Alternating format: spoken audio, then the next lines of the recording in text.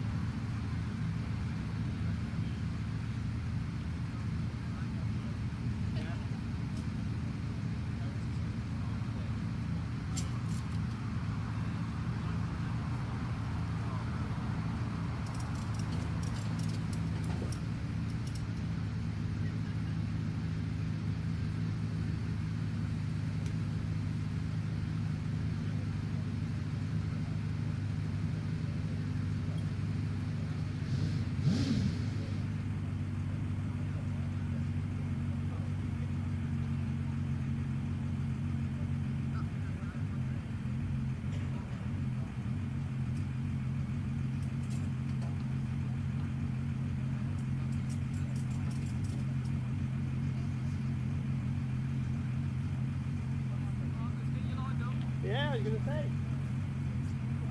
Find the bomb today then?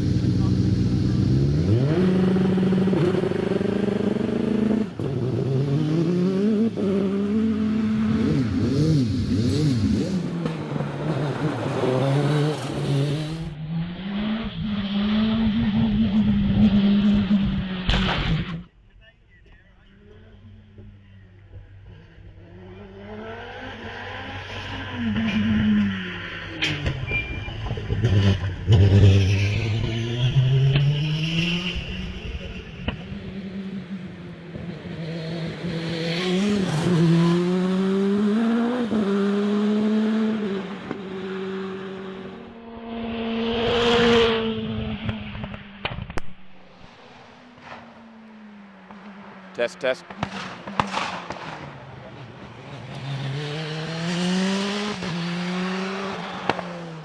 I'll let you go in there.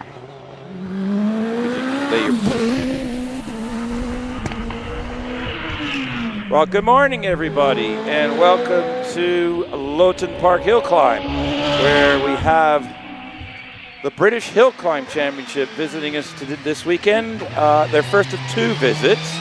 They'll be back next month for the series finale, I take it. My name's Owen. In the booth with me today is Chris the Pond. We'll just get him on headset. He's talking. So, morning, Chris. How are you today? Is that working? Is that working? Well, talk, Chris, and we'll find out. I'm talking. Right, okay. Anything happening? Yeah, your voice is coming out of the mic headphones. Yeah, is it all good? Good morning, everyone. What a lovely day it is. In fact, Richie Benno said, good morning, everybody. What a lovely day it is. Right, so. Oh, here we go. Here we go. Well, we got this is morning practice. We're in batch 6, so we have these and a few more to come after that, and then we'll be getting into our first time runs of the day. So if you're watching, thank you. If you're watching on the live stream, thank you for joining us. Apologies for the delay. There was an incident. You may have seen it if you're watching, and it's taken a little bit of time to clean everything up. Driver is fine. Everybody's okay. But we need to get the track back in A1 condition for the event itself. On screen right now, that's so Lynn Owen in the OMS has done a 6:07.6 final practice. Bernard Kevill is on your screens right now, just got all the way up the Cedar, not so straight. And Bernard's up the top, 91 miles an hour. We did have a rain shower here earlier. There's a little bit of damp parts, but the track seems to be drying out quite nicely. And Bernard's off the top. And over to you, Chris. Yeah, your man Richard Summers just going up the hill in the brand new Alex's car. This has created a lot of excitement, this car this year, hasn't it? It's got the V6 engine in the back of it. Home-built car, took 7 years to do. Yeah, Alex. What a remarkable job, yeah? Yeah, Richard is the father of Alex Summers, who actually designed and built this car. It's a very unique car. He built it for his wife, actually. Wife Debbie, yeah. Wife Debbie and Mom Lindsay. But Dad Richard wanted to have a go, so he's in the car. He's got a 58.01 in the final practice, so a little bit slower than yesterday, but the track is a little bit damper. Here's Sean Gould. He was fastest out of all the practice yesterday. Yeah, fastest on the track yesterday, 106 miles an hour. Well, I tell you what, yeah, fair play to Sean. He's the builder and designer of these cars. He's sharing this car with Matt Ryder, who won the last run-off at Shrewsbury. So the car's got that pedigree, a 47.78 for Sean there. That's not bad. I think he did a 45 in practice yesterday in the final practice. So Graham Wynn's on the line in the Gould GRW 59. Shares his car with Scott Moran, who's currently second in the championship points coming into the event this weekend.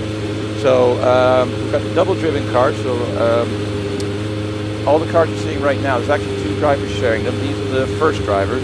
The cars will come back down the hill and switch to the second drivers. So we're just waiting for Graham to get started. With these big cars, there's a little bit of button adjusting and everything on the start line, isn't there? It certainly is. Complicated bits of kit. They've got so many complications in the traction control, particularly when it's wet. There's so many settings they can use. But anyway, Graham Wynn, MBE, been campaigning for absolutely years. Still very quick driver, to be fair. The car is magnificent. Got the big Judd engine in the back, 4 litres of Judd V8. Anyway, he's heading up the straight now. Let's see what he does. Yeah, 105 miles an hour up the top of the speed trap at Cedar Straight. Brings it around the fallow, nice and tidy. Just, you can see they're just using a little bit of track. Just a bit more, you can see the rear tire. Just dropped them off the edge, not no problem whatsoever. And a 50.73 for Graham. Lindsay Summers, Alex Summers' mom. Lindsay's going, I'm going to use the car today with you. So there's Lindsay on the hill right now. Yeah, Lindsay drives it very well indeed. I think this is one of the finest sounding cars out there. It's got the old 2.65 IndyCar V8 in the back of it. Sounds amazing. This will be a serious run-off contender, this car, in a bit. And when Alex gets his hands on it, and just followed by the little Tigger, which is actually got a little 2-litre, a 1600 Peugeot engine in that one. Oh, how's it? Old school car. Yeah, I thought it was a 2-litre yesterday.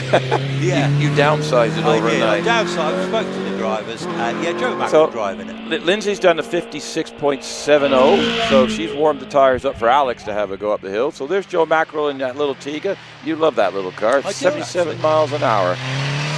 Really looks good, isn't it? Really old school car. I remember the Tiggers when Sandra Tomlin had a sports car version, actually, which she ran with a 2-litre Pinto. Right, okay, and, yeah, she had that for many years before she had the big Pilby. Right, so 58.48 for Joe Mackerel and the Tiga. On the track now, Einan Price, who just absolutely set the pace in this class yesterday. This is a huge class he's in. Big wiggle on the wet spot going into keepers. Held it together. And absolutely flying he is. Einan loves the wet, ex-rally driver, as we know. Yeah.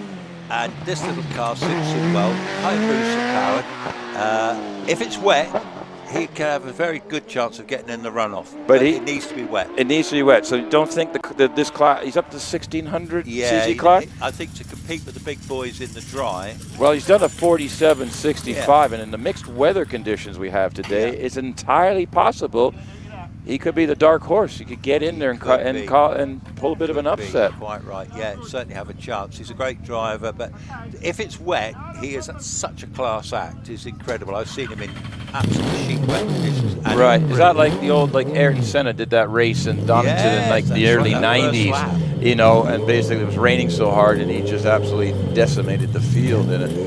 There's just some people that dry tarmac, they go slower than the wet. I think Einan would be a very serious contender if he had a bigger engine, but in that car, in the class that he's in, and don't know how competitive that class is. It is very competitive. I think we've got almost 20 entrants in that class today. Right, off the line on your screens and coming into your view if you're spectating with us here live is Simon Barnwell in a Formula Renault Tachus. This is a ex-circuit car, one-make championship car that they used back in the day. And Chris, tell me a bit more about this. Yeah, 2-litre Renault 60-valve engine in the back of it. Of course, when it was a circuit car, they were all basically the same. So it's a super close class of racing. In fact, I think, if I'm not mistaken, no, this is the Formula Ireland car, but no. No, that's the next one coming up. Yeah, it is very nice looking car. Yeah, so he's heading up the hill into Museum. On your screens, he's just come around now, and we're just switching to Aaron Colburn, just coming through Triangle in the Van Diemen RF02 FX. Shares this with brother Adam Colburn. Simon Barnwell in the Formula Renault did a 58.09. Yes, excellent time. So Anna May Furness has just left the line too in the new Swallow, which you'll see in a minute. It's an old car, but she's showing that with Ollie Wright, and but he's already moving around Museum, heading off up towards the finish. Here comes Anna May. Lovely little car, ex-Andrew Henson. So 2-litre Ford engine in that one. Excellent. Aaron in the Van Diemen did a 51.74, so that's not bad. A count opening on the morning there. So Anna May's heading up the straightaway, well, the not so straightaway, Cedar Straight, up the hill. We've had some adventures there yesterday, but nice and tidy. 73 miles an hour, heading into Fallow. It's kind of flat at this point, and then it goes very steeply uphill into Museum, which is actually a blind right-hander. So it's really hard to see that. Ian Tucker in the OMS is actually off the line and on his way up the track, just heading on a Cedar Straight now. Anna May does a 62.49. Yeah, Ian Tucker comes from Cornwall, so he's a long travelling competitor. We've got several Cornish competitors here today.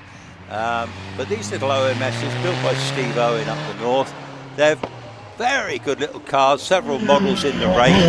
And following that is actually Terry Davis in the Force TA with his own home-built engine in the back of that one, 2-litre V8 in the back of that, 360 horsepower on a good day. Right. I just missed the time on. No, okay. That was okay. I just missed the time on the preview. Sorry about that, folks. Still practice. Final practice. So Terry's already up through Museum. Very quick, shares the car with Trish, of course. They were very close yesterday on times, but Terry's laid down a 5:0.06. So he's gonna. I think he's gonna need to get it into the 48s today to have to be competitive. Andrew Henson in a Gould Dallara F394 is just coming on your screens right now, just coming through keepers. Yes, Andrew is he actually racing cars for a living actually, and Ollie right now is for car, that Swallow, that came from him. Oh, okay. So that car previously. right, okay. But anyway, yeah, I was talking to Ollie this morning. We were having a debate about the engine because Ollie wasn't sure what was in the back. It is apparently a Z-Tech 2 litre. In the Swallow. In the Swallow, right. That's what we. But all we know is it's got pistons, goes up and Down, and that's it. and It it's goes. a Yeah, it moves. It moves. 51:03 we had for Andrew Henson. Jonathan Varley, very quick competitor in that Loton Park Predator with the Terry Davis designed engine in the back of this 2-liter. And he absolutely, I love this car. This is so low and sleek, this car. But he's already up the top there. Yeah, you're absolutely right. Look how low it is. It's designed by Graham White. It did have a big Formula One engine in it at one time. Yeah. But now anyway, it's got the 2-liter engine. It's very small. It's very low. Yeah. And the engine's small as well, so it's perfect. A 47.86. Wow. We're going to have a Yeah. good battle Yeah, in that good, class isn't it? today. I think. Keep your fingers crossed we get dry runs. That's Yeah. what we want, don't Yeah. So I believe we are at end of batch. So a lot of those cars were double-driven cars. So how it works is the double-driven, I think that's actually Tina Hawks we're seeing there, who they had a nightmare with that car yesterday. They've spent all the time. They've got all the bits and pieces figured out, that car back together. Tina was able to make a clean run up the hill this morning. Brilliant. And everything seems to be working fine. So how it works here at Loton Park, just to fill you in a bit, when the cars get to the top, they gather at a top paddock. And then we collect them all, and when we get to a certain number, we end of batch, and the cars come back down. But what you're seeing on your screen right now is because these race cars are especially the top ones, are very highly strung, and the engines are very sensitive to anything, the marshals actually start the cars, and they roll down the hill. They do not start the engines on the cars up. The road-going cars, or obviously they're road cars and things, they can start them up and drive them off. But with the single seaters and everything, just to reduce any wear and tear on the cars, we push them back down the hill.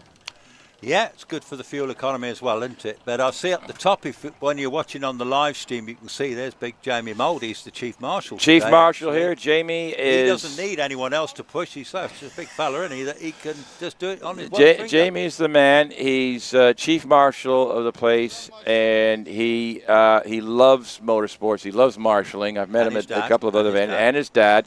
It's a marshalling family. And he does look after everybody, but he's an absolute star. He gets involved in recoveries, he gets involved in everything, and he's absolutely top man. That gentleman, if you have something with your car, that gentleman will make sure nothing else happens to that car. He's actually top spot, top man, and we can't praise him enough. So you'll see the cars rolling back down the hill. This is good for the environment as well, actually, then we think about it. Yeah, well, of course we haven't seen Wallace & Co. yet, so we've still got plenty more big bangers. So are you saying that these guys coasting downhill are going to offset the emissions of the cars going uphill? Yeah, well, I mean, will tell you, I'm a massive fan of the single-seaters. I do love them. They're pure racing cars. He is. I have to hose them down at the runoff. We get a bit excited then, don't we? We get a bit excited. But, just looking at Jonathan getting into his Predator. Yeah, he got out of the car, and then he's like, I got to get back in the car. Got to get back in. But look how young the marshals are. If you want to become a marshal, why didn't you tell them that, Owen? I tell you what. Marshals, it doesn't matter where you are in the world, and we do have some international listeners, so if you joined us early, thank you very much. It is going to be a good day here. But anywhere in the world that motorsports take place, marshals are required. They do flagging, they do safety, we do anything like that. It's volunteer. If you want to get we do look after the marshals, of course. It's not, feed you and water you and all that. But if you want to get closer to the action, and you want to get more involved and all the rest of it, then in the UK, it's the Orange Army. And if you're here at Loton Park, please, if you're interested in taking up marshalling, then just see any of the officials. Even if you see Chris and I walking around the paddock, you'll kind of notice there were the two gnome-looking guys that talk too much. We'll absolutely point you in the right direction to speak to someone and can get you involved. But like you see on the live stream, we have some very young helpers at the top of the hill, and we do also have some young helpers in the paddock today. We've got some brilliant young helpers. We've got some brilliant young people. I just want to mention Trimble's there. Yes. So just by the toilets there, down there, you see that hut with the desks out the front Yeah, of it. yeah. The sign. That's where all the marshals have their lunch. That's where they all go at the end of the day. Yeah, so anyone fancies becoming a marshal, come on down there. come on down there. Absolutely. Your full training is given. Yep. You get to see really close to the track, don't you? Yeah. And of course, when something happens, you're straight in on the Yeah, you'll be operating the broom on the track in no time. So and excellent. there's always senior marshals, so you're never Always. gonna be chucked in at the deep end. Absolutely, absolutely. And that goes for other countries in the world. I've marshaled in Canada myself. I started off marshalling back there at my home track, and that's how I got in. Then I got into mechanics and everything else. So, so yes, if you're watching abroad and you'd like to get more involved, in Europe and everything, check out the hill climbing. I think they do have hill climbs in Australia as well in certain parts. They absolutely do. But they will all require marshals, and that's what's needed. So if you fancy a go, please don't hesitate to contact your local motor club or go to an event yourself. Just get out, get involved. Yes. So we have the cars all back down. We also want to thank our marshals for yesterday was a very long day, and they've already been hard at work this morning. So we thank them all, and we thank our rescue crews for being here today. Did you realise? Yep, there they are over there. I know, that's right, there's Jamie there. There's Jamie, and then there's a couple of. Jamie. We don't put them on camera because it'll hurt damage the equipment. But they are here. And we've got a rescue crews over there doing That's a fantastic their job. We have two actually. There's one here and one up the top, and they rotate. So rescue crews. We've got our clerks of the courses over there as well. Well, we don't talk about them. In the yellow. Oh, yeah. Yeah, we've got the famous Dave Newell in front of us. Oh, well, we'll talk about him more in a bit. We have to work the public up to him. Yeah. Well, we have anyway, to. We got cars on the line. We have got cars on the line. This is John Chalmers on the line, car 298 in your pro. We will start lining the programs up and everything. We both have to switch glasses in here. It gets a little bit crazy. But in a Rolt F30201. You got a bit more on this, Chris? Well, all I know is it's got a seriously turbocharged Suzuki engine in the back. Right. And if you listen to the pops and bangs. Yeah, that's the anti-lag on the traction control. It has launch control as well. So some of these cars have the latest technology on these cars. They've got data logging. They can see everything that's going on in between they check it in between the runs. But anyway, bit of a wiggle woggle. This track's still got some damp spots in it. So John's in the triangle now, coming through. Hopefully he sees that wet spot. Yeah, he saw the wet spot going into keepers, kept it nice and tidy, and off he goes. This is actually a very exciting car. It's got over 400 brake horsepower in this car, that little motorbike engine, but it's the turbocharger that does it. And look how quick he is, 107 up the straight. Yeah, lock the left front up by the looks of it, going into the corner, but no problem, back up. That museum is actually a lot steeper than it looks, doesn't that bit of the hill? Around the corner. Yeah, and what's he going to finish? He's going to finish in 51.06 for John Chalmers. That's not bad. Now, here's a hot shot on the hill. Pete Tatum in the OMS 28. He had a moment yesterday to suck the way there. He's got the car rebuilt. He was his brother last night. 2:30, I think they finished. Yeah, they said 2 o'clock they were having to rebuild. Had a little bit of an altercation, touched the grass, and just sort of went off for a bit of a ride. They spent most of the night putting the car back together again, getting it all fixed, and there it is, up for grabs. 94 miles an hour. Trust the car, that's absolutely spot on. Yeah, I tell you what, the two Tatum brothers are terrific drivers. They've got lovely cars. His brother Dave is up later on in the earlier in the Firehawk, wasn't he? Oh, is he? Okay, yeah, I didn't catch it. 52.54 for Pete. That's a good run considering the adventure that car's had yesterday. Kelvin Broad, there was an absolute thrash in the paddock this morning with this because the cooler on top of the engine, actually the mounting came out and left a big hole in the intake. So they were panicked, they were mad. There's a whole bunch of competitors helping put this thing back together and get it running, and there it is on the hill. You know, they've done a great job. He's flying, he comes from Exeter, he does a lot of jobs at Wiscombe, actually, Wiscombe Hillclimb and Gersten.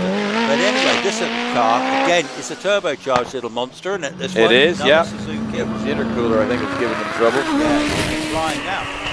Yeah, is he going to get sub 50? Nope, not quite. 50.51 for Kelvin. I think that car will be in the 49s later. Paul Haynes, very quick. Whoa, that was quick going into triangles. 107 miles an hour on a short shoot going into triangle. Absolute. That's fast for a little short straight there. Yeah. Number 8 in the British Championship last year, and well, now you can see why. And he's 121. 121 up the Cedar straight. That's quick. This car is a serious runoff contender as well. He's been in the top 5 before now in the runoff. Yeah. Yeah, this is a little motorcycle too. 46.02. That's the quickest we've seen on the hill in practice this morning so far. Absolutely launched it. Well, let's see what young Susan Young can do about this. Young Susan Young. In her Gould GR51, it's the family car. Derek husband Derek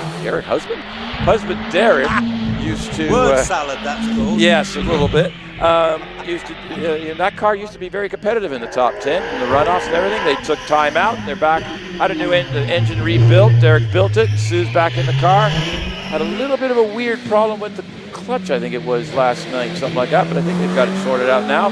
But there's Susan up the Cedar Straight. Yeah, she was understeering coming out of the triangle there. Yeah, Sue was always a real good lady competitor, had hill records for the ladies. Anyway, Derek is retired from the driving side of things now. And Sue, she's already going up towards the museum. She'll be going just over 50 seconds in this big car. Big 4-litre Judd power. And here comes Harry, 51.62 for Sue. Harry Pick in this brand new OMS 28. This has got an IndyCar engine in the back, so it makes a very rapid combination. Latest car, big V8. Full latest specifications, I think they're looking for. We get too excited already. And it's over practice.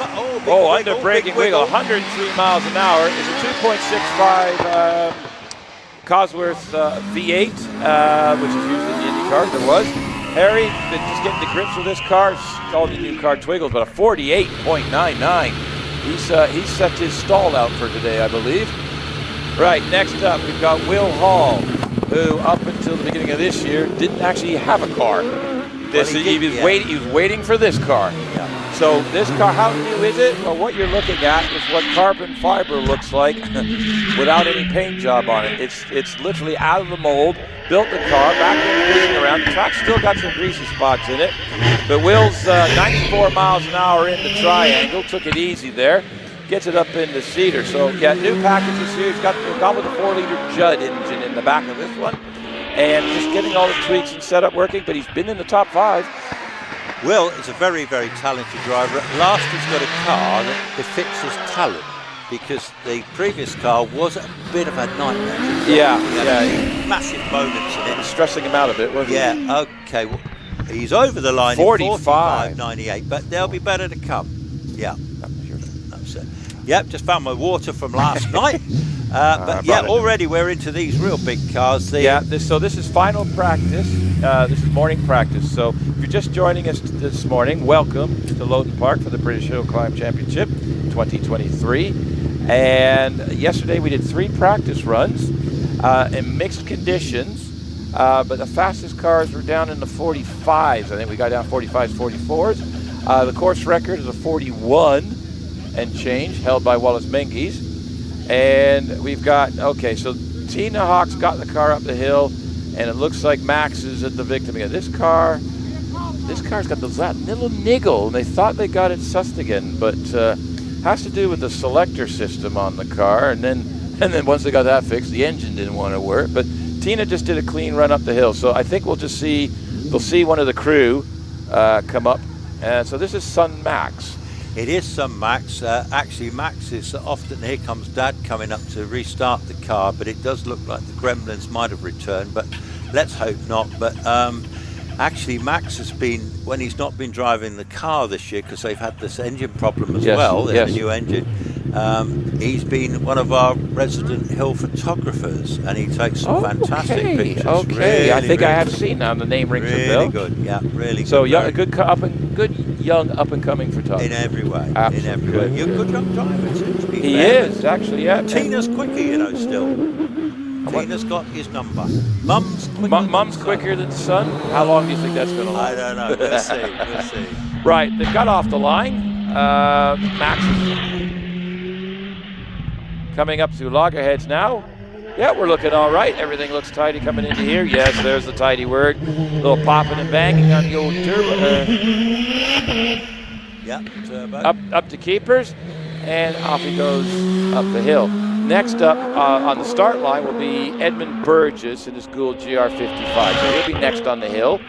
But young Max has just done 101 miles an hour to top. Yeah, he's not hanging about, is he? You know, he said, yeah, I've got this little car wound up. He's already on his way up towards the museum. He's going to be finishing in the low 50s. In fact, I think about a 53.42. 53.42. I think he's got more to come there. I think so. I think they're just trying to get through. Here's Edmund Burgess, who he likes to use the track, makes the track as wide as possible in places. Holds the record at Prescott for the fastest Bugatti T51 class there. Did a little bit. It was a lawnmower yesterday for a little bit, but it didn't slow him down, and he's still learning the track, so he tells me.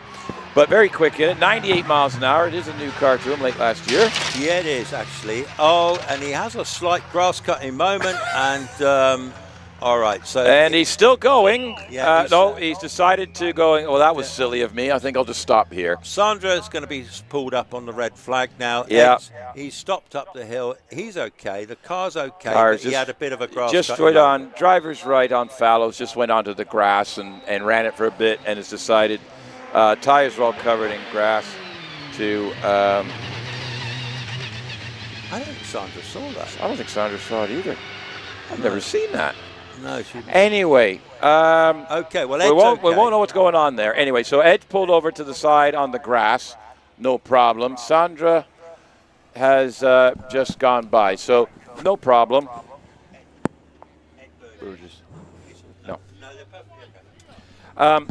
So, yeah, Ed's clock's still running. Just went a little wide on driver's right, and he was going to carry on and then just decided, you know what, I better stop. I don't want to drag any grass on the track. So very conscientious of him. So he's sitting...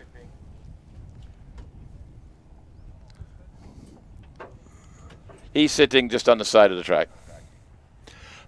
We've just been joined by the we have one of our famous photographers. Lovely Gail is here regaling us. She's regaling us. Regaling us. We love being regaled by Gail. She's showing us technology. Regaling. Chris trying to read a mobile phone is not the greatest. Well, I've got the long glasses on. Well, we just had a message from our friend Jeffrey Robinson. Oh, I hope Mr. you're watching on the live stream, Hello, Mr. Jeffrey. Robinson. The legend that is Sir Jeffrey. Is he sending us is he sending us praises or giving us a what for? He said, so the commentators are rubbish. All right, yes, that's true. We're not arguing with that. Yes, what else but he says he's missing not being here. Yeah. Our friend Jeff, who actually he's the reason Chris and myself are actually sitting in here. He started this last year and recruited a bunch of us, and for some reason we're still here.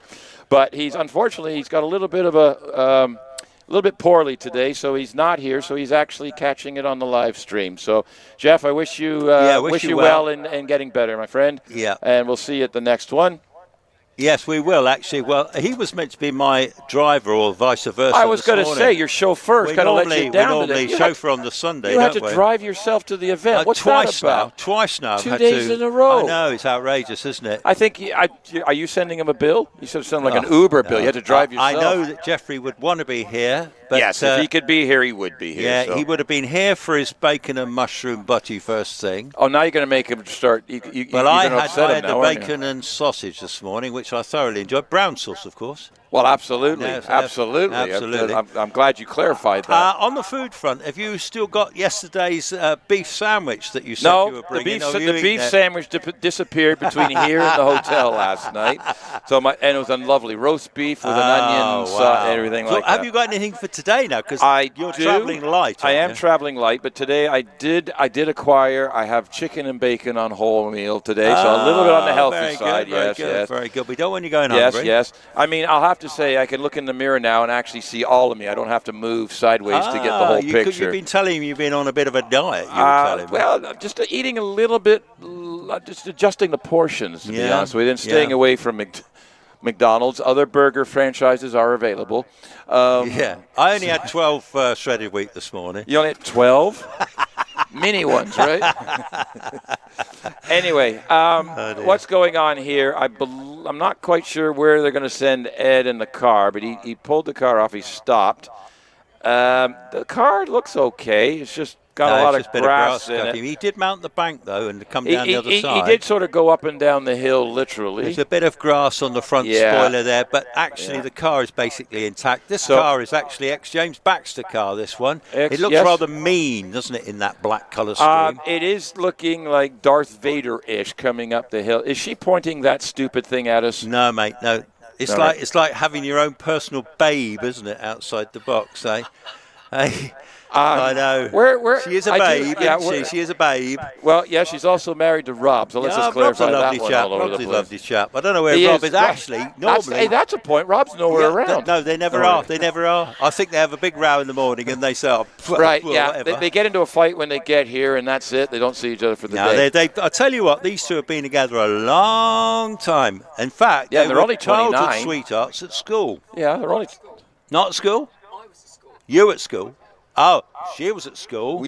Hang on, this could go somewhere here. We best not get down into this. Our viewers internationally are going, what in the heck? We walked into a dating, like a history. Well, we've got the lovely Gail, in the box with us. But Edmund Burgess, he's sat by the track. They're just showing the replay. Here we go. We've got a replay now. Replay on the live stream.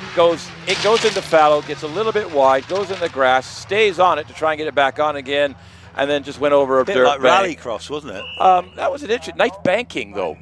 He went over the banking there and back up the hill. Yeah. So the car, he shut it down and everything. I don't know what the delay is because he sat in the car. Everybody's all around. Yeah, I think they're trying to get clearance. Now, all the marshals are communicating by radio, and you'll see on the screen, if you're watching live stream, you'll see the assortment of marshals, and the blue and white are one of our volunteer rescue crews that are here. We have two of them. The other one, they swap places, so they do that. So the other rescue's down the bottom here. And they respond to everything as an extra set of hands. They also make sure the driver's okay, and they take care of all of that.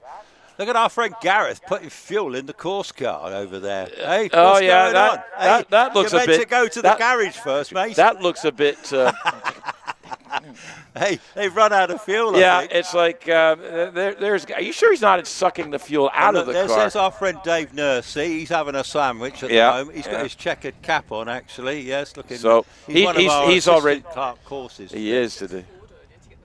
Yeah, they're going up to the garage to get some more in a minute. So I'm not sure what the delay of Edmund, but anyway, with the volunteer rescue crews, the volunteer marshals, we have photographers around the circuit, and they usually post up on the Facebook page. So if you follow the Loton Park Facebook page or several of the other things, they normally will put connections up or actually just post a load of photographs, and they're very nice and good. Oh. I want to say the regalia shop's open this morning. The regalia shop is open. Any sales some lovely today? Hats, some really nice, cool hats in there this morning. Okay. I might check those out later. They got the old shell coats, which are good for keeping the rain out. There's some lovely ones of them. Umbrellas. Oh yes. This is like Cadley Toy, like Bruce. Cadley Toy. Yeah. Well, I have my umbrella from the last event. It was monsoon season. So regalia shop's open. Where is that? It's just behind us, isn't it? It's just behind Triangle. If you're at the track today, it is. So the lovely young you're ladies up the top, in there will sort you out. They'll happily sell you whatever they got. We've also got two food. We got two food. We got our regular food supplier, and we have an extra one today for the extra crowd. We got Bob the ice cream man up behind us. Excellent ice cream. What did we have yesterday? We had raspberry. No, we went with raspberry Ripple yesterday. Yes, we went raspberry Ripple yesterday. I changed from my salted caramel, didn't I? You did. You're going salted caramel all the way up until Bob. You saw Bob, and then it went raspberry Ripple. I know. He just went off on one. I said I've got to have one of those today because you see, I don't like to be too predictable, right? Well, that's true. Locked in a shed with you yesterday for many an hour. I'm locked in a shed with you for about 7 hours. I can't even get out because you know what I'm saying. Yeah, well, yesterday you trapped me, so that's the reason you shoved me this side. Elbows out. This, incidentally, folks, on a serious note, if such a thing can be with us. Yes. We are doing it together because we had a little problem with the top box, didn't we? So we're doing it together. We're doing it down here, and we're actually experimenting at the same time. That sounds a bit unusual. And we got live stream from Rich Danby. So if you're here you can jump on the YouTube channel. It's HillClimb.TV, like, follow, share, and subscribe to the HillClimb.TV channel. We're trying to get 10,000 subscribers. We had 8,799 yesterday. And so if you can, it doesn't cost you anything, but if you subscribe to the channel, it helps us out and bringing you this amazing coverage and support Rich and all his recoveries. So please do, if you've got a second, please do that. We'd muchly appreciate it. So they've decided to send Ed back down the hill. Well, that's good. That's all so good. So he's coming back down the hill with his lawnmower. I shouldn't have made the lawnmower joke. Don't be facetious with Ed. Come on. No, he was happy me calling him the lawnmower. Prescott committee man, don't upset Ed. He told me about that this morning, we were discussing next weekend. Here he comes back into the paddock. He's running on all four wheels, so that's all good. He'll be getting another go later. No problem there. Well, we've got time runs coming up. Time runs now we're talking exciting now, aren't we? Yes, we've got to pace ourselves today. So the time runs. So what we're going to see now. We've got left Wallace we've got to finish the practice run. But when we finish the practice runs, everything after that will be timed. And then that will also mean that amongst all the classes, but then the fastest 12 cars will have a run-off just before lunchtime, won't they? Yes, and the top 10 are awarded points. That's how they score in the British Championship. So that's pretty exciting. And that will be when we go into hyperspace. Now you go into hyperspace, I just go into hyper mode. And then in the afternoon, we'll have exactly the same, another complete run of timed runs with yet another runoff. Yes, the runoff, it doesn't matter what class you're in, it's the top 12 fastest cars overall get into the runoff. The top 10 score points in the British Championship. It's as simple as that. Right, on the hill. Finally, folks, we're back in business again. We've got Terry Graves, the owner of this car. We've already seen it once with the car. Yeah, it's on my head. Sorry about that. This is Terry in the car, the flying electrician, I think we called him. Yes, electrical And contractor. oops, and we've just had a blip. So the car just jumped forwarded to start and stalled. We do have the rule here. The car, as long as the rear wheels don't cross the start line, they can roll them back and restart. So we had a little bit of an oopsie. Anthony Hunt. Anthony Hunt. We forgot Anthony I Hunt. forgot Anthony Hunt. Yep. I hang my head in shame. Well, we both hang our shame. We couldn't get that out quick enough. I have to admit, I have focused on the cars with wings and roofs more, and I rely on you for the open wheel stuff. Between us, we'll get there eventually. Between us, we might actually survive this day. So Terry's off the line with a 2.37 second run. It's the speed they're coming down in the triangle that's just surprising me. It's not far off the top of Cedar Straight, and that's a whole lot longer run. It's a longer run, but it's uphill. This is downhill. For an example, Terry's just done 89 miles an hour entering triangle. A little bit just off the driver's left there on the grass, but no problem there. Got it all gathered up and off he went again.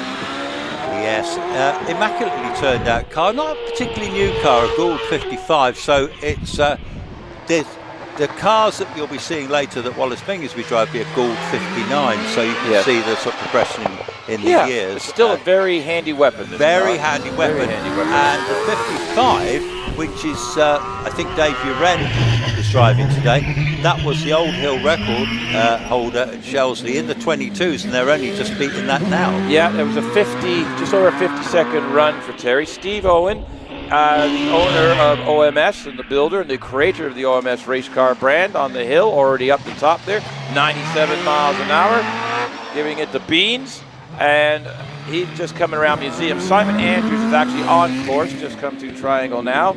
Stephen Owen is just going across the line, 48.84. 48.84 for Simon, yes. Sorry, for Stephen Owen, yes. So Simon Andrews on the hill in the OMS. This is built, of course, by Stephen. 103 up the straight, excellent. And already heading up towards museum, and he'll turn it round, come round museum, blast it up to the finish, which will only take a few seconds. He will finish in a time of 51.58. Okay, so shares that car with Bernard Kettle, they do, don't they? And they have that in the form of the Ford, and they're always flipping from one car to the other. Yeah, they are. Absolutely right. I'm just mucking about in here, doing some housekeeping. He's doing some housekeeping, trying to fire up the computer Thank you. Now, Richard Spedding, car number 7. So he finished 7th at the British Championship last year. His own car, he's got engine issues with it. So this is what the hill climbing community is about. The Summers family have said, Richard, jump in Alex's creation and have a go here. So here he is. This is Richard Spedding driving the Summers, designed by Alex, shared with Richard Summers. Richard Spedding. Yeah, and he had a little moment at the top of the straight yesterday, but anyway, it's a much more sensible run. I'll tell you what, who is going quickly? Jack Cottrell screaming into triangle there in his Delara Cosworth. Richard Spedding heading off up towards the finish now. He's going to finish in a fairly steady time, actually, of 59.91. I don't know if he had a problem. No, that's off his practice time from yesterday, so I'm sure that could be an issue there. Jack Cottrell actually. He's hauling the mail. He's up. That's a Canadian expression. Canadian expression. 110 miles an hour up the top of Cedar. Headed all the way across the line. Oh, this is going to be quick. 47.25. Yeah, that's a quick time. Down, David Uren is on the track and on the screens. Just coming in a triangle with the Gould GR55B.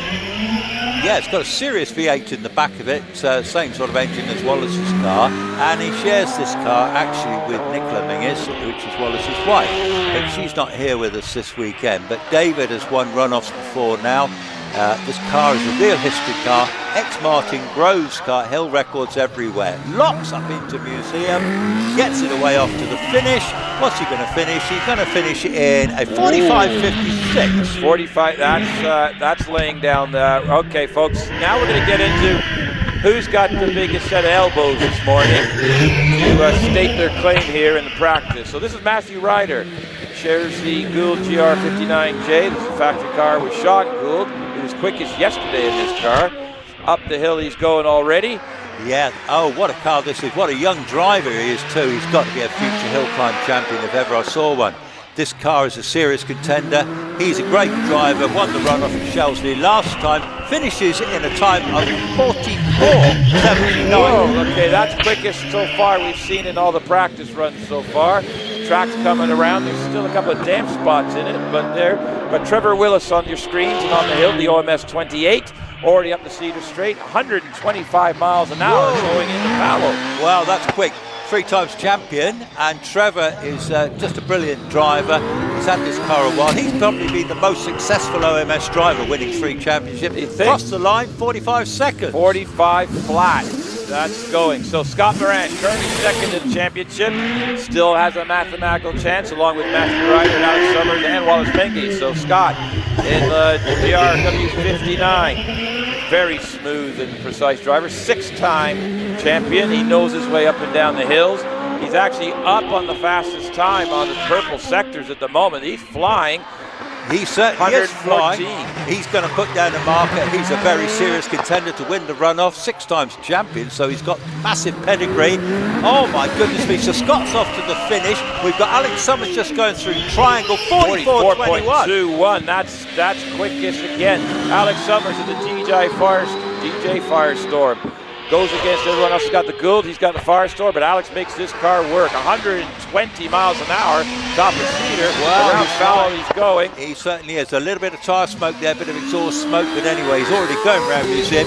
Off up towards the finish. What's he going to do? He's going to be in time 44.11. Well, now, here's Wallace Menzies. Not the quickest on the hill yesterday. This car's been rebuilt after the Chelsea Autica. The whole team went to work on this. They've had to repair the tub, rebuild the car, get it all set up again. The crew and the team has done an absolute stellar job to get this car back on the track. He's here. He's only about 6th quickest yesterday, but let's see what Wallace got now. Looking real good coming through triangle. This is looking like old school Wallace here, all the way up through keepers already. Foot to the floor. The thing's actually bunny hopping over that bump there. Up the Cedar, not so straight, coming up the top. Yeah. 110 miles an hour. Yeah, no, it's. I don't think Wallace will be trying that hard. He's still just getting his confidence back as well. This is not a time run, so you know it's still early days for Wallace. He's going to go across the line in 45.16. Good time. Which is that's a lot better than yesterday. Yeah. Martin Jones is on the track in a Brabham BT21C. So we've gone from the modern to the historic. in this beautiful Brabham, and then Andy Tippett's launched off the line in that BT30X Brabham. Love this old car of Martin Jones, old school car, 1600 engine. Andy Tippett just going by us at Triangle here as well in that, that Brabham Buick Rover, really, Rover Buick, whatever, 3.5 litre Rover V8, stunning sounding car. Finished at 57.57 for Martin Jones. That was Martin's. Yeah, Andy Tippett's car is they built this car as a test mule. And they developed all the parts for the Formula One teams and all the rest of it. And then this car, they used it for hill climbs. It's never been on the circuit. Always been a hill climb car. Had the Coventry Climax V8 in it originally, but that wouldn't go nowhere. So the Rover V8 went in the back. It's got the proper sound, and across the line it goes. On your screens now, 59.73 for Andy Tippett, the Brabham. Robin Johnson in the Tiga SF83. We saw it once earlier. Here's the other driver. Robin's in the car, already halfway up the hill. You like this old car, don't you? I do like this old car, yeah. It's got the Peugeot engine in the back of it, but it's an old school car, and yeah, it's nice to see something a little bit different, isn't it, really? It's a shared car, isn't it? It is. Yeah, and yeah, already making its way. And we've got the first car in the batch of David Garnett, isn't it? Yeah, we've got David Garnett in the Renault Clio. That's a double-driven Clio.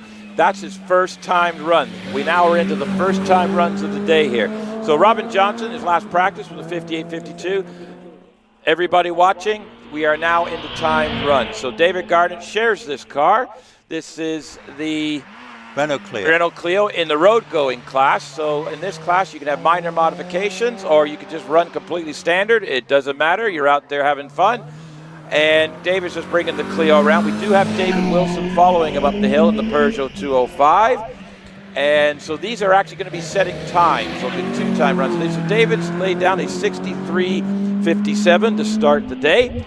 And David Wilson in the same class, which is up to 2-liter road-going class cars, is already up the top. He's 79 miles an hour. He's a little Peugeot 205. And very tidy little car. And on the track behind him is going to be Oliver Meek in the Vauxhall VX220 Turbo. David's coming across towards the finish line now, and across he goes with a time of 60.54, so that takes the class lead. Oliver Meek in the VX220. This is an over 2-liter race car, or road car, sorry. It certainly is, yeah. 2-litre VX turbo, very rapid little car, pretty little car. It's very much based like a Lotus Elise, isn't it? But with the Vauxhall mechanicals, Vauxhall car, obviously. Yeah. But very pretty, very successful cars, actually, these, aren't they? It is. And that's in the over 2-liter class. And just following him up the hill is Ben. So Oliver did a 62.83. And in the 4-wheel drive car road-going class, so this car was driven to the track and everything else, is Ben Fisher. I don't know if there's many modifications on it. You are allowed a few modifications to the car, and you can do some engine work and improve the suspension and things like that. But anyway, Ben's coming across the line. He's in the 4-wheel drive car class, and he's set a target time of 65.46 for the rest in the class to go chase. That is now end of batch. So we've had the final practice, and we've had our first double-driven runs here. And the gentleman you see there in front to your right, that's Scott Moran, and right behind him, that's Wallace Menzies in the red and white driving suit. And this is the way hill climbing is. They're actually helping the marshals push the cars. Well, that's actually pretty brilliant to see, isn't it? Yeah, so you'll see. So you've got nine championships. You've got 9 British championships between the two. They're first and second currently in championship, and they're helping the marshals push the cars down the hill out of the path there. And that's what the sport's about. You want to get involved in hill climbing and sprinting, you can start off with a road car. You don't need to spend all the money on a race car. You can get out here in your road car. There's several driving schools that are running. There's driving schools here and other hills as well. Yeah, they're always fully subscribed. Yes. And they're very, very popular. So if you want to get in one, you probably won't get in one for this year. So you're going to have to inquire about next year. We have people like, a lot of the top drivers do it. Joy Hoyle, actually, from the Caterham. Yeah, she's one of the instructors. She comes out and but they go different hills, so they don't all come here. So you've got to make sure you don't say that all this one instructs here because I've made that mistake in the past. No. They look, also, Wallace is pushing the OMS there. Simon Andrews. Look at Wallace is pushing Simon Andrews. Wow. That is class. I tell you what, 3 times champion, brilliant driver, but a massive supporter of the sport. Absolutely. Tilly Coultry's Quarries, but you'll see that logo on a few sponsorship because he gives so much money into the sport. He supports the sport and everything. He's a very man. What a he's guy. a very humble gentleman. What a guy! Well. Look, he's doing it again. Now he's pushing. He's still got to get his car going. He's pushing Davy Duren's car there. Oh yeah, no, he's going to head back to his car right, now. He said, "About time I did." Yeah. So if you want, look, it's a brilliant motorsport. If you want to get involved, you can get involved in marshalling. If you'd like to compete, you can do it in a completely standard road car. We have classes for from road cars all the way up to the fastest race cars in the country that you see here. Up top paddock. Yes. Look at all the youngsters up there. When I say youngsters, they're young teenage marshals. They're shown where to push the cars and everything. The responsibility's starting so young, isn't it? And they've got smiles on their face. They're having the time of their lives getting involved with that. So Alex is just rolling away from the top there. And we've got the Brabhams coming. And then Scott's jumped back in his car, so he's going. Fantastic, isn't it? I think this is it's a hill climb family, isn't it? Really? Yeah. We were talking about this. I was talking to Roger Moran this morning, Scott's dad. Roger's running one of his rally cars up the hill this morning, and there's Wallace. He's got back in his car. He's getting all the. Got to get sort of back strapped in again to get down the hill. Just on a note. Yeah, sorry. Go on. Yeah. So you'll see when the car's coming back down, the drivers have still got helmets. They've got their gloves on because back in the old days they'd come back down the hills without helmets, but now because of the rules and safety, obviously. Well, it's a safety thing. They actually had somebody crash coming back down the hill once a few years ago, and it was So it's just safety. It's not a lot of extra effort, so it's important. But yeah, I forget where I was going with talking to Roger. I'll tell you what. Yeah, there's Have a breather. Or Joe, I see Joy Richins there, one of our esteemed photographers, Pete Richins. Hello, Joy. All right, my darling. Good. Take him some nice snaps, no doubt, eh? Don't call them snaps. They get ever so offended, these Well, you're one of them. You go out there and take pictures. I know. You were taking pickies yesterday. Yeah, I know. I did take a few, actually. Yes. So down in the paddock I was yesterday because the light came nice. It was weird. You had this bright light, but rain and all this stuff. You got all excited with the paddock shots. I like light. I saw photographers follow light. That's the most exciting thing. You guys, I see a lot more arts. I'm going to say it. Yeah. This may upset. I'm seeing a little more artsy-fartsy in the photography. I love arty-farty. Artsy-fartsy. Artsy-fartsy. Artsy-fartsy. Don't make me keep saying it. Not arty-farty, artsy-fartsy. Artsy-fartsy. Artsy-fartsy, I say. Whatever.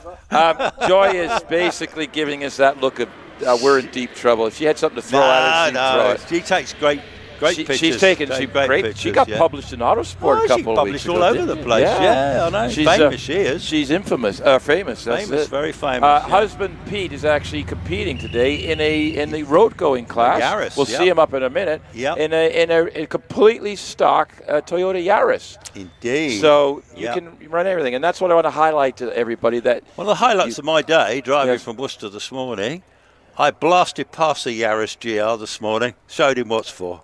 Hey, the old Volvo, mate, still doing the business. Was it in a car park at the time? That Volvo, that surprises a few people when an old bloke goes by you in a silver Volvo. Are you sure it wasn't in the person's driveway? They were still in bed, Guy Martin, the motorcycle, yes. He's got an old Volvo. I think it's like a 121 or something. He does have an old classic. He's got a 700-800 horsepower engine in the thing. Yeah. He's put it in there. Did you ever see Paul Newman, the actor, big motorsport fan back in the 80s? Of course. He had a Volvo Estate, and it's an infamous car, and it's still around. It's actually, somebody's got it at the moment, and it showed up a couple of times. It's completely stock looking on the outside, but it has a massive, powerful V8 and everything underneath the car. Yeah, the car is the ultimate sleeper. I love sleeper cars. Very famous car. Sleeper cars are lovely. Yeah. Right. Definitely. Okay. By the way, yes, go on. Before we start, we've got a lot of lovely Porsches parked up behind us today, We do have. I didn't get the facts, but we have We have several clubs with us today. Yes. We have Porsche owners on the hill in the spectator area. Yeah, it's behind us at Triangle, aren't just they? behind Triangle, and I believe there's another club here that they've made the track up here this morning. I just don't know where. At lunchtime, I believe Chris is going to give you an extra treat at lunchtime. Am I? Oh, yes. You might be. Apparently. Unless I hit you over the head and do it myself. No, you wouldn't do that. Oh, yes, I would. Oh, no. Oh, yes, I would. Oh, no, you would. Oh, yes, I would. Right, let's go to Joy Hoyle. We're talking about her. Oh, yeah, we Very are. supportive. Helps a lot of new people get on the hills and learn what it is all about in her Caterham 7 Super Sprint. So these are a couple more double-driven cars. Yes. So Joy's going up first. Ray Lore drives this car, shares the car. So Joy's setting a time. This car is actually a Class B car in your program. We'll find my program in a minute. We've got one. Yeah, we've got two in here somewhere. There you go. In Class B, so she shares the car with Ray Lore. So she's going up, second driver, so she'll come back down at the end of this batch and they'll swap over. So Joy's already going up the hill, and Laura Waddle in the Porsche 911 Carrera has just gone off the line. Okay. But how's Joy doing, Chris? Yeah, well, Joy's doing great, and this is an old school Caterham. It runs on twin 48 carburetors, so no forced induction on that one. We've got a bit of a wasp situation here that Owen's getting a bit carried away with, but never mind, don't panic, we won't get... Don't panic! Don't panic, Owen, don't panic. Anyway, Laura Wardle's going up the hill in the 911 Carrera, old school Porsche. Shares this with Jonathan Williamson. I'm not sure who the owner of the car, I think who owns it, don't know. But either way, old school Porsche, beautiful. Coming into Triangle here now is Jamie Chalmers in the Mazda MX-5. John Chalmers, lad. First season in this car, and it's a great car to learn in, Completely standard car. I will say Laura Waldwell was sharing with Jonathan Williamson. Joy Hoyle did a 57 and 57. That does not help us either. 57 and change. These are all timed runs. These are all counting. So Jamie Chalmers, completely standard. This is a road-going car, up to 2 liter, completely standard car, and that's car 215. Richard Pates has gone off the line, driving the yellow MGF trophy, completely standard again. First year in this car, first year to Loton Park. I think it cost about 1,500 quid. Absolutely. First time to Loton Park, and is on the hill competing. And on YouTube. Well, this is the way to get into motorsport. Absolutely. But I've got to mention, what a fabulous Alpine Renault that's just going around Triangle. The Renault A110. You'll see that in the second. It's down in your lower left corner if you're watching on live stream. So Richard Pates coming out of the corner. In this class, Dave Wilson is leading with a 6.054. This is Richard's first weekend at Loton Park. Missed the one earlier in the year. It's done a 75.23. Alpine. Yeah, the Alpine is a stunning looking car, isn't it? I mean, that is so rare as well. And that one's a left-hand drive car, so it's a French car as well. It's made obviously in France originally. Fiberglass body on those from recollection. It is, And they were very successful in the rally car. Very successful, yes they were. Also, just to let you know, Ian Richards is on the hill in the Renault RS Clio, and John Langmead has also left the line in the Lotus Elise 135R. So we are now heavy into the Class A1 for road-going cars up to 2 liter. Combination of all sorts of things. You can run a stock Mazda. We've now, of course, got 3 cars. 64.11 for Ian Richards in the Renault time. Clio. Puts him up to 3rd. Jonathan Langmead is making his way. Oh, he locks the tyres going up into Fallow. We've got James Hudson in the Golf. In the Golf, just coming through. Yeah, there's so many cars on there. It gets a little busy. So let's bounce like John Langmead's just across the Elise with a 59.96. Jumps him into the class lead at the moment. James Hudson in his little VW Golf. It's a 1.816 valve, got about 180 horsepower. Little Mark II Golf, lovely little car, and drives it well. Got a little bit of brake bias on the rear there, but is carrying a good speed there. I think that's going to be a good time in the Golf. I think he's going to be up there near the top in this. Now, Peter Siddle is on the track as well. You can see him in your left lower corner there. He's just coming into Triangle towards as we speak. James Hudson, a 6.059, very close. Peter Siddle, how's he doing? Peter Siddle has got a very, very well worked Clio that's got 240 odd brake horse, which is a lot for a Clio. That's a lot for front wheel drive. That's an awful lot. He drives it very well, comes from Coventry. very well developed. He'll have something to say about this Well, class. he's purple sector's Whoa, all the way he's up. up, So he's yeah, up. he's up on the class there. And he's going to be followed by Robert Wilson in the Peugeot 205, who shares with David Wilson. David set the second fastest time at the moment. So whether or not Robert can beat him. But Peter Siddle is absolutely throwing it at the scenery here. He's coming across the line now with a time of 58.91. That's by a second. That's a fine bit of driving. We got Robert Wilson in the 205 just gone by us. That'd be good. But watch out for Rodney Isles, who will be coming into my view right now in towards Triangle. This is the Alpha 4C turbocharged car. Doesn't it look amazing? He is such a regular class winner. He is here. And so Rodney's in the over 2 liter. Robert Wilson's the last car to run in the under 2 liter road going class. Let's see where he ends up. Puts it 5th after that. So that's our runners after the first time runs there, with Peter Siddle leading that. Rodney Isles is on the course in the over 2 liter. We have 9 runners and riders in this class. So Rodney's up first. He's going to lay down a marker. It's whether or not anybody else can get to it. Well, I'll tell you what, we've got some serious cars in this class. We've got the Porsches, haven't we? So do. Rodney goes over the line in 57.76. Yeah, we already had Oliver Meek up with a 62.83. Richard York in that blue Club Sport GT4 Porsche going up the hill now. Yeah. Ross McDonald in the old Carrera 2.7 RS, old school, is just on the track as well. Yeah, one of my favourites, old school 911, worth a blooming fortune these days. Air-cooled engines in the back of these. The modern Porsches have water-cooled engines, and they changed in about 1998 for the 966. They did both for a little bit. There was a crossover in the manufacturer. Okay, yeah. So Richard York in his 718 Club Sport is 64.72. So Ross McDonald is absolutely, he's going to have a bit of that, I think. 79 miles an hour through the cross the top. They're heading up into the museum. Tony Adams has just launched off the line, or is heading into Triangle in the Lotus Exige. Serious car, that Lotus Exige. That's a 3.5 litre supercharged. Supercharged V6s. Yeah. So that's a serious lump, isn't it? Ross McDonald in the Carrera 2.7, 62.22. That puts him second in class at the moment. Tony Adams has got something to say about this. He was purple sector in Loggerheads, lost a little bit in the Triangle there, 80 miles an hour heading into the top. Richard Snow has just come off the line in the Porsche Cayman GT4. Yeah, well, Richard Snow, I mean, these Porsches, I absolutely love them. There's certainly a main few here, actually. Here he comes now. This is a modern Porsche. Tony Adams could only pull second. Rodney Isles has still got the lead in the class with Tony did a 59.63, only good enough for second at the moment. Can Richard Snow do anything with this? And he's just decided the grass was an interesting thing. So he's pulled off driver's right at the moment. So he will not finish that run.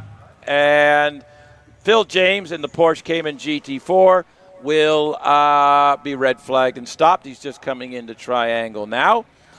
So we're just going to have a little bit of break here while they go and just check to get the car off the grass. The grass is still wet from yesterday. Very, very slippery. So the car's on the side of the road. They'll have to wait. It need a bit of help to push it back on. That's where I was going. Yeah, fair enough. Well, we've got all the marshals will be dealing with that little incident. Hopefully everything's okay. Right, in the meantime, so how are we doing here? So Rodney Isles in that Alfa Romeo 4C. That is a rapid thing, isn't it? It looks deceiving. Do you know what? I was a bit puzzled by that, because in the programme it's got it down as a 2 litre. Now, I thought the Alpha 4Cs had a 1750 turbocharged engine. Can you remember that?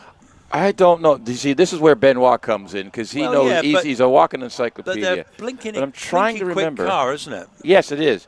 This one's actually 2 litre supercharged. Okay, so but I think the earlier, I think you're thinking of it. I think you're getting that one mixed up with another model of car. There is another one. There is another one. So same colour as well, isn't it? I think so. But this one's 2 litre supercharged.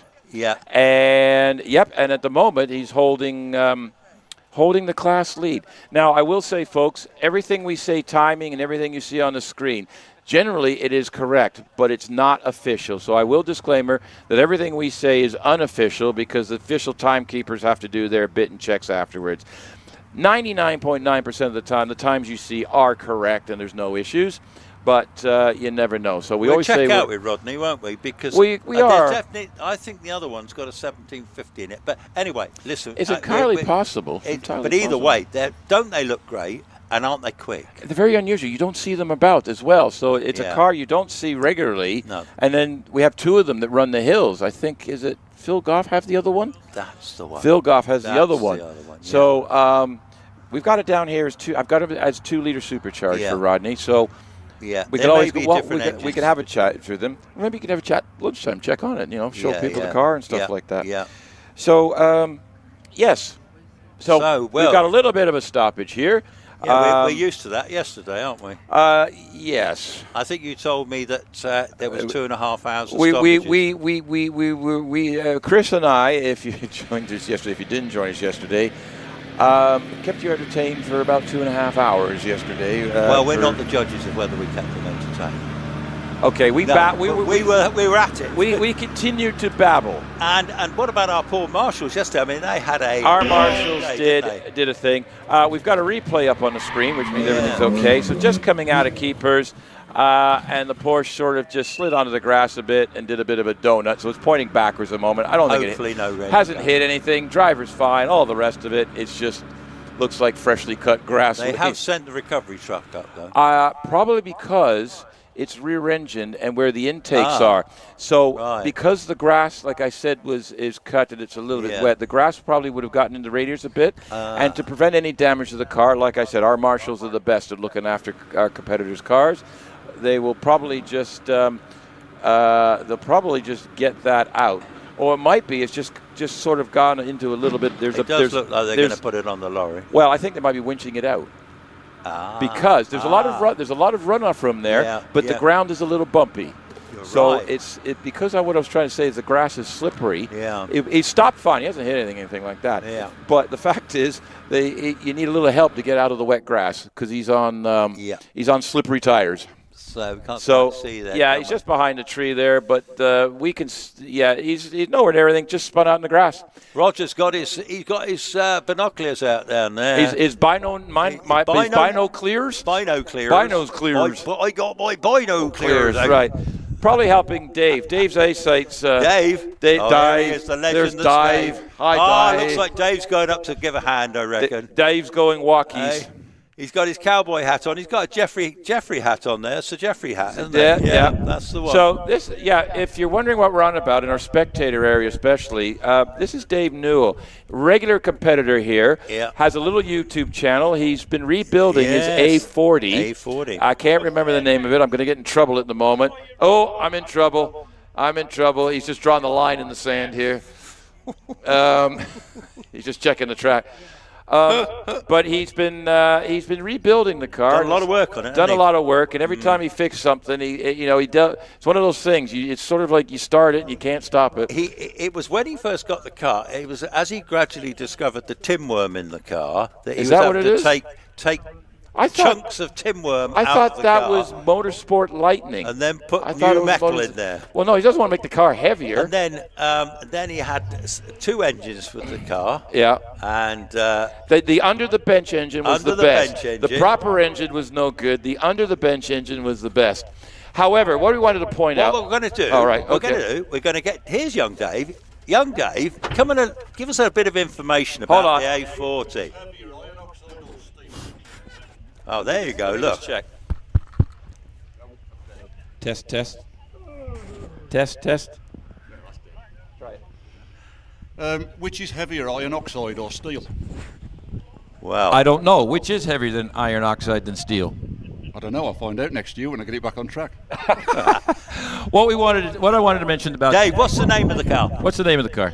Morty, the A40. Morty. Now, yes. The reason I brought this up, the genuine reason was, as we know, Dave is an avid competitor and enthusiast of hill climb. His car's not ready. He's out marshalling. And he's always done marshalling. Amazing. So if he's not competing, he's marshalling. And we do have several drivers that have done that before. Well, Martin Silcox actually is a regular marshal. He's on the committee here as well. I think he might even be chairman of the club or something. Maybe not, but he's certainly on big official. But he's usually up on keepers there, actually. I don't know if he's there today. Not sure if he is, actually. Yeah, we've got Simon Fido's on the hill. Simon Fido, yes. Was a regular single-seater racer. His dad's actually racing today in a road-going Yaris. Yep. But Simon is, he doesn't need to go to the gym. He's had quite the workout this weekend because every time I turn around, he's there helping put the things back together again. So he's been a busy boy this weekend. Actually, Simon, if you notice, because he's very sprightly on his feet, he often runs to the instance, but he's often on the sweeping yesterday. Yeah. Do you remember? Oh, yeah. He's got muscles. He's young and fit. Whoa. Hang on. What's going on here? Well, what you could see this before. No. Hey, so Richard's got his spy camera out. Richard's got the spy camera out. So what you're looking at here, this is Chris. You can't see me. I'm behind the screen. Hang on, I'll stick my head out the door. Hello, folks. Oh, so there you this go. is me, and that's Chris. That's me. I'm hidden away. I'm a shy retiring sort. Yep. So here we are. We've been caught. Oh, look, there's Roger. There's Roger. Dave, you see Roger. That's Dave with the hat. What's Dave's mate then? What's his mate? I don't know what the other marshal. I don't know. It's a new marshal today. Two photographers, Joy and Gail. We got Joy and Gail there photographing, and there's our crowd. So, crowd, could you do us a favor and give us a quick wave because you are on live stream. On camera now, folks. Come on, folks, Big give us a wave. Triangle. Well, wave for the camera. This is like, yay, come on, wave for the camera. There we go. There we go. Tidy. You are actually being filmed on live stream. So, look, there's all the Porsches. There's all the Porsches. Yep, that's right. And you got the ice cream van. There we go. A couple of wavers. Thank you very much. Well done. Yay. Go for it. Right. Marvelous. Yeah. I think it's going to be too much to get a Mexican wave going in that bunch. There's a couple of a game on there. You know what? They've got their earplugs in so they can't hear us. I wouldn't blame them. I wouldn't be either. Actually, people at home can turn the volume off. You don't know this, but at Shelsley, right, up at top S, the microphone at the bottom, up there, the marshals turn it off. Do they? I don't blame them. Do you?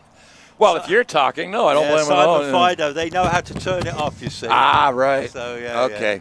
Right. So, yes. So we're just trying to get the lawnmower out of the grass. But yeah, like I said, no harm. Well, I have to say. Go on. Let's have a bit of sincerity here. Go on. A rather expensive lawnmower. It is. It's a rather posh lawnmower. It's a rather posh lawnmower. Rather posh lawnmower. So if you've got a Porsche lawnmower, you know you're there. You're up there, aren't you? Yeah. You know, it's not going to be us, is it? No. No, we're more normal. No, that's true. That's true. We're. I got to tell you, round the paddock and around the car park and around the hill today, there is so much wonderful machinery, isn't there? There is a lot to look at. I'm going to request a 2-hour lunch break so I can actually go see it all. It's going to be. I don't think we're going to get it. No. But I think we're going to get about 10-minute lunch break. At this rate. Well, yeah. We had 20 minutes at Shelsley the other day. Well, that's a bit stingy. I know, very stingy, but it was a long day. Needs must. Well, don't forget, in all seriousness, all the officials here, the marshals, a lot of folks have travelled a long way. They have, yes. Paul Richardson, the clerk of the course, he's come from Kent. Right? Does he actually live in Kent? He lives in Kent, yeah. But I know marshals travel a long way, they do. Yeah. They do it for the love of the sport, don't they, really? And, I think it's so wonderful. In fact, I see there's young Helen on the start line. Yeah, there's Helen. Normally here, isn't normally we give Helen a hard time because she's usually based where we're commentating from, which you've now seen, the shed.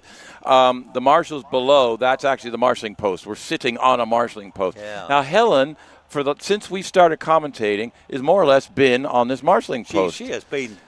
She's got her elbows out today and is keeping that paddock in line and getting them all to line up when they need to be. Amazing. And there you see, that's top paddock there. So that's where all the cars lined up. I said, you've got road-going cars. You've got a Caterham. So, that's an older Caterham as well. Joy on the There's right, Joy on the right. She's got, but believe it or not, she's wearing an old BAR Formula One driving suit. Is that what that is? It is, yes. Still legal for hill climbing. Yeah. And who she got that off then?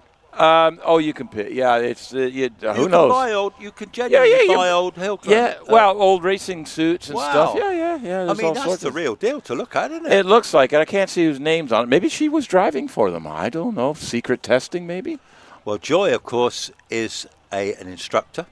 Yes. She's a superb driver. Yes. Relatively local. Yes. And I'm just racking my brains to think, does she do it at Shelsley, Prescott, or here. I don't know. I'm not going to commit myself. A lot of the trouble competitors happily volunteer their time at the various driving schools around. So that's another thing. Trevor Willis is one of the main instructors, actually. He does that at Chelsley. Yeah. And, I mean, 3 times champion, telling you how to drive your car up the hill. I just want to point out, you don't have to attend one of the driving schools to start competing. Right. You don't have to. You can just motorsport. You join the local club. You do your research, find out where you want to compete, because there's venues all over the country. Yeah. Sprinting as well as hill climbing. Same rules as just sprinting is flat. Yeah. And we've got a hill.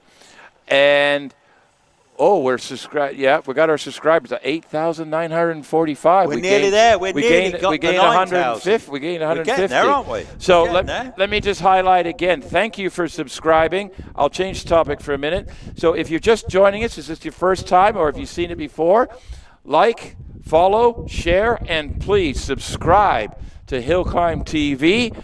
It doesn't cost you anything. You'll get notifications for all sorts of things. There's extra footage on the YouTube channel, little short blips on certain runs and behind-the-scenes information. I've seen some interview stuff on there, all sorts of things. So please, we want to get Rich before the end of the season. Chris and I are commentating, for the next few events and stuff like. So our goal is we need to help Rich get to 10,000. Yes, of course we do. And we're going to get Rich to 10,000. Rich and Eleanor, right? Rich and Eleanor, yes, go on. They do this, 2 of them. Yes. To do this HillClimb TV, got cameras all up the hills on all the British champions. Oh, yeah. At Goodwood, there's 200 do that one. Yeah. And it must cost millions. Yeah, they've got mobile trucks and all this recording equipment.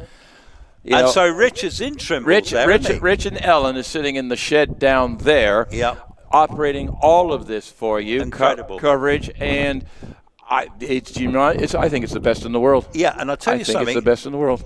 When you see them doing it, yes, they've got multiple screens in there of all the way up the hill. Yeah, they've got this controller-y things. There's 2 of them. It looks like remote, video game controllers, and they got twisty knobs, they got levers, they got all sorts of things going on. They got to have that going all day. Yeah. The concentration levels must be enormous. I mean, we sit here and talk rubbish, but they've got to keep out. They've got to be on it, haven't they? They've really got to be on it. I just want to thank. We've got some names on the screen here. Names? Oh my goodness. We've got George Yomiato and Alan Lewandon and I'm going to get in trouble. There's lots of names. There's lots of names. names. Price, Reverend D. Prophecy. Is that for real? Reverend D. Prophecy. I'm going to go with it. You were going with Venerable yesterday. I was using Venerable yesterday. Today I might not. You haven't come out with it yet. Glenn Price, Emma Small. Look, thank you all for subscribing. Brian to the channel. Harvey, is that the E17 singer? Who knows? Richard Berry. Dave Barker. I'm sorry, you listen to E17? Listen, mate, I'm an old fella. I've heard them all over the years. Remember that. Well, I've heard them. They had that massive Christmas #1, which has been their pension all their life, hasn't it? Yeah. Really. What was that one? What? There's a Christmas. Oh, good grief. There's some Christmas thing. Anyway. Oh, come on. Anyway, come on. So, but there you go. So we've got a little break in the action there. If you're on site here, please check out the Regalia Hut. It's got purchase. We've got shirts, lovely hats, umbrellas, shirts, toys. jackets, light jackets, soft jackets, hard jackets. What's a hard jacket? I threw that one. What's a hard? Was that a suit of armor? We're going to has a hard jacket. Go and see the ladies in the regalia shop. They'll tell you what they've got. Yeah, they'll untranslate what we just said. And you can buy a lovely bargain. You can come out of there. You can turn left, go and get yourself a raspberry ripple from Bob. Bob. There is somebody purchasing said ice cream right now. I can tell you. Yep. He's got a bit of a queue building up. Yeah, get yourself Bob, a raspberry ripple. This is not the Mr. Whippy, the salted stuff. Caramel, that's this very is good proper. as well. He has to get the scoop out for this stuff. I can see Nikki and Jim. Hello. Hello, Nikki thinks it's cold. She's got her coat on. She's actually got a hood up. I was going to say, does she need, if she got snowshoes on, snow boots on, because that's looking a little chilly over there. Actually, it's quite busy behind here now, and it's looking rather good. We've got classic catering, of course, traditional Your food. usual motorsport Yeah, fare. they've got a bit of a queue building up there, and I will give you a tip, folks. When lunchtime comes, everyone goes there, so get there just before lunch. But then don't miss the runoff, of course. No, we can't do that. No. It's a good time to get on now while it's a break in the action, isn't it? Well, yes, it's mid. I'd say. What is the time? It's 12 o'clock. 12 o'clock. Goodness me, this is shades of yesterday. This is not shades. This is downright tunnel. Right, we will keep you going here. I'm still seeing the lorry up there. Yeah, I think he's just hanging there. They're hanging. They're having a chat. So, just a serious note. So, when you see the flags out like this, that's the hill is stopped. The hill is dead. That means the red flag means the hill is neutralized. Neutralized for safety reasons, and that's the end of that conversation. So yes, grab your ice cream or grab your regalia, grab a salted caramel. I do recommend them.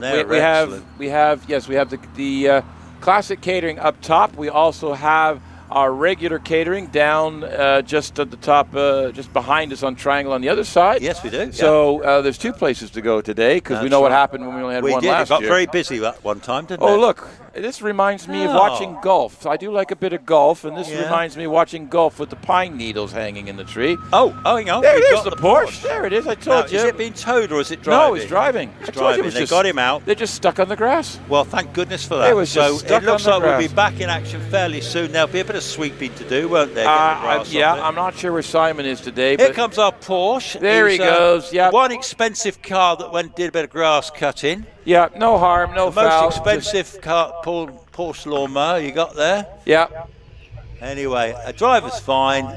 Yeah, marvellous. Bit embarrassing. But he was trying hard, wasn't he? Yeah, you can see the grass and everything stuck underneath the back there. So they'll clean all that up. He'll be back out for his second time run since he didn't get a time run on the first time run. Goodness me. So he's got another run to score some points for the day. On camera right now, you can just see one of our photographers. That's Joy Richins. You'll see just bottom left of your screen. And looks like the head of Gail. I think that's Gail. Gail, step forward about a foot and a half so they can see. It's the head of Gail. She's hiding. She just stepped backwards instead. You think they're not listening to us either? No. Did someone turn the switch off? Do you blame them? Are we here? Do we need to test us? No, they know us by now. So, we've had a slow start to our time runs, haven't we? We've had it slow and steady. Slow and steady, I think we'll call this. You can't call it neat and tidy. No. Anything but neat and tidy. If you're just joining us, we're trying to avoid the term neat and tidy for the weekend, but I did use it about 3 times yesterday. Venerable you used. Venerable I used a few times. The Venerable Roy Holder. You're suggesting he's some sort of cleric. I think he can be sometimes. He's not the Reverend Roy, is he? No, he's not the Reverend Roy, but I do think there's our absolute world famous rescue crew coming back into place. I think we're going to be back in action soon. Thank you for your support here, boys. And, marvellous. As Richie Benner would say, what a marvellous effort that is. So that's the Midland Hillclimb Midland Motorsport Rescue is them, and we also have another rescue team here. We do. But they're up the other end, so I'll find out which team they are. And I'll tell you what, they do a very serious job too. They do, very serious. And I'll tell you why they do, because go on. Recently at Shelsley, we had somebody collapse with a heart attack, right? Yes. I know for a fact he's okay now, but I was told he actually flatlined 6 times. And he was saved 6 times by the rescue rescue team because there happened to be a rescue crew there for the drivers. Yeah. They were able to go straight to the paddock, deal with it, get him to the hospital, and he had to have stents, I believe. But by Wednesday, he was out and he was fine. And that's what it's all about. That's how good they were. That's how good they were. So we might see them sat there not doing a lot, but then when it all kicks off, they're straight in there. They are properly brilliant. trained, and they are the best type of guys. And the only time I ever want to meet them is socially. Yeah, definitely. But they do a great job. They love the sport as well, and with all the marshals, I know we all take the mick out of each other and stuff. But when it all goes wrong, that's when they earn their stripes, don't they? Absolutely on it. And I'm a competitor myself, as you know, and that type of thing. Yeah, you were competing in Wales. I did a rally in Wales last Sunday, and I was actually thanking, at the time controls and everything, I still thank the marshals and volunteers all the way around. Brilliant. So, and some of the competitors actually had thanks marshals on the side of the cars. So we can't do anything without the marshals. Right, we're up and running, folks. Red flags are in. We have the shared drive. This is car 729 now. This is David Meek. We already had, this is up over 2-liter production car. We had Oliver Meek earlier. We've now got, car 29 now is David Meek in the VX220 Turbo. So we have 2 cars left in this class to run. Robert Snow, we just saw, had a fail. Paul James is going to get a rerun. Or Phil James, is going to get a rerun, and David Meek is now doing his run. And this is sort of based on a Lotus Elise, these VX 220 turbos, but you don't see them much. They made them for a short period of time. 71 miles an hour coming into Triangle. Worth a lot of money too, these now, you know, because they didn't make them for long. And obviously with the Vauxhall engine, which is an awesome 16-valve engine. The 2-liter, yes. Yeah, fabulous bit of kit. But I think these were about a 2.2 in these. These are turbocharged. Turbocharged. Well, there you go. Yeah. So rapid, isn't it? Yeah. Very rapid. Well, I see up the Cedar Straight, 183 mile an hour up the Cedar Straight, going into fallow. And off he comes out of fallow, coming up the line. We have Simon Tarling has also just started coming through Triangle. On your screen, it's in the lower left corner in the Porsche 996. Also, he's the last in this class. This is the over 2-liter production class. David Meek does a 62.46. That moves him up into 4th place in class. Simon is already on the Cedar Straight. Yeah, I actually followed Simon down the road from Shrewsbury this morning. Oh, did you? He's obviously stayed local. He's from driving this car back. Yeah, he was just driving it down. Road car. Yeah, lovely road car, but it's a road-going car, isn't it? It is, yes. Beautiful. And I don't think there's any modifications to this one. You can do some, but this car just completely the way it is, driving here and all the rest of it. Well, doesn't it? So Phil Fisher in the Subaru Impreza in the 4-wheel drive cars on the track. Simon's done a 62.51. That jumps him up to 5th. In between the Meeks and the Vauxhall, so he split the Vauxhall in the double driver. So Phil Fisher, this is 4-wheel drive class now, is heading up the hill. Subaru Impreza WRX and shared car. And we have Phil James in the Porsche Cayman just coming into Triangle now for your viewing pleasure. Yeah, the Cayman. So they're shuffling the classes around a bit at the moment, aren't they? Yeah, we just got a bit of an overrun here, but we are doing 4-wheel drive. The GT Phil James and the GT4 Porsche Cayman, that's a fabulous bit of kit, to be fair. Modern Porsche as well. Across the line for Phil Fisher, 68.15. Phil James is just going round fallow on his way up towards Museum. Yup. And just coming into Triangle, we've got Pete Richards, Joy's husband, in the Yaris, making very good progress indeed. Looking good so far. Phil James in the over 2-wheel drive, over 2-liter class, 60.79. That jumps him up to 3rd. We're now into the 4-wheel drive class. Pete Richings drove it off the showroom floor and onto the track, is absolutely flying in the Yaris. Purple sectors of the second half coming up. And we've got Izzy Lawrence in the Mitsubishi Evo just coming into Triangle now. Wizzy Izzy, yeah, the Mitsubishi Evo 6. 600 horsepower in this car, 4-wheel drive. What a fantastic car to drive. Over the line, 62.25 for Pete Richins. Izzy Lawrence still on the hill, going up the Cedar Straight. And coming towards us is Alan Mansfield in the Yaris GR, another one of these GRs. And what would you say that where the lights flash? What's that when about? you see the flashing lights, we just had Izzy. I'll step out for a second. Izzy just dropped a wheel off on the exit of fallow, gathered it back up again, and put her foot back down again. She's heading across the line with a 6.062. That gives her the class lead at the moment.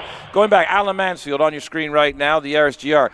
Under heavy braking, as a safety feature on modern cars, when the ABS kicks on because you're braking so hard, it warns the other drivers around that the car's being braking harder, so the hazards come on, which is why you see it on your screen now. And as you can see coming into Triangle, you've got Ian Fido, father of Simon Fido, one of our marshals, heading across. Alan's done a 63.30. That jumps him up to 3rd behind Pete Richings.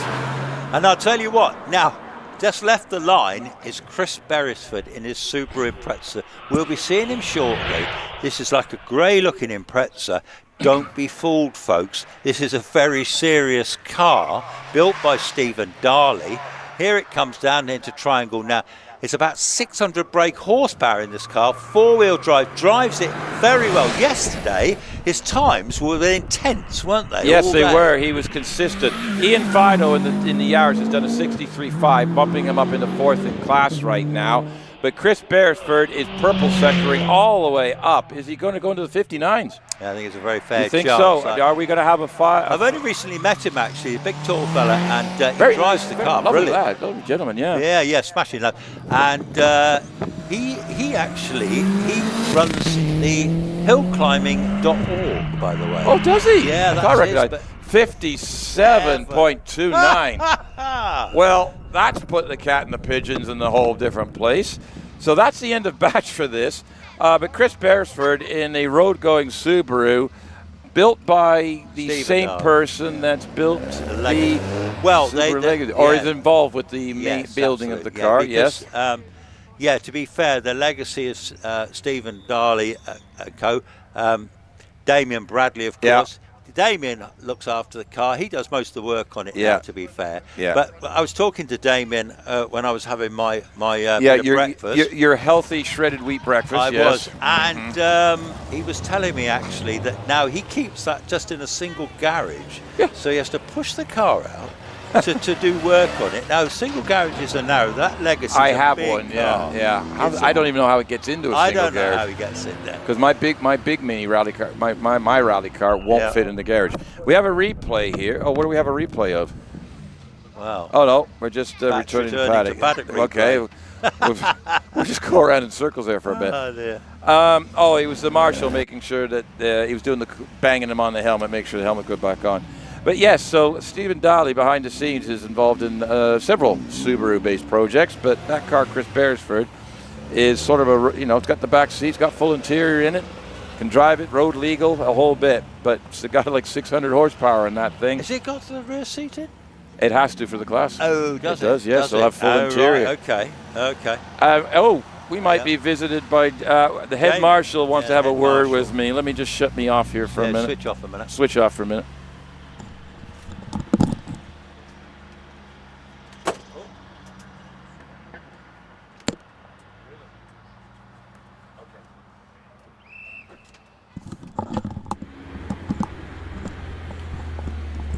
Right. Can I just have everybody within earshot? I've just had a request from the Chief Marshal. Can we request, there may be someone using flash photography. Could you turn your flashes off, please? There's no flash photography kind of allowed here because it actually can blind the drivers, a reflection and everything else. So the Chief Marshal's requested, if anybody is using flash photography, could you cease and desist for safety reasons? We appreciate your cooperation in this matter. So thank you very much. Right, back to this. All the cars coming back to the all the batch coming back to the cars. The cars coming back to the batch. Is the pipe working? I don't know if it's working. Hold on. Hang on. Yeah, you should be working. Should be working. Is that working? Is that working? I can hear you. Yeah. Yep. We're good. Go for Joe? We're good. We're good to go. We're good to go. We're good to go. What did we say? Batch, return. Back. The batch. Something to do with the batches. So the cars will come back down the hill. They're coming back down the hill, aren't they? We're good. We're good. They said they've had enough. They're coming back. Yeah. So they've been released. No, actually, they said, lunchtime. Let's go. I'm just looking at the screen now, and one of my favourite cars is in the back fish. there, the Anglia. The Anglia, and he's got a dry track, which is even better. And we've got the Fisher Fury on the line, getting ready to come. Yeah, We've got that lovely Malik Mark 20. Yeah. Pill beam. There's a Caterham there. Yeah, so we've got an interesting We've got some lovely stuff. Yeah, so if you're watching on camera, folks, if you're watching the live stream, that green vehicle that you see on your screen, that's a Fisher Fury. Right behind that is a Malik Mark 20 Clubman's Racer, which has now been converted to Hillclimb. The silver car that you can see behind him is a Pillbeam, I guess you call it a sports racer of some description. Now, these cars all run in Sport Libre, and that's a class, if you've got a car that meets the safety requirements, but there's nowhere, normal, it's not a road-going class or a very specific hill, racing car class, we have Sport Libre classes, which means you can run anything you want. So in this class, we have a Fisher Fury, we've got the Pilbeam, we've got a Norma coming up, a European hill climb car. We got a Maguire Mini. We got a Mini with Derek Kessel with his Mini. So we got quite the assortment here. So Mike West is on the line. She shares his car with John McQuillan. Yeah, John McQuillan. Yeah. So motorbike engine car. Yeah, it's got a motorcycle engine, so it revs to like ridiculous. That would be the green paint job then. Yeah. Anyway, so it's coming through loggerheads, coming towards. So that's deceiving as well, because that corner's blind as well. Down in the triangle, 70 miles an hour, comes through there, back on the gas with that rear diffuser, doing his job, keeping the back end where it's supposed to be. Up through keepers it goes. Just off the line is that beautiful Malik with Samuel Nicholson. We'll get back to him in a minute, but he's just coming down through now. Yeah, Mike West, one of our regular marshals too, on lots of hills, great marshal. But yeah, the Malik just coming into triangle here, pretty car, Ford 1700 Crossler. That is a rapid car, that little Fisher, isn't it? A Fisher Fury, yeah. This is going to be a sub 60 seconds. Anything under 60 seconds here is quick.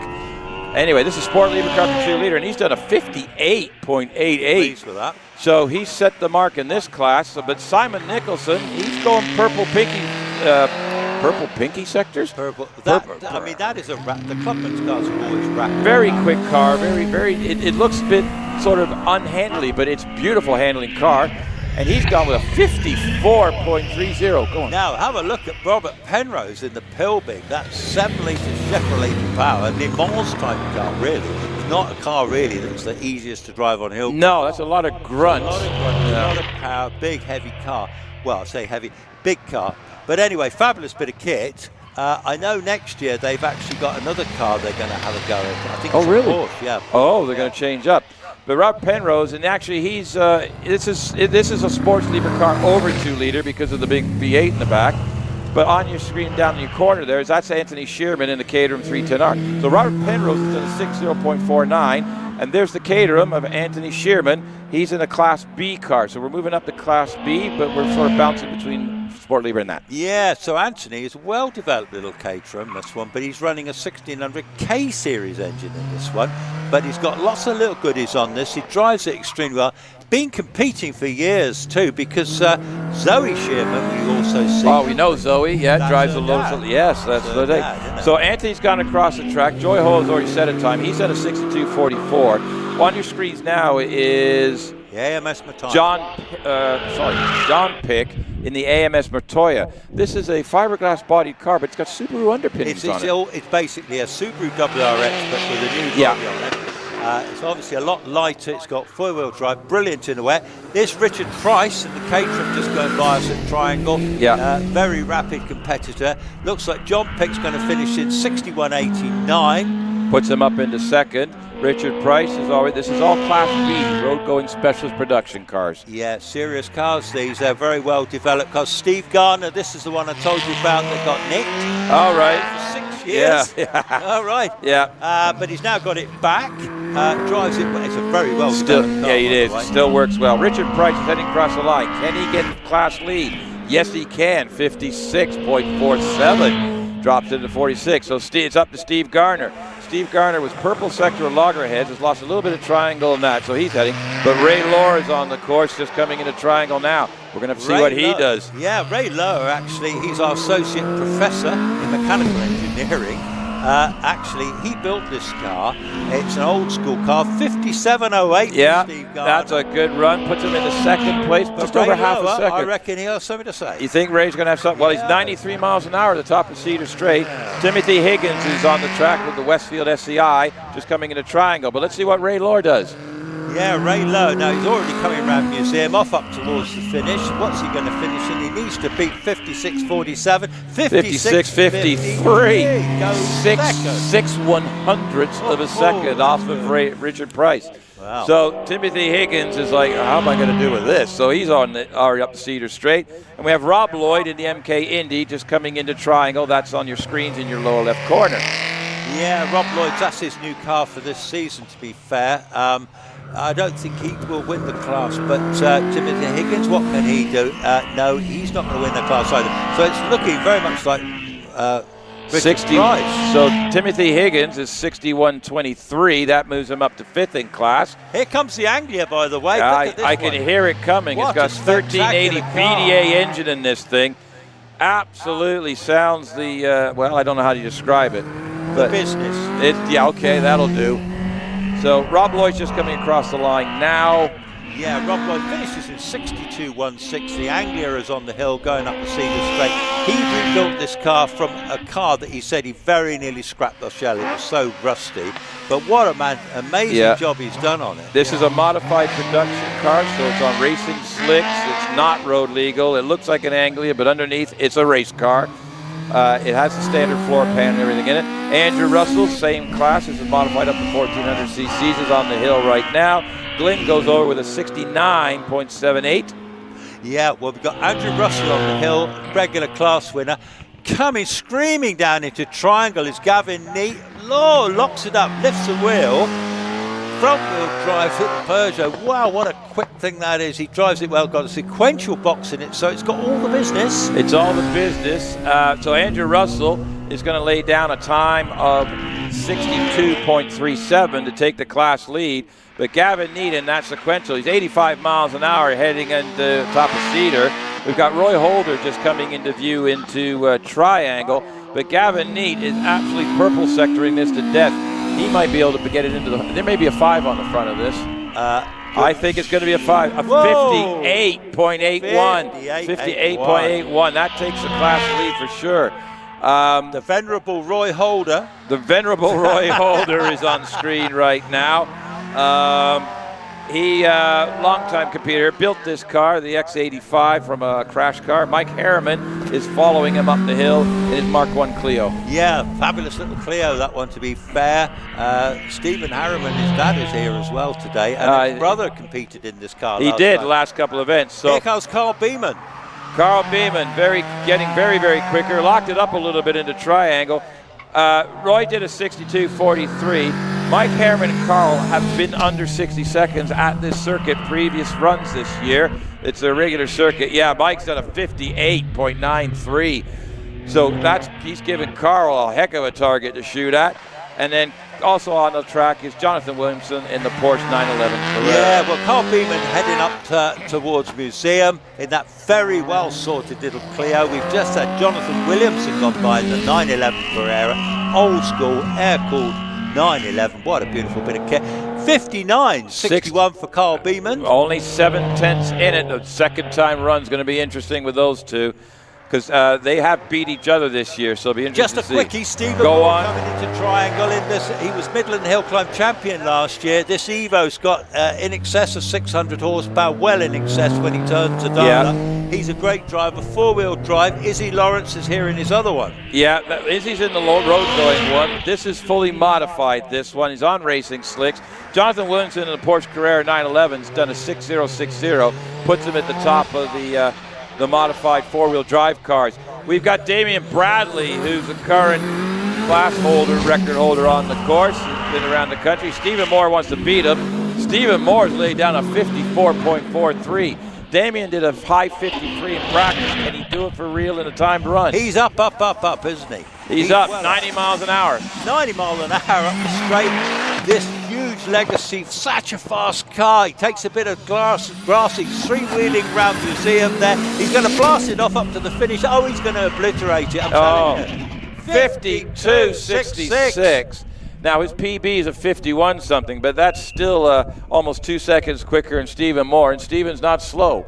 No, so not at all, no. That's like oof. That was pretty exciting stuff, wasn't it? That was that's and we good haven't run. even got to the run-up. No. Yeah. Chill pill. Yeah. Chill pill. Yeah. Well, they're we go. showing a picture of Stephen coming back down up the top there. Yeah, he's coming out. That's the return road. Once they go through the flying finish, there's a long return road here. We're just doing a replay.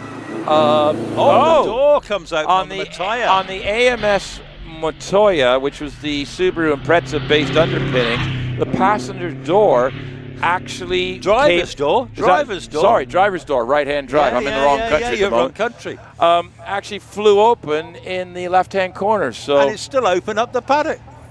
No, he's closing it now. You're gonna need some gaffer I think, tape. Yeah, it looks like the latch has got a problem with it, so they'll fix that. Houston, we got a problem.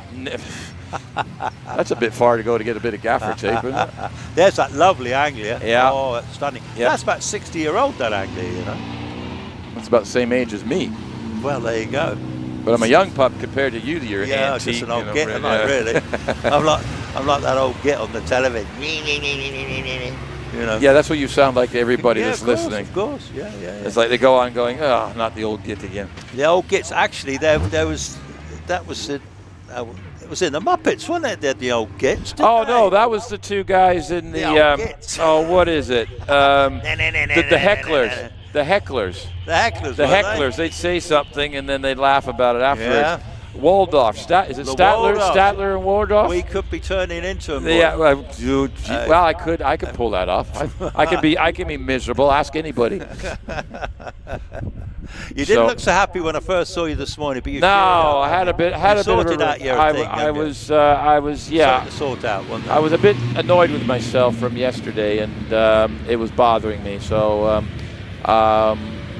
I went to go see a friend, and I think we're okay. I think we're okay. Yeah. You're back in the game, aren't you? Well, yeah. Anyway, you're with me. You got no reason to be miserable with me, have you? Of course I have. I'm with you in the shed. Yeah, it's like come on. Look, there's Damien in that. 7 hours legacy. yesterday. God knows what we're doing today. Give him a wave. Give him a wave. Give him a wave. There you go.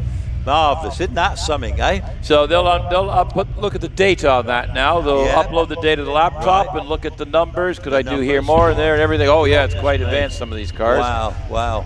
So there's the AMS Matoya. I don't think they built. That might be the only one left. I think they built a few of them as a thingy. I've never seen another. It never took off, and I've I can't remember. Another, have you? Right, we're just having a look at on the in-screen. This is Izzy from earlier. Oh yeah, and see, she had a bit dropped, of a moment. Yeah, there, that was. she? I thought she dropped the right rear, but she got the right front there, so a little bit wide. The four-wheel drive, there. of course, got her out of trouble. You know, every four-wheel drive driver tells us, it's like, oh, it's raining. Oh, you're fine, you're four-wheel drive. And they're looking at us like, no, it's not. That's what Stephen Bradley said to me this morning. Damien said that. Yeah, Steve says that. I said that to Izzy. Izzy said that to me. It's like, no, it's not. It's, Now, I'm going to have a 2-minute break. You carry on for a bit, yeah? Yeah, we've exceeded our capacity in the team. All right. All right, back up in we go. Okay, peace and quiet finally. Somebody just said, with you talking, how's that going to happen? Anyway, right, so Batch is returning. We're going to have Ben Hamer up first in there. So now we've got more double-driven cars, so it kind of throws us out of class a little bit. So Ben's 776. So Ben's going to be up first.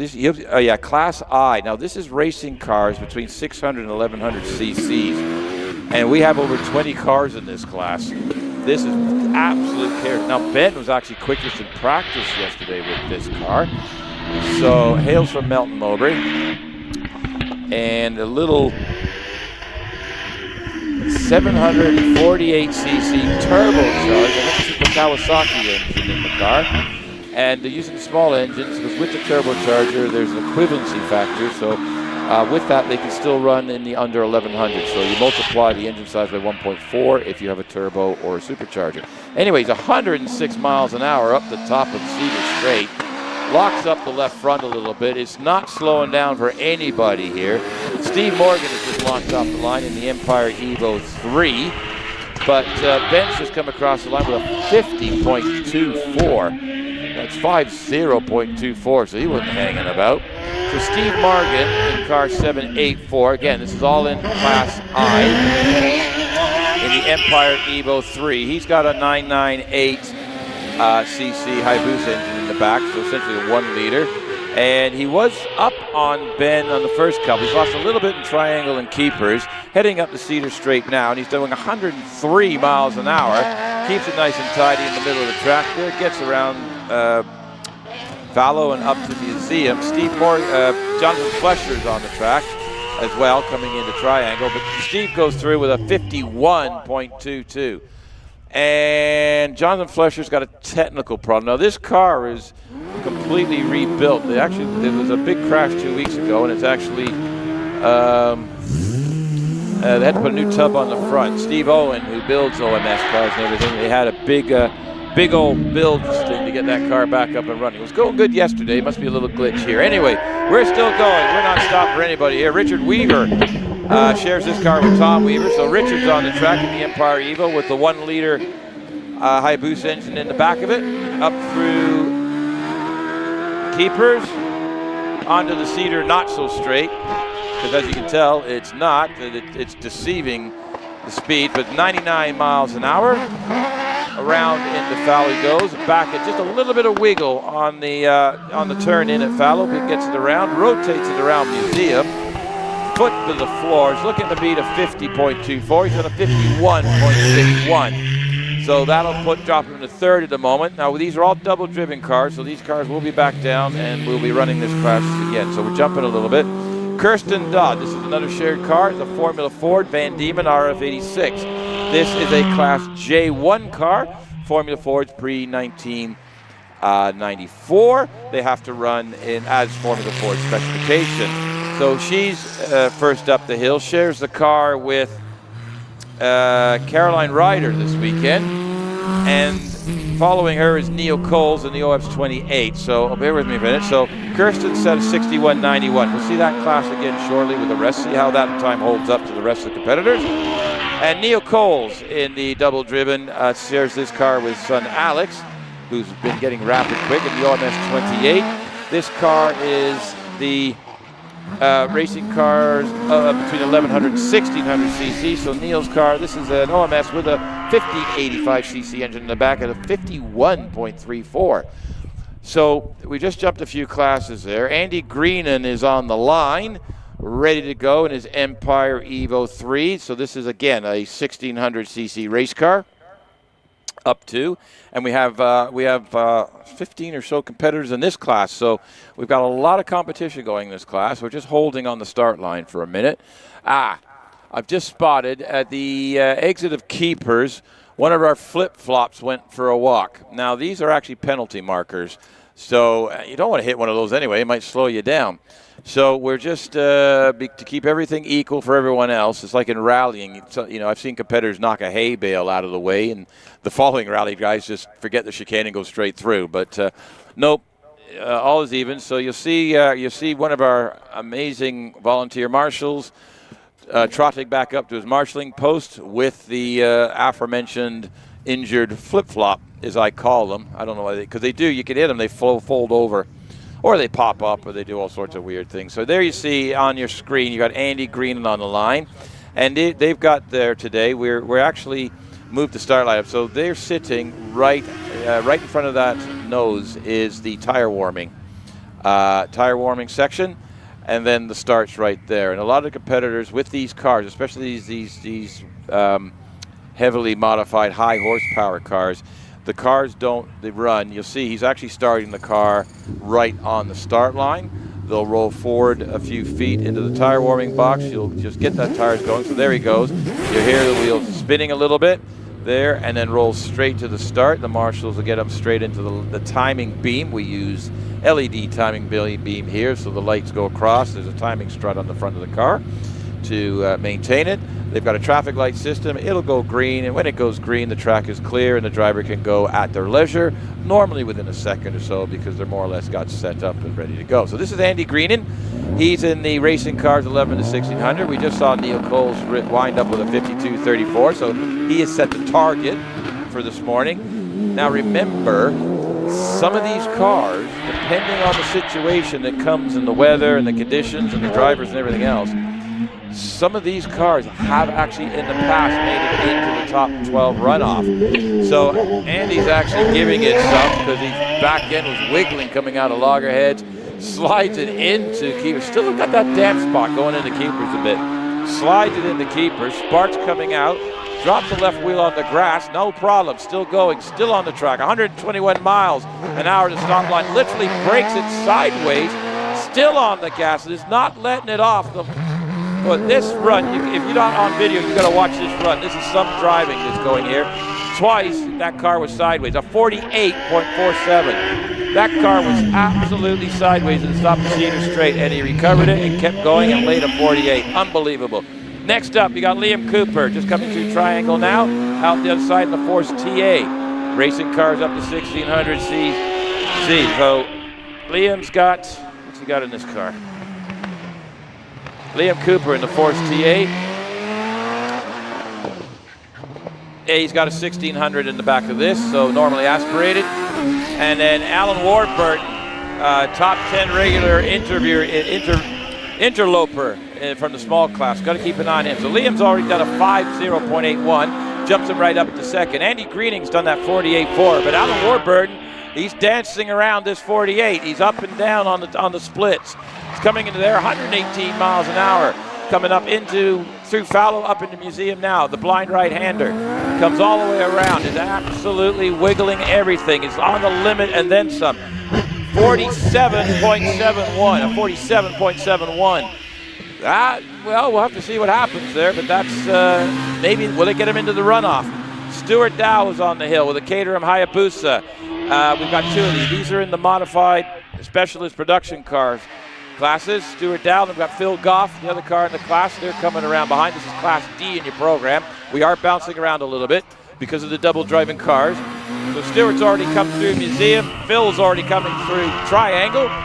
So Stuart goes across the line with a 53.10 in his Hayabusa-powered Caterham.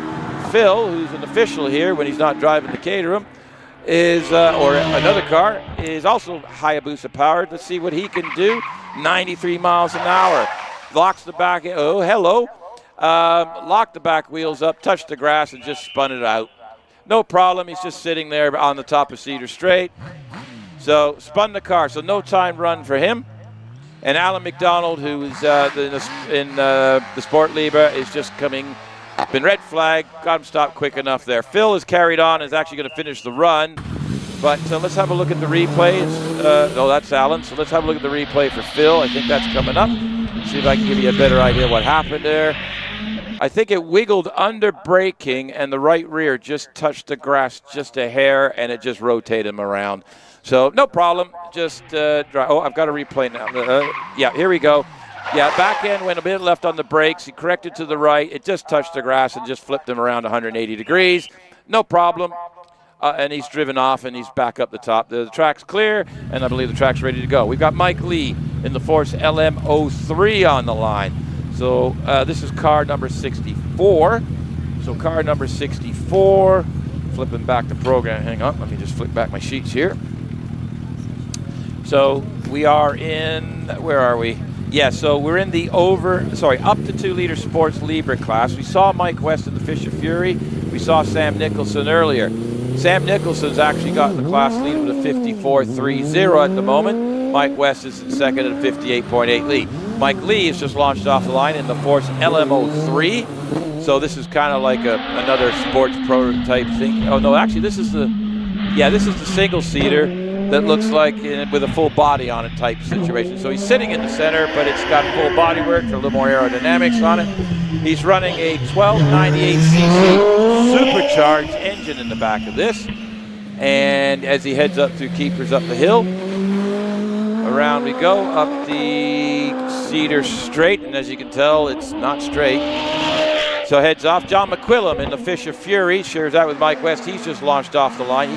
They get very good 64-foot times off of that. So he's already coming through loggerheads. The Fisher Fury's coming down in a triangle. Mike Lee in the Force is already exiting Museum. So we're looking to beat a 54.3. Mike Lee does a 57.27. That brings him up to second place. John McQuillam knew anything about that. So he's coming through triangle now and heading up to Keepers the other side. And on the start line, I have the Maguire Mini Cooper S of Derek Kessel. A-Series engine in the front, but this is very much not your standard Mini. So it's pretty much a tube frame Mini. So race chassis purpose underneath. The old Maguires, they did the Minis, they did a Stiletto as well. So a couple of variations on this. So a little mod sports race car. So John McQuillan locks the wheel up coming through Museum. Heads out the other side. Let's see what he can do. Can he at least beat his co-driver? No, a 60.43 drops him into fourth place. Derek Kessel's just come through Triangle and heading up into keepers in the McGuire Mini. Still gets body roll on that car, even though it's so low and flat. He is more or less sitting on the floor in that thing. David Bickley is on the course as well in the Radical SR1. Lower left corner for your viewing. If you're here in person, he's just coming out of Loggerheads and down into Triangle as we speak. If you're up at Museum, you'll see Derek Kessel coming through. Around Museum, still got a bit of body roll on that, but that gets the weight transfer over. Let's see what he can do. A 58.41, that just puts him into third place, just above Mike West. So David Bickley in the Radical in this class. So we've got a couple of cars left in this. So David Bickley's coming up in the Radical SR1, up into fallow. Neat and tidy driver. You can buy the Radical as it is off the counter. Just go to Radical. Can I have one of those, please? Track day cars, but they're used for hill climb, sprinting, racing, and all sorts of things. And behind him, coming into Triangle, and on your screen is Alan McDonald. David Bickley did a 58.30. That pushes him up into third. He just put Derek Kessel down to fourth by a tenth of a second. Alan McDonald, the fourth SR4. Very quick driver in general, hails from Scotland. Used to have that four-wheel drive Mini that was quite quick. He's gone up to the Force SR4, which is essentially center-mounted, body work all around it. He's purple sectors all the way to Museum. He's got to beat a 54.3 to take the class lead. Well, he's done a 52.87, so absolute decimated there. So we got Robin Nicholson in the Malik MK20, shares it with his brother, and heading up the hill now. That's the last car. Sorry, we got two more cars in the Liebherr class. We've got the over 2 liter. So Roger Moran in the Skoda R5 rally car is on course in the over 2 liter class Sport Libre. So Robin is already up to Museum. Where's he going to end up? Can he get somewhere near the top 2 here? Going to be close. He's coming across the line now with a 54.78. Slots just behind his co-driver in the third place. Roger Moran, we're into the over 2 liter. It's actually an over 2 liter. Maybe in your program it's the wrong place, but it is Class G car. We have a 6049 already on the board previously, one of the Penroses in that 7 liter Chevy. Roger's already up in the Museum. Was absolutely flying yesterday. Was in the 55 yesterday, so let's see what he can do here. Comes out. Duncan Barnes in the Norma is on the hill, just coming up to keep it. So Roger's done a 54.13, so that's an improvement over yesterday's practice time. You'll be happy with that. Duncan Barnes in the Norma. Now you don't see Normas here that often. These are normally on the European circuit, and they are the fastest cars on the European hill. It's a longer car. If you watch it come up from your Museum, the front end almost lifts off the ground a little bit. He comes around. He's doing 52s yesterday. Those are both personal bests. Well, he's got an absolute brand new personal best now, a 50.80. So he's knocked about 2 seconds off his PB from yesterday. So well done, Bob. Well done, Duncan. Right, we've got Bob Penrose in the 7 liter Chevy V8 Pilbeam MP92. Sort of like hails back to the old Pan Am cars of the day in North America, if you will. Sports racer. And he's heading up the hill now with and the car's already been up once at a time of 6049. Class leader is a 5080. And just coming into view into Triangle, we've got Graham Lokes in the Lola T492. That's the air-cooled Porsche-powered engine that Graham built. It's in the back of that little Lola. So let's see. So Bob Penrose is coming across the line now at the top of the hill. 61.46. That slots him nicely into 4th place. And Graham Lokes is the last car in this class. This is Sports Libre cars over 2 liter. And that'll be followed by the OMS Hornet of Chris Howard Harris in car 74. So we'll get back to him in a minute. So Graham's got the old Porsche coming across the line with a 55.37. That slots him just behind the rally car in 3rd place. Jumping classes. We're into the car 74. This is racing cars up to 1600 cc. So this is a very small engine in this car. He knows of 11 other people that have these cars, and they won't come out and play. So he's all by himself in the class today. So he's targeting his own personal best, and a 55.54 will be a nice tidy time to set for his first time run. He'll be looking to improve that afterwards. Right, we're at end of batch. And there's the young lad giving directions, going, are you sure you want me to push? Are you okay? Do you want me to give it a hand? Yeah, we're going now. Can we push now? Can we I want to push now. And there he goes. If you notice, they all know, they've all been taught, all the different cars have different configurations on the rear wings. So you notice he's pushing on the supports of the rear wing. A couple of cars, the supports are on the outside. So you'll see the pusher with wide arms pushing. So, they all know how these cars go. There's the other one. You see that red one being pushed, again, being pushed by the center, the wing support. That you do not push wings on these cars. There's one that goes off. They got to run. I think he started that one. You don't see that too often. Some of the motorcycle engines, the drivers, they're unmodified. They haven't sort of beefed them up a bit. They're running them as is. So the cars are coming back to the paddock. So it's really strange. You've got all these sport lever cars, and you got that rally car sitting in the middle. A lot of rally cars can actually fit into the modified production class cars. The problem with the R5 car, and the Skoda in particular, it was never four-wheel drive. That car is four-wheel drive and has a different design of suspension in the back to what the original road car was. And the rules require that it maintains the same design as it came with. You can move it around a bit, and you can do, especially modified, you can change things, but the principles have to be there. And since this car has coil, I think it's got coil-over dampers on the back, where the original car had a separate situation going back there. And also it's been converted to four-wheel drive, so it doesn't meet modified production rules. So he's running in the Sport Libre class, but he's setting very good times. He's second in class. Here's my boyo. He's back. Hello. I'm doing all sorts of water, but I'm wasting away, so I might leave you to it for a little bit and go find it. So I'm going to step out for a minute. I'm going to pass over from my equally capable, well, I say classmate, because we are in a kindergarten here. We've got one of our marshals doing a dance in front of the camera for us.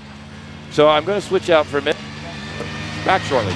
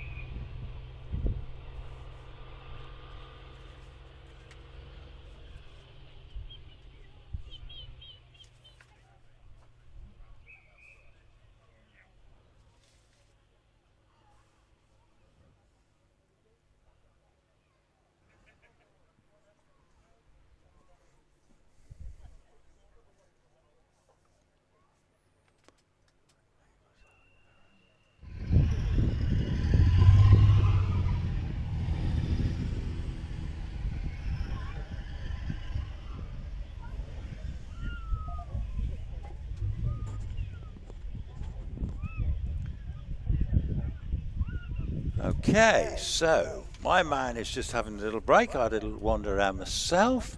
It's we've got the runoff to follow later on after these time runs. I suspect it's going to be a short lunch break today because obviously we've had one or two delays. Anyway, I'm not sure what we've got coming to the line because I can't see it yet, but obviously we were running into the single-seaters now, and it all gets rather exciting. At the moment we were in the 600 to 1100 cc class, and in fact I can see, yeah, we've still got one or two dual driven cars. That's the Formula Ireland car of the Colburns I can see coming down onto the line. So Yeah, I can see a whole row of single-seaters. So now it all starts to get rather interesting. Obviously, we're on time runs. It matters because these cars are trying to qualify for the top 12 runoff. Now, that's a big ask in an 1100cc car on a dry track. But nevertheless, they will be trying. I can see Anna Furness and Ollie there on their Swallow ready. So Andrew Colborne is just sitting on the line now. He's got the chock underneath the back rear wheel. That's just to hold the car into position once, and then as he crosses the line, the timing strut on the front of the car will activate it. So he's away from the line. The first 64 feet is 2 seconds and 10 feet. 2.10. 2.10. Andrew Colburn, yeah, so already he's well on his way. He'll be coming into our view right now in this Formula Ireland Van Diemen. 02 car, this one. Very pretty car, actually. Nicely turned out. Co-driven car. Or on his way up to Keepers. Going up what we call the Cedar Straight, but trust me, if you've ever walked up the hill, it is not straight. It's very fast. Got to be very brave up there. They crest over the speed trap. He's 101 mile an hour over the speed trap. Ollie Wright comes round triangle in the newly acquired Swallow. This is a 2-litre 16-valve car. Ollie Wright was always very competitive in his previous cars, and this is his first go in a single-seater. And I think once you've been in a single-seater, it's a bit of a job to want to go back, to be fair. 99 mile an hour going up the straight there. Up round into Museum, will be powering it down, yeah, straight up towards the finish. He's going to finish in the low 50s, 52.86 for Ollie Wright. Jonathan Evans on the hill in the Pilbeam. This is the 2-litre Millington car, which he shares with Kevin Creven. Jonathan, long-time competitor. The Pilbeams, they were the car to have at one time, to be fair, but now the Goulds, the Empires, the Forces, the OMSs have replaced them. And talking about a force, here comes Terry Davis in his own force, 57.36 for Jonathan Evans in the Pilbeam. This is Trish Davis driving the force now. This is their new car this season. Terry Davis, her husband, built the engine in the back of this, the V8 engine. Trish making great progress, 90 mile an hour straight. Nicola Dearden has just left the line in her Gould Dallara. We'll be seeing her very shortly. So Trish is coming round Museum on her way up towards the finish, and will finish in 53.80. Nicola Dearden was coming into my sight now in the Gould Dallara. She's sharing this car with Andrew Henson. I believe Andrew owns the car. It had an engine rebuild this year. It's got a Vauxhall engine in the back of that one. It's got about 270 brake horsepower, so it's all singing, all dancing, that car. And in fact, Andrew's had some great runs in it. Here comes Richard Brandt in the 4th PT. Richard, won't mind me saying, he's a big chap. To actually physically squeeze into that car, he's slim, he's very tall, but he manages to get into there. But he is actually just the size of him. He's going to give away a few pounds, which he can't give it. He's only got a little motorbike engine in the back of that one. Nicola Dearden going over the finish line at 64.13. Richard's trying hard. Oh, he locks the wheel. He's already coming sideways out of the Museum. Oh my goodness me. Off over the line, 51.29 for Richard. He is a trier, that boy. He is a trier. On the hill now, Nigel Pitt in his OMS 3000. He's been stopped just up there by loggerheads. I don't know for why. I think there's a slight technical hitch. Somebody going to probably... Yeah, the flags are out. Anyway, there'll be a slight delay while we sort out what's been... I see marshals walking down towards Keepers. Maybe there's a bit of debris on the track. It's one of the... Yeah, one of the sticks on the inside there. So they've just replaced that. Richard Brandt, a bit over exuberant, knocked out a flappy stick. And in fairness, I think here they get a 1 second penalty for that. Don't hold me on that, but I think they do. So Nigel Pitt goes back into the paddock, and he'll get a rerun. so he's had a chance to warm his tyres up a little bit. Hopefully he can come straight back out. But they just, on the line, the Kawasaki engine OMS. I can see Richard up the top. He's taken the gloves off, the steering wheel off. He's thinking, here he comes, big chap that he is. He climbs out of that little car. I think Richard needs a bigger engine. Put him in Wallace's car. Perhaps Wallace will lend him his car for a run, eh? Anyway, Ollie Wright's smiling there. Richard doesn't look very happy at the moment. I think he's thinking, I got a 1 second penalty. Yeah. Anyway, the drivers are going to have a chat amongst themselves up the top. Anyway, here we have this delightful OMS with the 750 turbocharged Kawasaki bike engine in it, and the two brothers actually sharing the car. Will Kerr, this is Will Kerr driving it, he's from York, and Ben Hamer is actually his brother. I think there's been a name change there, but Ben is from Melton Mowbray, and yesterday they called him Ben Hamer Melton. So he's known as the Pie Man now. Anyway, if you've not been to Melton Mowbray, it is the home of the famous pork pie.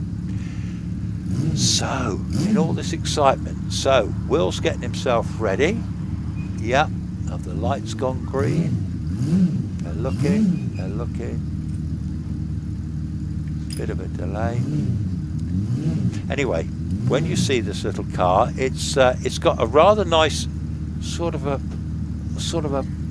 greeny colour to it, and it's like a flat finish on it, and apparently it's one of these wraps. Steve Owen decided the colour, who builds these cars, so when you see it, it's got the green wrap on it, and I tell you what, it's seriously quick. Now I see what's happened. His brother's just come up to the line. He's got the little battery pack plugged in. They're going to press the button to start the thing up, because a lot of these cars either don't carry batteries, or if they do, they're not very effective. But it's a bike engine, so I thought it might have, perhaps they don't have a starter motor on it. Must have a starter motor. Anyway, start that car up, young man. Let's have a look at it. Oh, I don't know what's happening here. The marshals and officials are all looking at stuff. Don't know what's going on here. Perhaps there's a problem with the timing beam, possibly. Anyway, talk amongst yourselves a minute. The cameras are panning up the hill at the moment. There's people looking at the programs. You haven't bought a program, buy a program, because obviously it gives you loads of information about all our competitors. In this little chance, we'll just have a quick look around, see what's happening. Okay, we've got loads of spectators waiting for cars. We've got nobody by the ice cream van. Come on, go and get a ice cream from Young Bob. Traditional ice creams, they're delicious. Then you've got the classic catering, so might be quite a good time to grab a burger or something like that before lunch, because rumour has it, and that was a song, wasn't it? Rumour has it. Anyway, rumour has it lunch break is likely to be short today, because we're going to have a run-off following these time runs, and we'll just run too late. So yeah, it's a good time to grab a burger actually, or a bacon roll or bacon butty. Still no action on the line. Will Kerr is ready to go. He's away.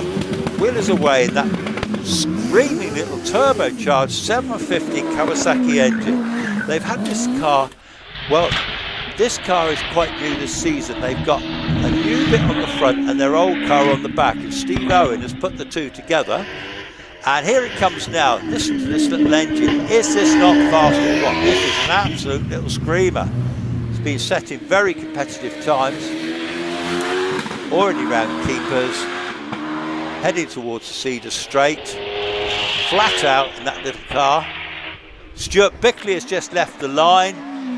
Stuart is in his Force TA in the bright yellow Force, which is really quick all season, brand new car.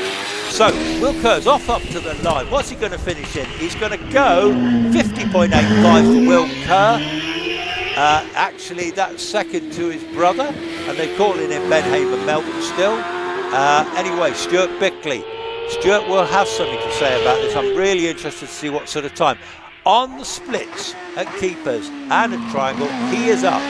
So Stuart Bickley is sucking a marker down now. He's going to be looking to beat 50.24. Yes, he's going to do this. He's going to do this comfortably. 47.68 for Stuart Bickley. Rapid. Graham Williams in the OMS 2000.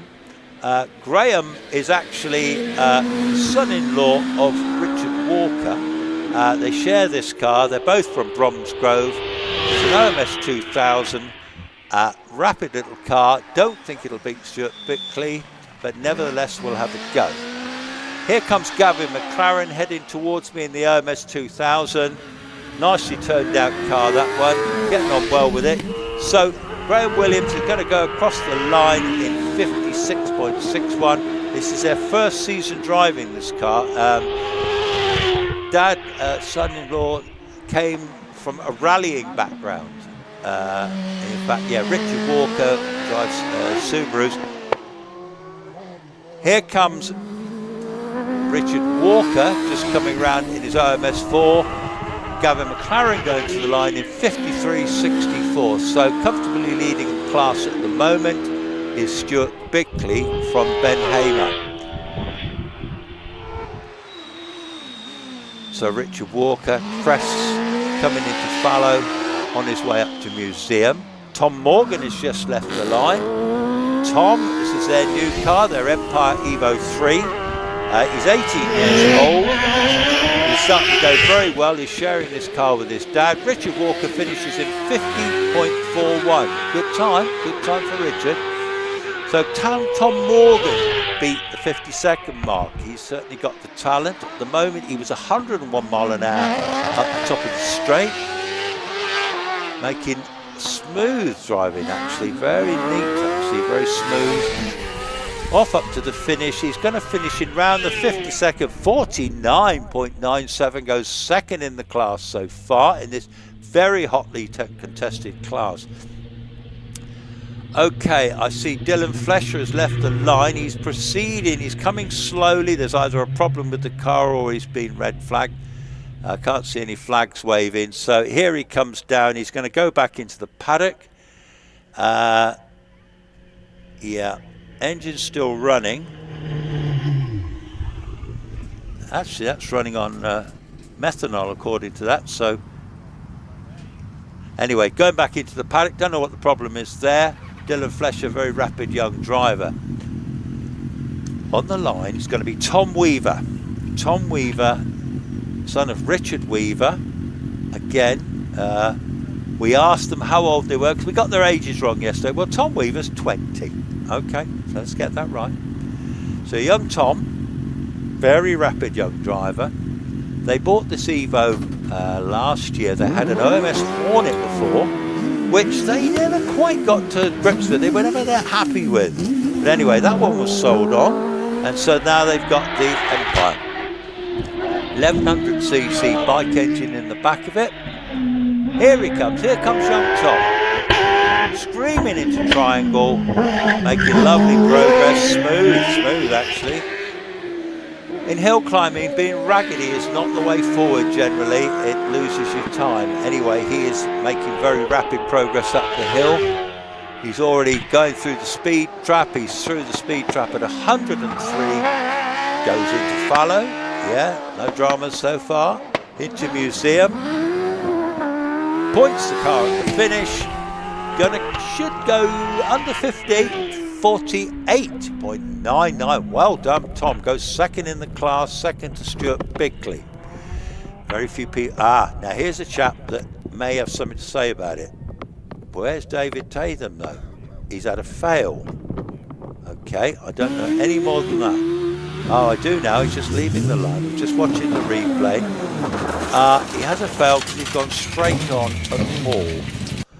That's not so good. So we'll have another delay, folks, I'm afraid. He had an off yesterday as well. He was rebuilding that car and... oh, hang on. No. Let's get this right. It was Pete Tatham that had the off yesterday. So Brother Dave this time in the Firehawk, Yeah, the car has been pushed back out, so hopefully no major dramas there. But that is a beautifully presented little Firehawk. All carbon tub. In fact, I can't see any damage on it, which is a blessing. So maybe he managed to not hit it very hard at all.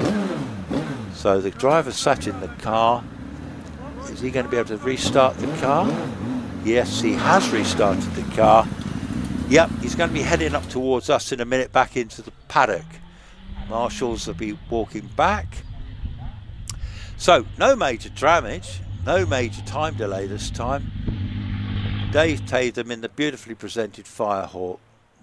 Just a fabulous little car, that one. It was for sale. And yeah, the marshals have got the brushes out at Hall. Here comes Dave back into the paddock. Can't see any damage on it. Everything looks to be intact, I think. So, fingers crossed, he'll get another go in a bit. Well, he's failed that run. He won't get another time run this morning. He'll have to wait till this afternoon for that. So, the drama continues, doesn't it? Okay, so I'm looking back down to the start line. I can see a Formula Ford ready to come to the line. Yep, lots of interested drivers. So if you're looking across the world, you can see this is what we call the paddock area down the bottom there, where obviously all the competitors' cars are. And then the area where, if you look at where the marshals are, that's like the pre-burnout area really, so they go a bit further forward to warm the tyres up. But they on the line, you can see it now. It's a Formula Ford. It looks remarkably like, we'll find out shortly. Is it Carolyn Ryder? No, that looks like Sarah Bosworth, I think. Anyway, it's Carolyn Ryder. Okay, in the Van Diemen 1600 Formula Ford, Carolyn Ryder, mother of Matt Ryder, who'll be running later on in the Gould and has a serious chance of winning the runoff, perhaps, if he qualifies.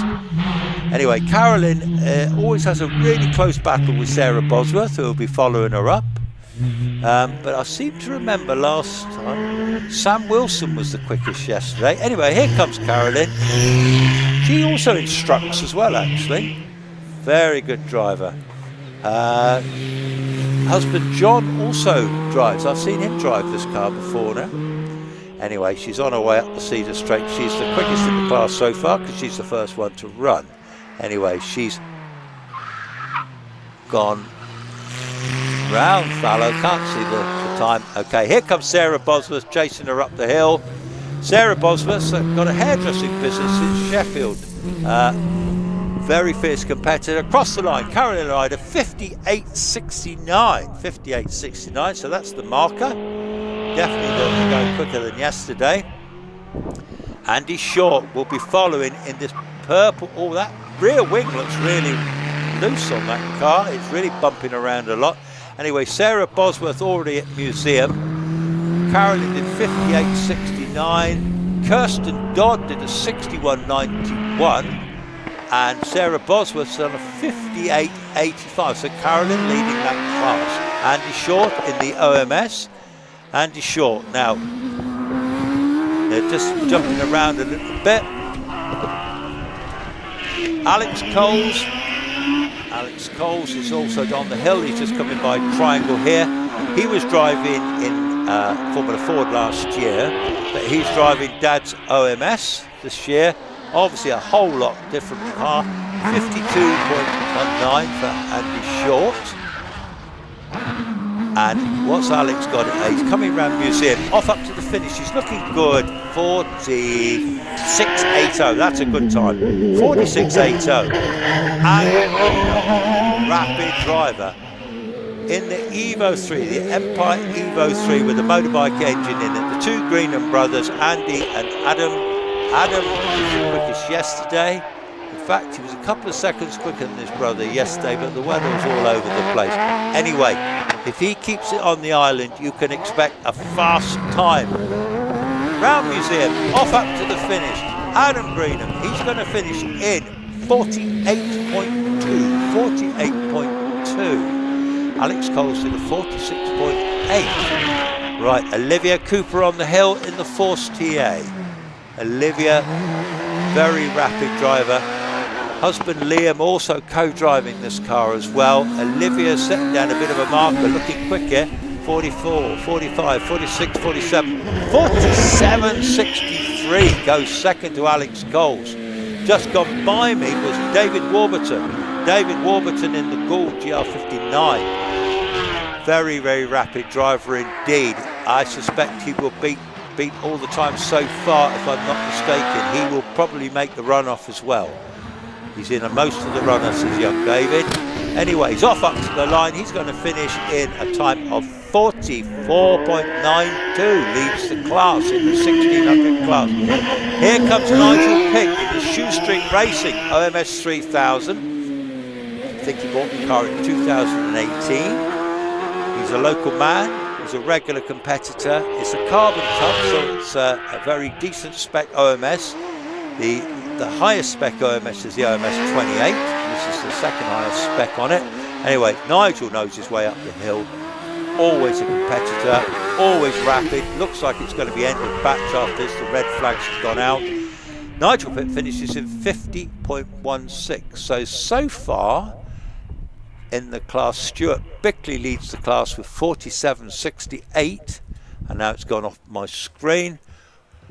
So we'll come back to that in a bit. Have I got times there? No, I've got no times there. Never mind. Okay, so Nigel coming to the back of the pack up the top paddock. It's going to be a return of all the cars down now. And just looking at that there, we may well be at the end of the batch of cars up to 1100cc because one or two fails. And so far Stuart Bickley is leading the class. Now, as we carry on further down, we've got Warburton. We could well be starting to see some of the big cars very, very shortly.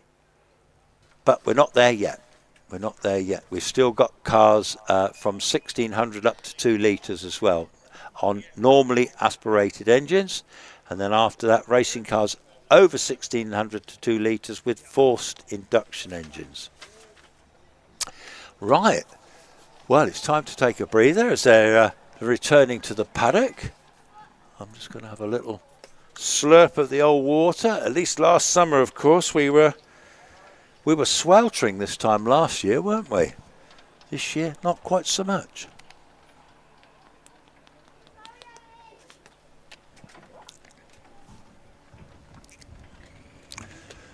Lots of activity up the top paddock there as they start to push the cars. Some of these will, I don't know if they'll start the engines or just freewheel down the hill. I suspect most of them will freewheel. Yeah, they're still being pushed, most of them, and then they'll freewheel back. Of course, racing cars, most of these racing cars don't have radiators. So obviously if the engines were running, they're going to get warm.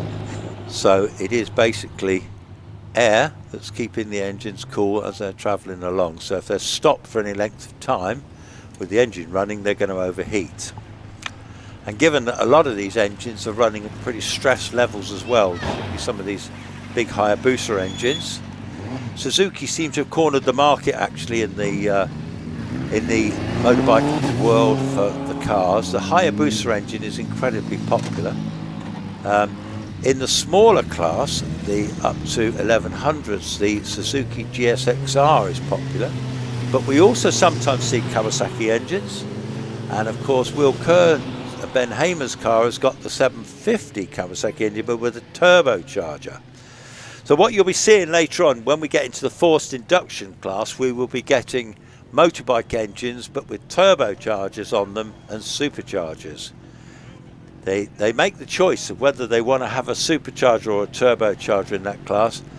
There's probably not much difference in the performance between the two, but nevertheless the turbochargers possibly give more power, but the supercharged car might be smoother to drive, might be a nicer power delivery. Anyway, they're coming back into the paddock now. They'll have done their time runs. You might see, it's possible to see some of these cars again in the runoff, who knows. whether Stuart Bickley could qualify. I suspect that you're going to need a time maybe in the 46s to qualify for the runoff, 45s, 46s, and potentially, I don't see it as a hill record day, though I could always be proved wrong, of course, but maybe a time of 42.5 to 43 seconds could be good enough to win the runoff. Who knows? We'll go and see that. It won't be that long now, folks, actually, before we get into the runoffs. That should be absolutely epic. And by that time, we'll be here. Owen will be back in the box too. We'll do it together. And that's when the fever pitch will ramp up like never before. We love a runoff. There's no tin top runoff, by the way, today. Not today. But we will get 2 runoffs from the fastest 12 cars once at the end of this morning, going into lunch, and then we'll have Batch returning to the paddock. My screen has said no signal. Oh no, we're back in the game. We're back in the game. The signal's return. Good stuff.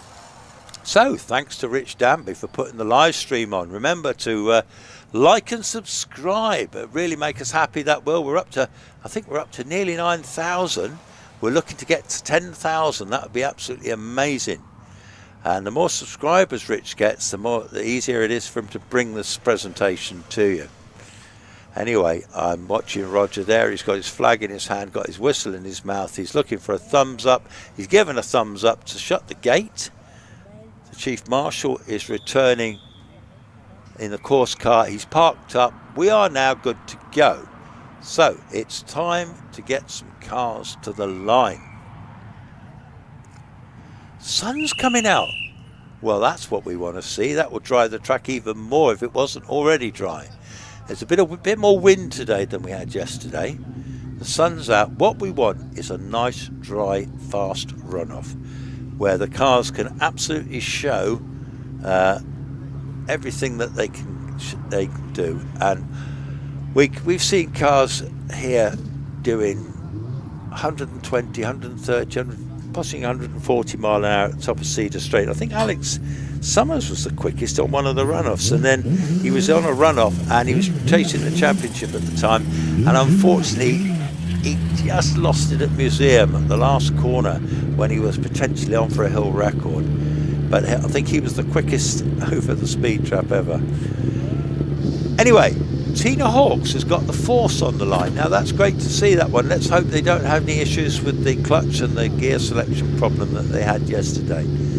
So let's have a nice clean exit from Tina and a quick run.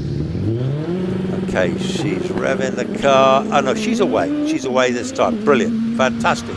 Already absolutely flying. First 64 feet. Very, very quick indeed. Oh no. Carl, no, they had a problem at Hall there. The car's only going slowly, coming down to loggerheads. Oh no, is she speeding up? Is she carrying on? Is she going up the hill? Yes, she is. She is. Okay, she's still doing okay. She's doing good. Well on her way up the hill, gone through triangle in the purple sector. She's the first one in this axis. She's in the forced induction class, obviously, so she's sharing this with Max, her son. That's why she's winning the class already, but there's nobody else in the class yet. Okay, Morgan Jenkins in Sandra Tomblin's Pilbeam MP97 2013 car. Got a 4-litre Judd V8 in the back of this car. This is Sandra's son-in-law. Tina finishes in 56.52. Well done, Tina. Morgan Jenkins going on his way round Fallow, going up the hill towards Museum, going over the crest, turns right, blind going round there, blasting off to the finish, over the finish line, 47.95. Here comes Anthony Hunt in the big Gaul, the Gaul GR55, Terry Graves' car. Anthony, beautifully turned out car, got an invasion of wasps in the box, but they come and go, so we're not too bothered at the moment. Unless he stings me, then it might change things. Anyway, here comes Anthony Hunt, 93 mile an hour up the straight in that big powerful V8. Over the crest, turns right, going round Museum, puts the power down, on his way up to the finish, 49.76 for Anthony Hunt. Lynn Owen, the wife of Steve Owen, builder of these fabulous OMS cars. I think when I looked on, he built over 300 cars, which is no mean achievement, is it? Very sought after cars. Trevor Willis has been the most successful in an OMS. He's won the British Hillclimb Championship 3 times in his own car. Here comes Bernard Kevelan in another OMS, so we've got a bit of an OMS thing going on here. Lynn Owen goes across the line, 53.74. 53.74.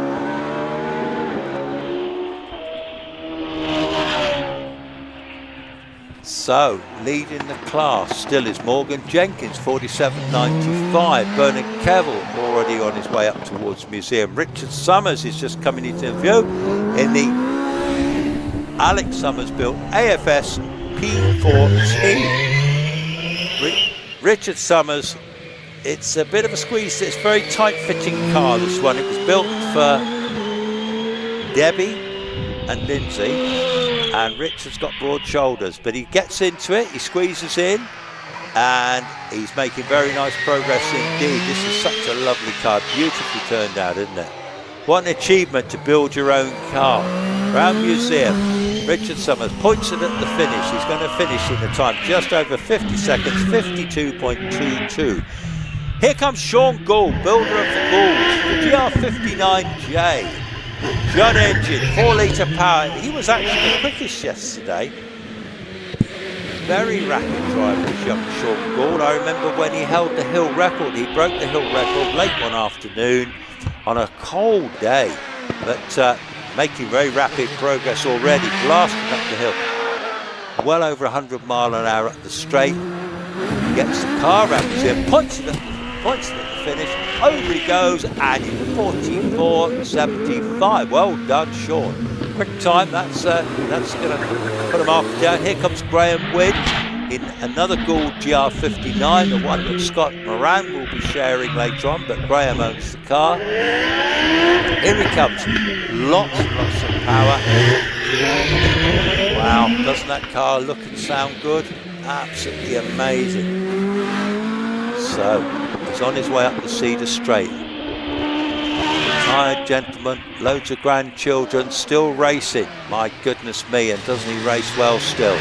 113 up the straight. Round towards the finish. Blasts off up towards the finish. Going to finish well under 50 seconds. Going to be 46.68 for Graham Wynn. Blooming good time there. Well done, Graham. Will that be good enough for a run-off place? Lindsay Summers. The DJ Firestorm. Wow, shared car. Alex will be having his go shortly. I think it's one of the best sounding engines on the hill. It's an IndyCar V8, 2.65 litres. Absolutely screaming car. Fabulous. 93 mile an hour up the straight.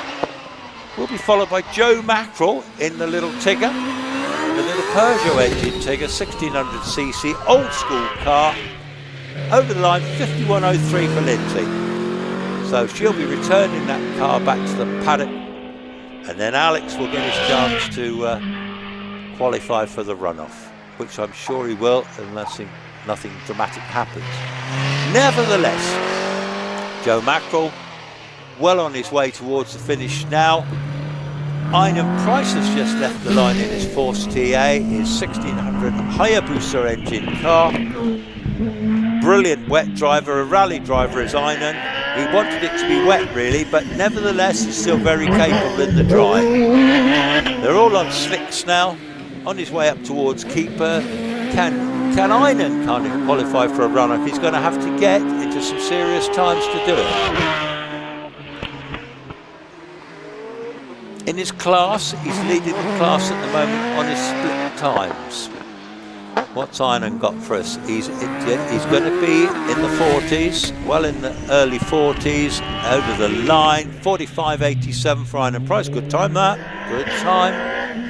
Okay, here comes Simon Barnwell in the Formula Renault. 2-litre Renault powered car. It was a 1 Series make car. It converted it. Well, I don't know how much they converted it for hill climb, whether the fuel tank's slightly smaller than it would have been on a circuit car, because most hill climb cars do not need big. 96 mile an hour up the straight, so that's pretty rapid actually. He's going to finish in a time in the low 50s, I suspect. Here comes Aaron Colborne in the Van Diemen. That's a pretty car, isn't it, that one? It's an 02 built car, so 2002. Very nicely turned out car. Anna May Furness is on the hill in the Swallow. 107 mile an hour for Aaron Colborne as he goes into. Does a bit of grass cutting, but he keeps it on the track. Already going around Museum. That was a good save, Going across the finish now in 50.12. Here comes Anna in the Swallow, their newly acquired single-seaters. Sharing this with Ollie, and she's making very good progress. In fact, their confidence is growing in this car all the time. Must be a big step up into a single-seater after salute cars and the like, and they had the Fisher Fury as well, I believe, before this.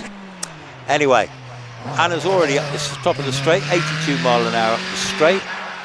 2 litre Ford powered car. Here comes Kevin Creven in the Millington engine Pilby. Shared car with Jonathan. So we're jumping around the classes a little bit.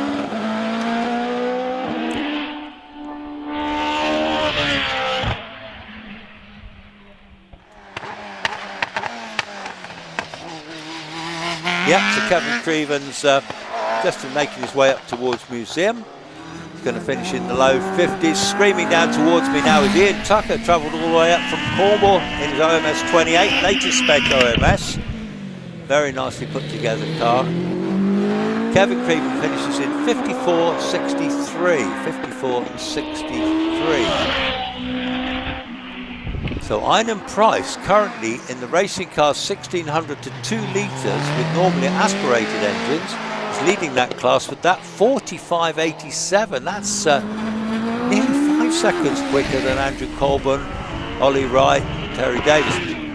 But talking of which, Terry Davis, here he comes in the Force TA. Now can Terry get in the 45s, 46? It's quite a big ask. At the moment he's down on the times, but he's certainly going to try. Andrew Henson has just left the line in his Gould Dallara. Terry Davis in the Force TA, already going round. Yeah, he's still okay, he's still all right. He's going round Museum now. He's getting the car pointed at the finish. He's going to finish in a time of around about 50 seconds. 50.57. So that puts him at 50.5 seconds. That's the 2 litre. It's a 2 litre engine in that one. So he's in the next class up.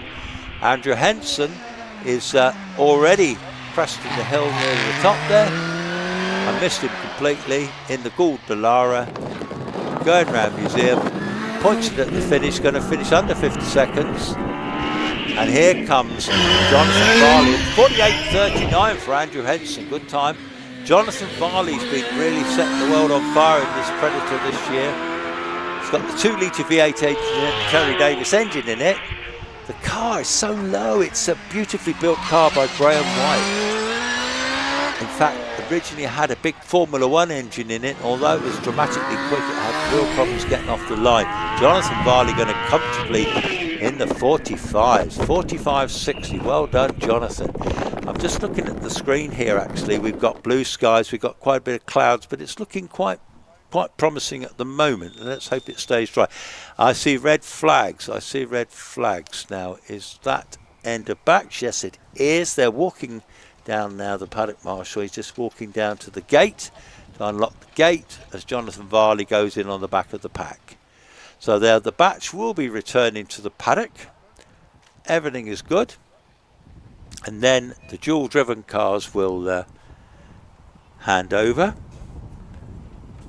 And we were very close to getting into the serious runners and riders, the big cars over 2 litre. Now just looking at my programme, so who we've still got to come in the 1600s to 2 litres. No, we've got all those. We've had all those. Yeah, so Jonathan Varley would have been the quickest in the class. I have my man come back. So I'm just going to move my seat to the left.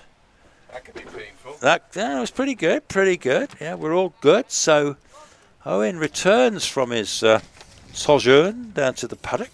Is that what that was? Yeah, I think we call it a sojourn. Sojourn. A sojourn. Is that like a...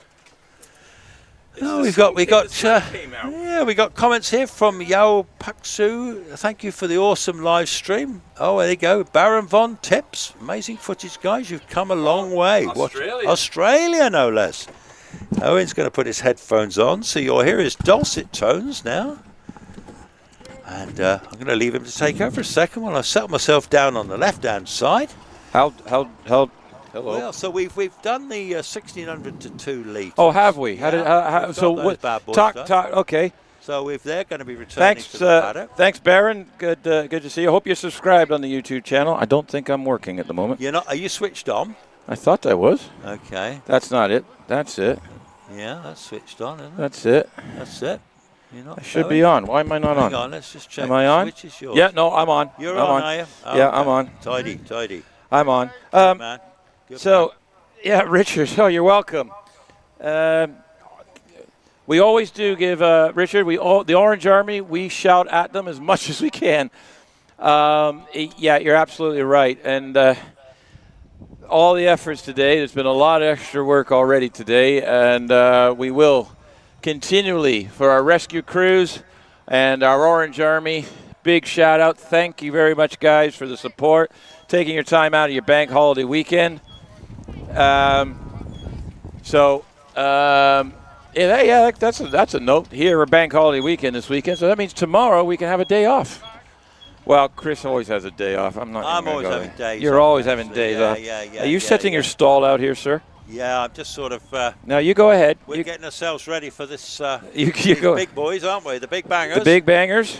The big bangers. And then the runoff. Do we have now? Have you made any notes? Do we have any? Because I missed out a little bit. I was ended up talking to our fans in the paddock, having a bit of chat with some of the. I'm just going to try switching that off a minute, Owen. Just see. That's mine. Is that yours? That's mine. Yes, you're that one. No, you're over one? here. You're over here.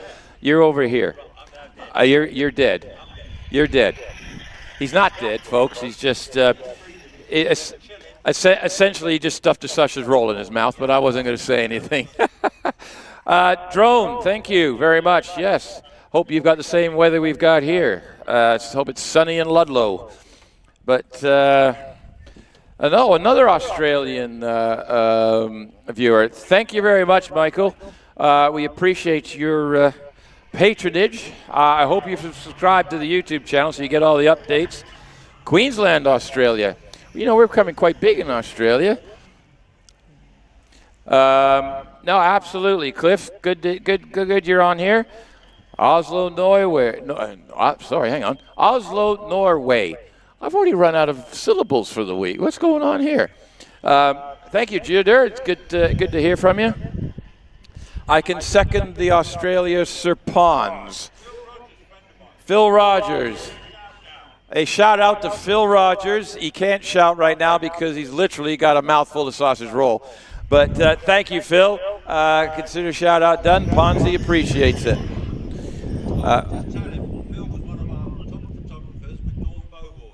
Phil was a top photographer with Don Bowater, he says. Hi, Chris. It's Mike, not Diane. We're at home watching your excellent live stream. Fantastic coverage. Right, but it's Chris, not Diane. Chris is cheating. He's using Diane's YouTube. But, yeah, hi to Chris says hi. Morning from Brazil. Diane says hi. Mike. Right. Mike is a bit poorly yeah, Mike Dragani is poorly at the moment. Ponzi wishes you well. Right. Ramsey Racing, sunny Scotland, thank you very much. Brazil, thank you very much for joining us. I'm thinking the weather might be a little bit better there. Maybe not, I don't know whereabouts. Indonesia, Mohammed, thank you very much for joining us. I hope you're enjoying this. I don't know if there's much hill climbing in Indonesia, but I'm not familiar with it. Oh, from Malvern and Worcestershire, extra coverage. See you guys next week at Prescott. So Mark Evans, he's watching today, but he's going to be live at Prescott next week. You haven't told anybody about the secret of Prescott next week? No. We don't want to put you off your tee. Right, we've got a car on the line. John Chalmers in the Ralt 302 F302-01. And I'm just going to try and get to my list here. So this is car 298 in your program. And this is in class. This is racing cars up to 1600 cc. So big class this. So we've had a whole bunch going through here. Do we, just out of curiosity, forced induction this one is. Let me just check here. So John's driving a, right. Oh, he shared, yeah, 1420 turbocharged. Already faster, 117 miles an hour up the top of Cedar Straight. Heads up into Museum, around that blind right-hand corner. It's that very deceiving how steep that is. Comes out the other side. And this is forced induction, 1600 to 2 liter. Does a 48.33, so that takes him into the lead of the class at the moment. Kelvin Broad, there was a mad bash around this morning to try and fix this. Had a weird technical problem happen with the aluminium intake charge cooler thingamajigger on the top of the engine. The whole mounting came out one side, so they've done all sorts of a job as you do at an event. They've had help from other teams, everything to try and repair this thing.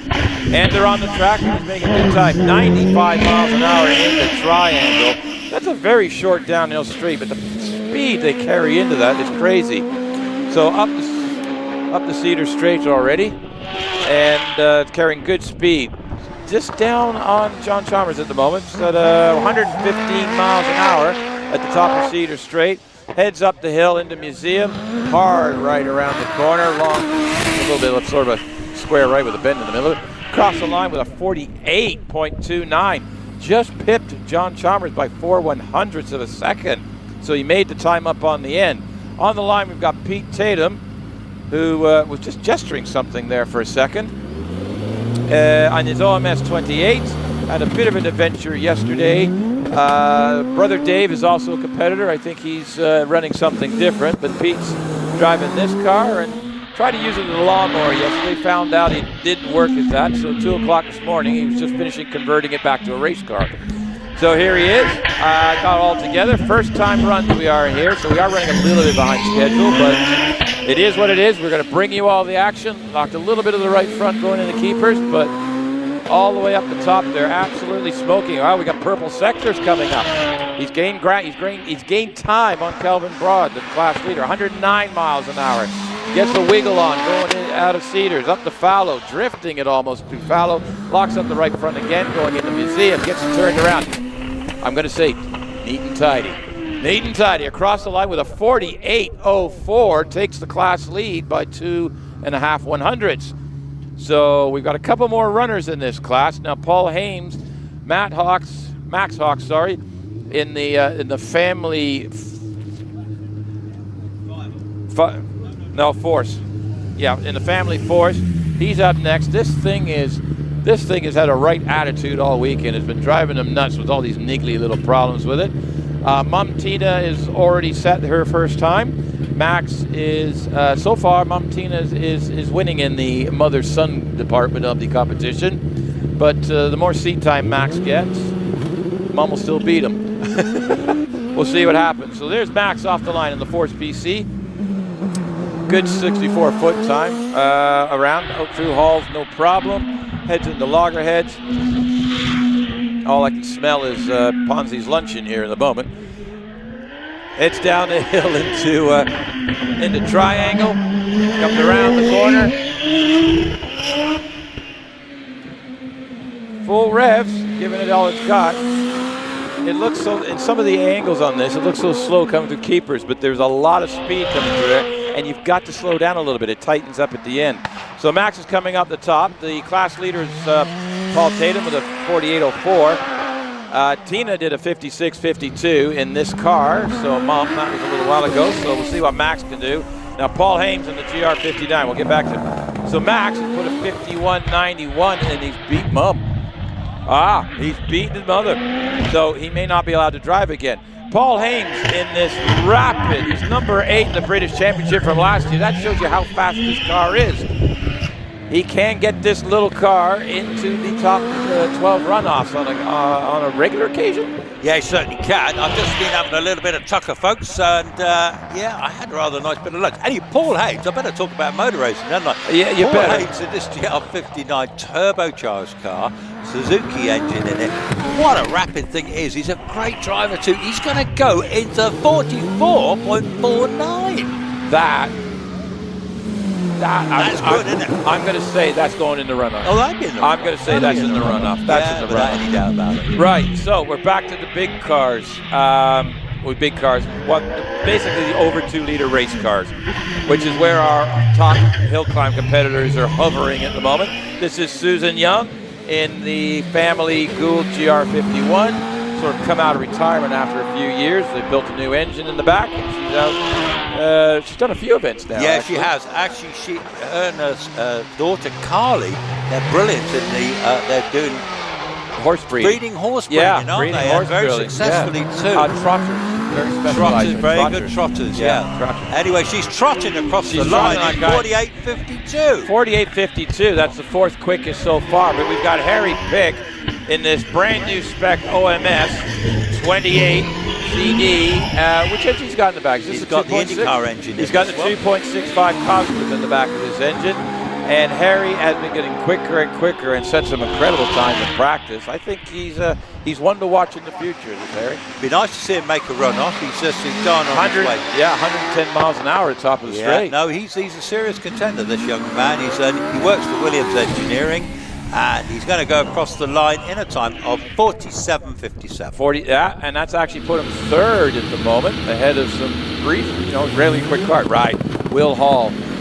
This car is so new. He's been racing it all year, still getting the development stuff out of it. It's so new. It's still in its carbon fiber nakedness, if you will. Got some stickers on about that. So this will be interesting. Will Hall, he's finally got a decent car under him. That had problems with the previous. He said, "The heck with this. I'm going big or I'm going home." He's going big. So he's purple sector through triangle. And he's coming up to keepers. I'll pass over to Chris for the rest. Yeah, well, I tell you what, Will Hall has finally got a car that justifies his talent. Brilliant car. He is absolutely flying. 122 mile an hour up the straight. Already on his way, heading round into museum. Make a nice clean run up to the finish. Will, come on, off you go. He's going to be in the low 40s, 43.68. Yeah, that's an absolute stonker of a run. That was a nice, tidy run. So we've got a red flag for a minute. I'm not sure why. There's nothing wrong. We've had flip-flop. Flip-flops. Exit of keepers. Oh, no. Exit of keepers. Was that Will Hall hit the flip-flop? I think it might have been. I think he might have clipped it. Oh, no. We can't be sure. Which cost him a second. It may have. Yeah. It may have. Now, this could have. It has. Yeah, they've added it. They've added it. Yeah. It was a second penalty, so he's only. Well, he I think he's still going to be in the runoff. You think so? Yeah, think I do. Enough? I really do. 40. Yeah. 40. Back to. They give Okay. it 43 again, but even if it was 44.68, that would still be faster than Sean and Graham. I think 44s are probably qualified. Yeah, we've got a replay on this because, Rich, listen to it. So watch very closely. Right screen to the right of your screen. Oh, right to the right of your screen. That last, I call it a flip-flop. It's a flat curved piece of material. Yeah, but there may be a technical term for it. But we've got there it comes. Here it comes. Here it comes. Watch the slow motion on this. He just got the left front tire. Just got that. That's a beautiful picture shot. It is a good shot. So if you're watching the live stream, he's slow motion. Now Rich is really going to town. He's actually slowed it down so much you can see the flip-flop bend around the front tire. The man's slow-mo. The man is artiste on slow-mo. Oh, he's artiste. Right, yeah. So I hope you're enjoying that. Next up, we've got Edmund Burgess. He's the T51 Bugatti record holder at Prescott. And he's also on the committee. He's on the committee of the Bugatti Owners Club, which operate Prescott. We'll be there visiting next weekend, actually. I also think he's got more than one Bugatti. I asked. Yeah. You just can't stop with one. No, of course not. Everyone should have two. Edmund this morning at the top of Cedar Straight tried to make a lawnmower out of the car. As you can see, there was no damage done, just more of a bit of an embarrassment, a little oopsie. So here he goes, up and around. He touched that flip-flop. That flip-flop moved. I think it's still there, It's still there. But the breeze got by it. He slowed up a bit going up there. What's happened? No, he has slowed up. He slowed up. Oh dear. He's shaking his head. Something's not right. Is he going? Oh, hang on. Is he going to get up museum? Because we've got Sandra Tomlin's already up Cedar I think Straight. It's going to be a red flag. Nope, he's not going to make it. He's not going to make it. Nope, he's stuck at the top of museum. Okay, red flag. So the marshals will get there. Sandra's going to get stopped.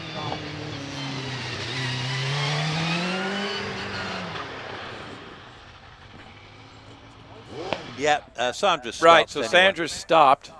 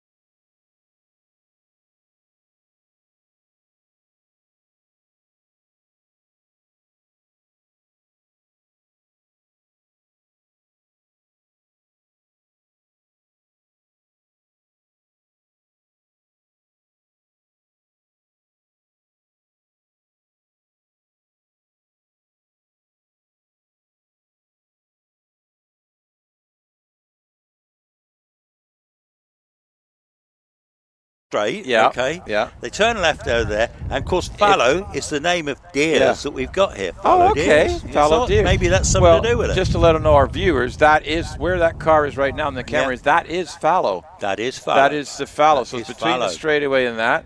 Yeah. Oh, Simon's looking well dressed today. He's probably hasn't He's realized got his blue. Got new blue gloves on. he's got hasn't he? there. He's got rather fancy gloves on. No, that's Uncle Albert from. No. I wondered if it was Captain Birdseye. That's more of an American thing. Most people don't. No, fish fingers. You see, Did they do that to Captain Birdseye here? You used to have this advert, you see, for fish fingers, and it's Well, they had it in this great Canada. big bearded fella Yeah. on the deck, Yeah. wasn't he? And he was called Captain Birdseye. Well, yeah, it's still on have the- some of my fish fingers, Captain Birdseye. There you go. You see. Hey, You can't. Yes, you can beat a fish finger hey, sandwich. I'll tell you what, it is awesome. It's got to have tomato sauce, doesn't it, Gal? No. No, No I will tomato agree sauce. that I used to have to eat fish. I'm not a fish lover. I will eat fish fingers, but it has to have ketchup with it. Now, we've got a corner up the top called Museum. Why do you think that's called Museum? I don't know. Because the amount of stuff that went up and didn't come down. Is that an old museum there, Gail? Many years ago, apparently, it kept There was a collection of items. Oh, hang on a minute. This may not be for public broadcast. That's why I said a collection of items. No, we've got no public broadcast on that one. So, okay, so mum's a word on that one, and then they go off to There the was finish. a collection kept there way back when. So which is no that longer is your, there. that is your, That is your your history of your museum. hill now. That's your history of your hill. In 10 seconds. Nefarious? We're getting a collection of How do you photographers here. Do you notice we've got Adam Johnson there? Hey, I haven't Hello, seen. Adam. He's been How you hiding doing? away. There he is. Okay, it's Joey Tribbiani. How you doing? How you doing? you How you doing? doing? Yeah. Yeah. Big fan of Friends. That's a Yeah. great series, isn't Yeah. it? Well, Eh? No, No. I'm always on something. but I Gal, will. you I know will that. say the Actually, I've just been having. the bottled water that came out of Trimble's might be having a No, slight you know effect. what I was eating just now? I was very continental in my lunch I was eating. When It I had was. dried meats and olives. Yeah. Trust Yeah, he said. Trust me, my eyes were getting a little stingy while he was eating lunch, and I'm watching the thing. Yesterday I had a chicken and bacon sandwich on wholemeal. Yeah, but I bet it was bought from the garage, wasn't it? I don't even know what that means, but just fish. Were you? Was that a garage bought job? Yeah, Yeah, it was, wasn't it? No, Come on. Asda. No. No, I went Where to did you get it from then? there where I was staying. Between here, there's a services. We got one of those new Asda Goes. Oh, an Asda. An Asda Go. Asda So I Go. went for an Asda Go, but I realized now I was stupid because the Greg's had just opened and they make a nice selection of sandwiches. Yeah, there's but a Mexican chicken. Are they I all right? like. Are they the Greg Yeah, sandwiches? yeah, actually they're Are very they? nice. Yes, I remember And the reason- my last they're nicer Greg's than the pie. supermarket sandwiches. Hear about this? My last Greg's Hear about pie. this? What's this? I never had no filling in it, so I munched into it, and there's no filling in there. That's that was the outrageous. That's the low-calorie pie. Mate, that was Yeah, certainly was yeah, a that was for low-calorie you, pie. low-calorie yeah, I pie. wasn't impressed. I wasn't impressed. No. So where are we? What's going on here? Well, Wait a minute. Edmund is making. He loves his television coverage, so he's making quite the. Where is he? Where is he? He's still up. Oh, here he comes. Here he comes comes. Ed. Here, come on, Ed. Come on, Ed. Let's go. Yeah, come on, Ed. Stop. You're making a bit of a Yeah. meal of this So, today, and isn't it? in fairness, this time it wasn't his fault. The car No. just stopped on him. Died so on him, didn't a it? technical Technical a hitch, was it? technical. Well, okay, hitch. So let's go. Let's party. We got some cars to go. We got some business to go.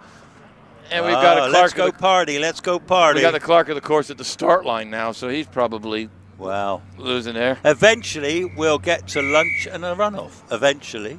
Yes, and eventually I'll be good looking. That might be harder than you think. I'm not going to say this could take a while. There we go. Right, on the line. Now I'm going to test you, Ponzi. You're very in on people and places. So we can't see the car number.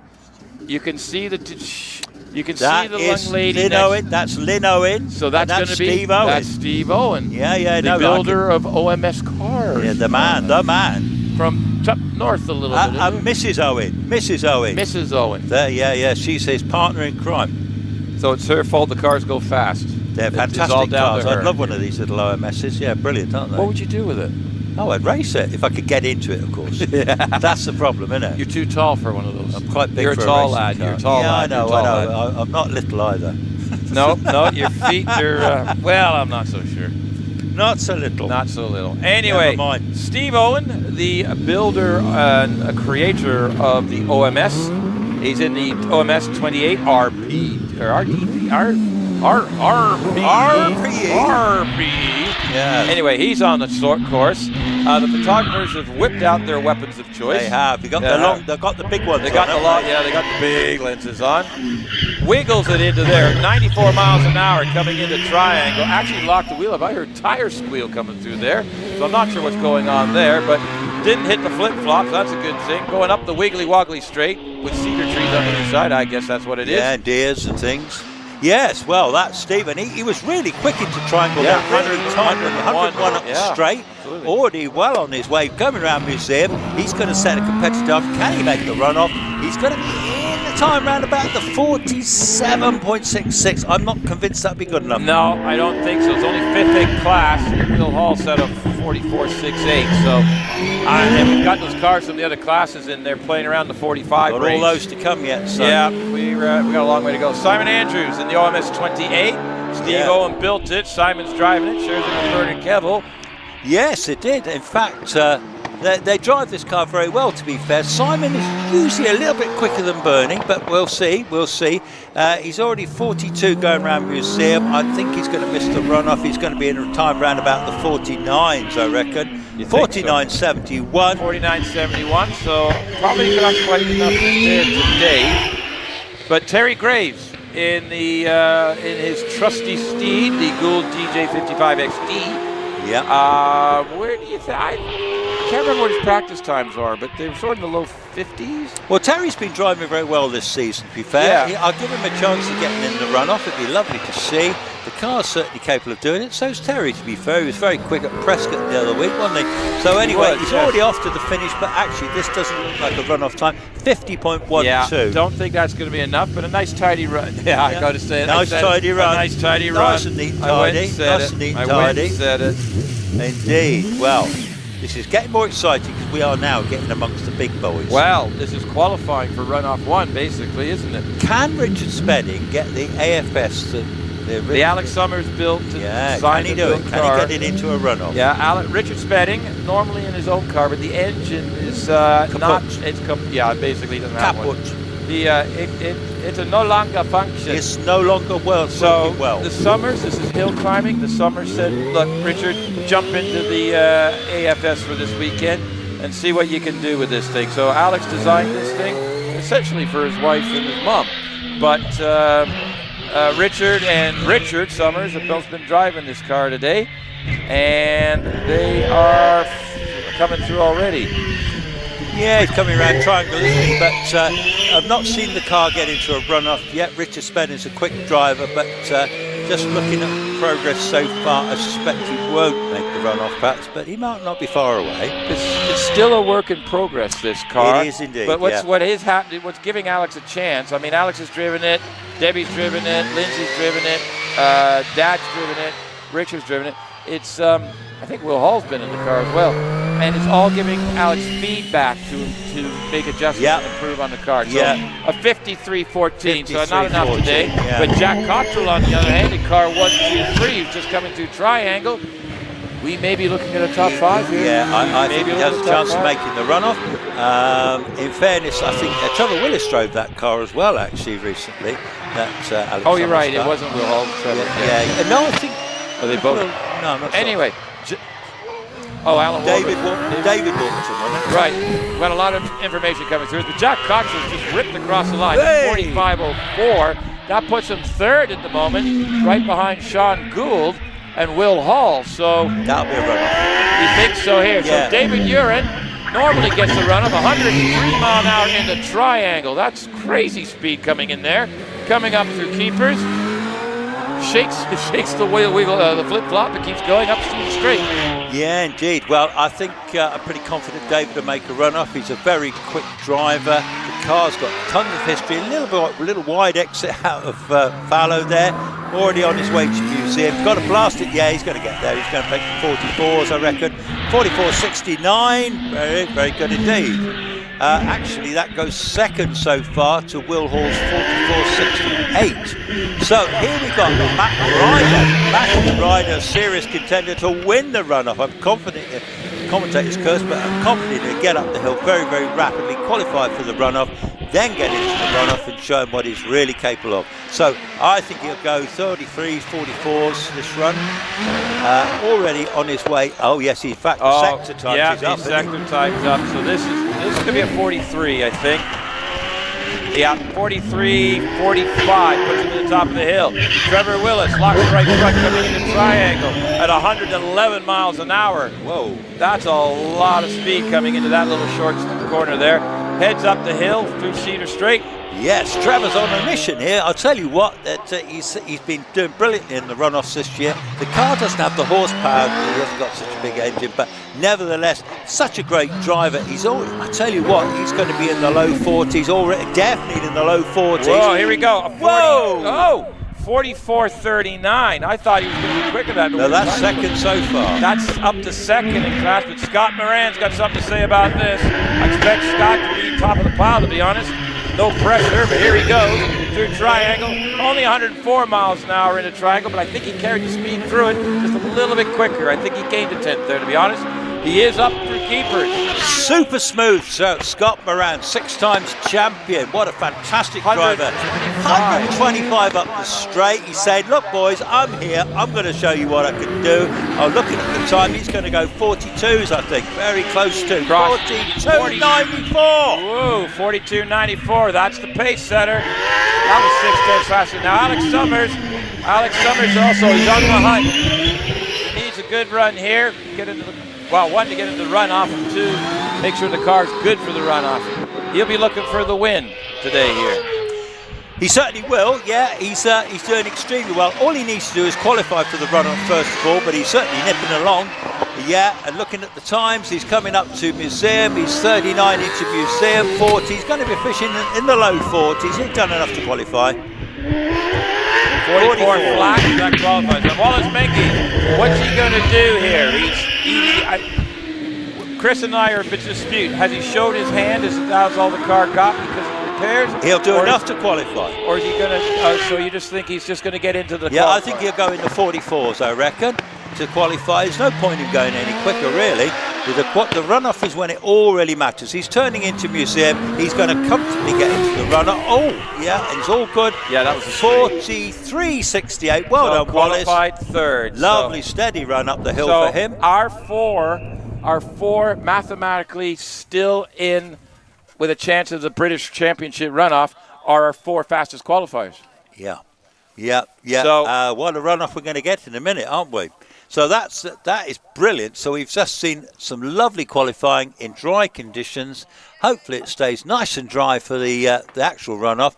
But a few of them showed their hand there, didn't they? Who's going to win a runoff? Looking at that, I think, to be honest, my feeling is that they put down a run. They put down a run as fast as they could. They need the data. They'll look at the data quickly and see where they can just get that a little bit more. So they've got a solid run in, a fast run, and that'll give them accurate data to have a look and going, where can I push here? Where can I push there? David Uren, that's the gentleman on the screen, says Power Service Installations on the back of his driving suit, was just describing to Trevor Willis.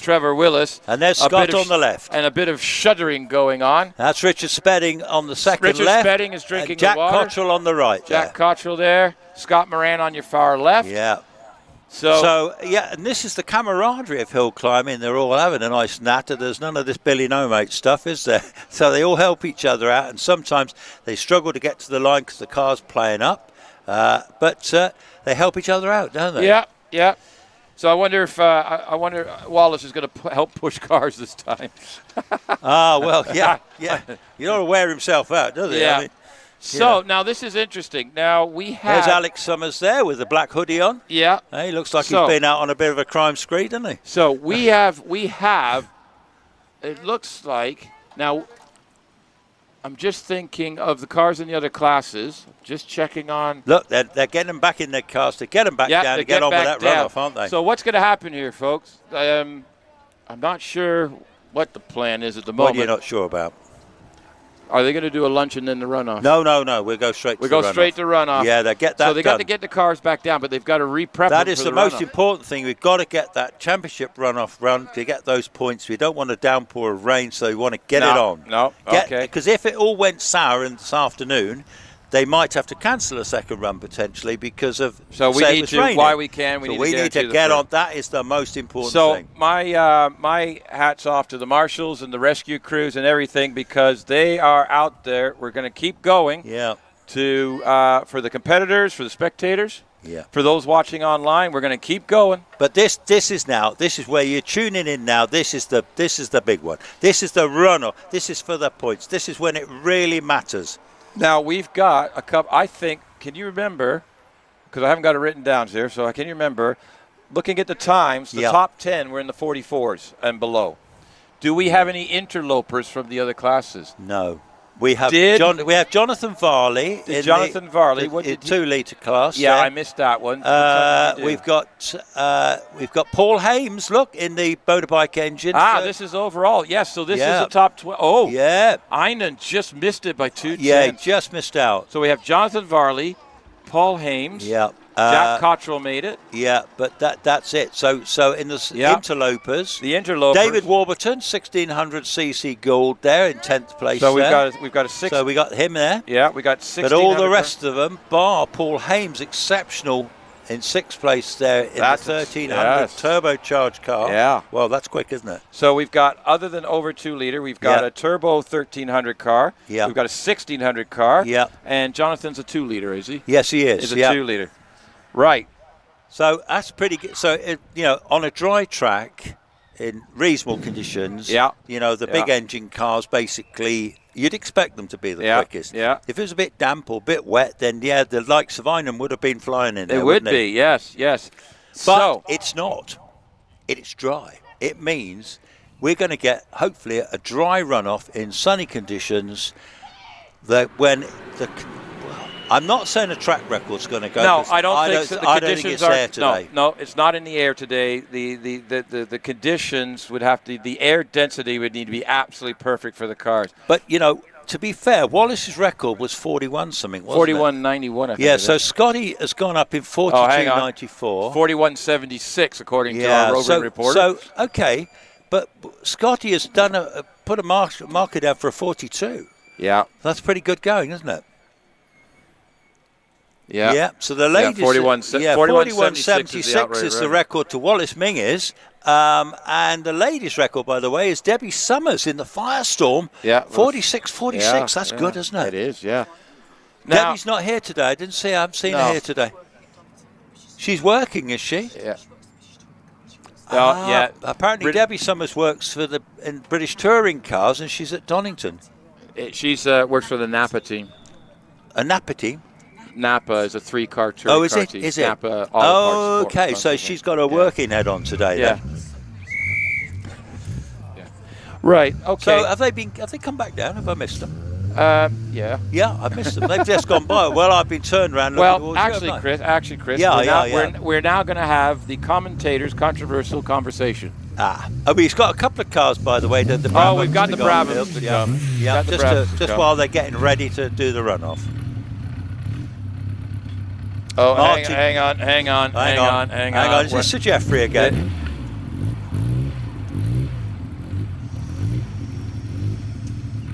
Yeah, we're just getting information from the lovely Gail here, actually, which we can't repeat over the microphones. Thank you very much. Yeah. I'll just say good afternoon to Sir Geoffrey, Jeff Robinson, who's watching the live stream, I think. Yeah, he should be sitting in a bush. He should be driving me up this morning, shouldn't he, really? Well, he did. Obviously, he failed on that, but technically, he should be in the ferns somewhere. Yeah. Right, on the track, we've got Martin Jones in the Brabham. Excuse me? We have on the track. We on the track? On the track, we have Martin. And the track, behave yourself.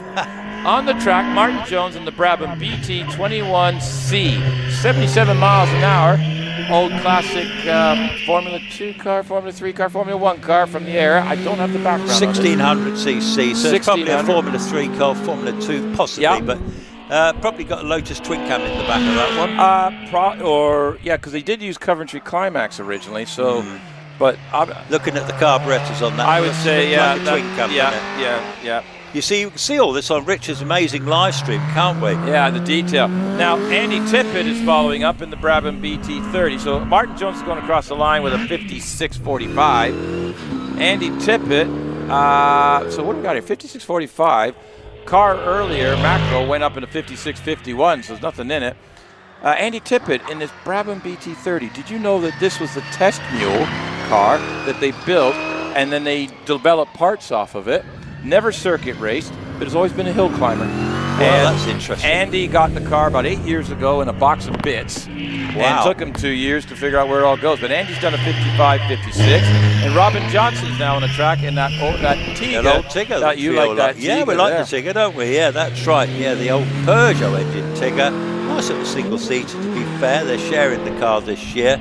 It's quite an old car, but they're getting a lot of fun out of this car, which is the name of the game. Yeah, absolutely. Shared drive this one. And, yeah, they've that car's been reliable all weekend. It has, actually. You can see it's all got the square edges on it, so it's all the old, let's put some scoops on and things. It's before fiberglass. Got the wings, though, haven't they? Got the wings, the front and rear I wings. think it's all aluminium or metal. Aerodynamic. But a 59.49 to finish up there. So an absolute. So I'm guessing they'll sit up the top now, because they're not going to come back down. I wouldn't have thought, are they? Take more time, wouldn't it? No, I don't know. Oh, we've got Sean and Matt, so they'll have to send one. Sean, who's they sending up? Sean first. Oh yeah. So we got Sean and Matt. So back to my controversial commentator. Yeah. I can't remember what the other C was for. Conversation. Yep, the triple C. Triple C. Right. Who are you looking at for the runoff? Oh, yes. I'm going there. I am going there. All right, okay. I'm going there. I think I'm going to go. I kind of know who he's going for. I think I've got it. So let's see. I'm being controversial. I don't want to upset any of my friends in the paddock. This is the controversial commentator's conversation. I'm going to say. Yes.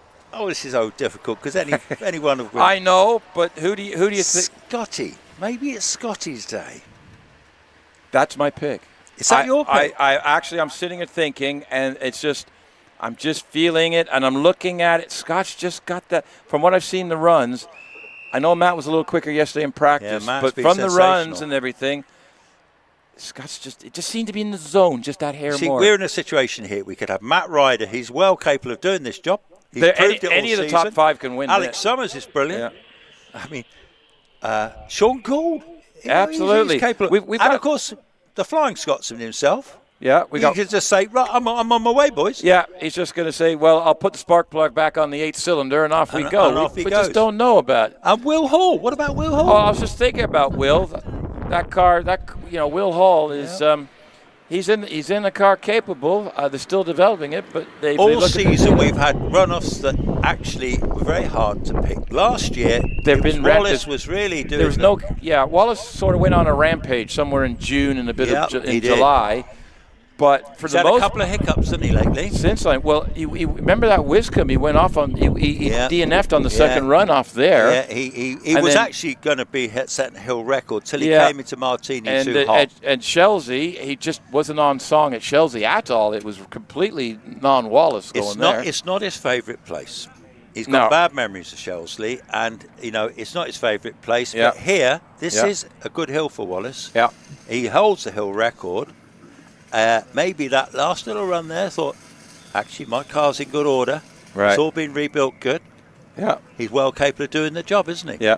So let me just talk to our international viewing audience here and those local. I thought I was only talking to you today. Yeah, I know. People watching from elsewhere. Yeah, and we've got to watch out for Richard and that crazy cabin camera of his, the shed cam. Listen, so for our viewers, what's happening here on the runoff? Because they run right at the end. The engines are actually a bit hot. They need to get them cooled down. They need to get them refueled. These cars are in very small fuel tanks. I will get my tongue out of my ear at some point. And the tires and everything, they get very hot very quickly. So they've had a chance to cool down a little bit at the top. They had the breeze to bring them back down the paddock. Right now you can see into the paddock. And the top cars we're looking at, there's 4 on the right, and the rest of them are on the left side. As you're looking at the cameras and things. and they are going around getting things sorted. They'll probably quickly be checking the data, making sure everything's okay, and also the drivers are going, where can I find that extra tent somewhere? So they're all friendly in the paddock, and unless somebody's got a problem, which I don't think anybody has at the moment, they're all beavering away on their own jobs. Nobody's talking to anybody else at the moment. Some of them have got crews and stuff, and they're talking there. You can see David Uren there. He's just actually retorquing the wheel nuts on his car.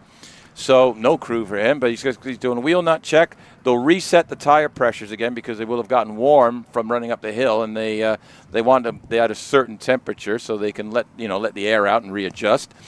They'll look at the fuel. They'll make sure the engine temperature's cooled down. They'll have fans and something like that, just trying to get it going.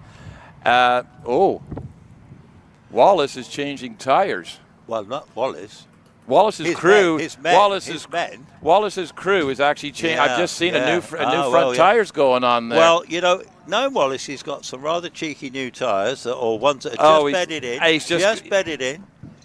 He'll have the all singing, all dancing runoff numbers. Right. Now, I'll just interrupt you quickly. Go on. So in the runoff, just so folk know, the first car we will see will be Sean Gould. Then we've got Jonathan Varley, Jack Cottrell, David Warburton, David Uren, Will Hall, Paul Hames, Trevor Willis, Alex Summers, Wallace Menzies, Matthew Ryder, and Scott Moran will be bringing up the tail. Absolutely. So Sean will actually go up by himself and then come back down again straight away, will he not? So that they can switch over to Matthew. Yeah. So you can see them. Actually, that's the first car on the left on your camera is actually that's the Sean and Matt car. I think Sean is in the car by the looks of it. I can see the helmet. And the crew, they're strapping him in again, getting ready to go. They've brushed off the tires. They've torqued the wheels. They've checked the tire pressures. They've checked the telemetry and the data to make sure the car is running properly, that there's no risk of anything. They'll do a quick check over and so on and so forth. And as soon as he is in the car, he's just getting himself ready. He's ready to put the helmet on now. So they're just getting him set, and then they will get him in the lineup. So he will be first on the hill. And this is the moment, of course, the drivers, they get very focused now. This is not a time to approach drivers. If you're down in the paddock, you'll just see they're getting their heads on. They're focusing, aren't they? Yeah, absolutely. All they're thinking about is where they can make a bit of time, not lose it. Yeah, and they all have their start routines. You'll notice, and when they start, and you'll see us actually mention it. It's hard to see from this view. We saw it better from a different angle from another venue. But they actually keep their visors open, and they get to the start line. So the car won't start until they're literally at the tire warming. It'll start, spin the tires quickly, get into the start line, line up, and go. They will not muck about with this. This will be in and out. But as soon as they get to the start line, they'll actually have settings. These cars all have launch control, traction control, and all the rest of it. So, and they can adjust the settings depending on the conditions. So that we looked at that and decide what to do. When that driver's ready, he's got in the zone. As soon as they put the visor down, the drivers have got a routine, and that visor goes down. It's almost like their computerized race mode. It's like, right, there's the circuit, visor goes down, the foot goes to the floor, and they're in a different. It's like being in a different dimension. You're literally in a completely different world. So you watch the drivers going on, and you'll probably see us on commentary mention the helmets going up and down. So. If you're within earshot, just brace yourself for this. I think this is going to be a good one. We're kind of thinking Scott may have this, but I know sidebar here. I know Chris is thinking Wallace is going to.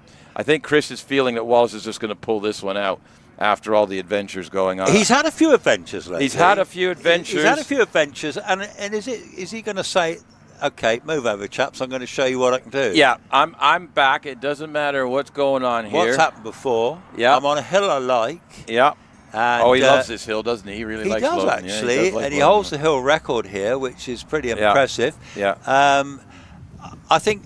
Listen, I'd have egg on my face if we tried to actually say who's going to win, because we can't honestly know, because they're all capable. There's at least 5 capable of doing it, isn't there? Yeah. Oh, well, I think there's more. I think we're going to have. Yeah. Okie dokies. Yeah, so I can see Sean Gould now. That's all looking good. So this is it, folks. This is what it all Okay, so Sean's going out to, capable of taking this runoff as well. Yeah, capable indeed. of doing the runoff. So they're pushing him up to the start, Yeah, aren't they? they'll push it. In this case, they're going to push him right into the tire box. Now he's obviously started. There he goes. There. He's pushed it. He's gone. Yeah. He's wheeled up. So we should have a view of him on the. Sorry. Okay. Right. I'm handing over to Chris. Right, so I'm going to do this a little bit at the start here. So Sean is getting ready to rock and roll. Okay, the chock's gone under the rear wheel. Massively experienced competitor, has held the hill record here before, in this car actually, which he's sharing with Matt Ryder. It's the top-notch Gould. This is the works Gould. He's left the line. 1.88 off the line. That is absolute scorchio. Right, he's heading down now. Here he comes. He'll be coming into our site, coming down into Loggerheads, coming down to Fletcher Dello. In fact, he won't be doing that. He's had a little bit of a moment. He spun the car. Okay, so I can't see any major damage on it from here, but unfortunately, that was rather a moment. Yeah, just overcooked it. What happened there, Owen? Right, on the turn in to Loggerheads, on the first left-hander, he just turned in a bit, and the back end broke loose and just spun him around or did a 360-degree onto the grass. So, unfortunately, he's out of the runoff.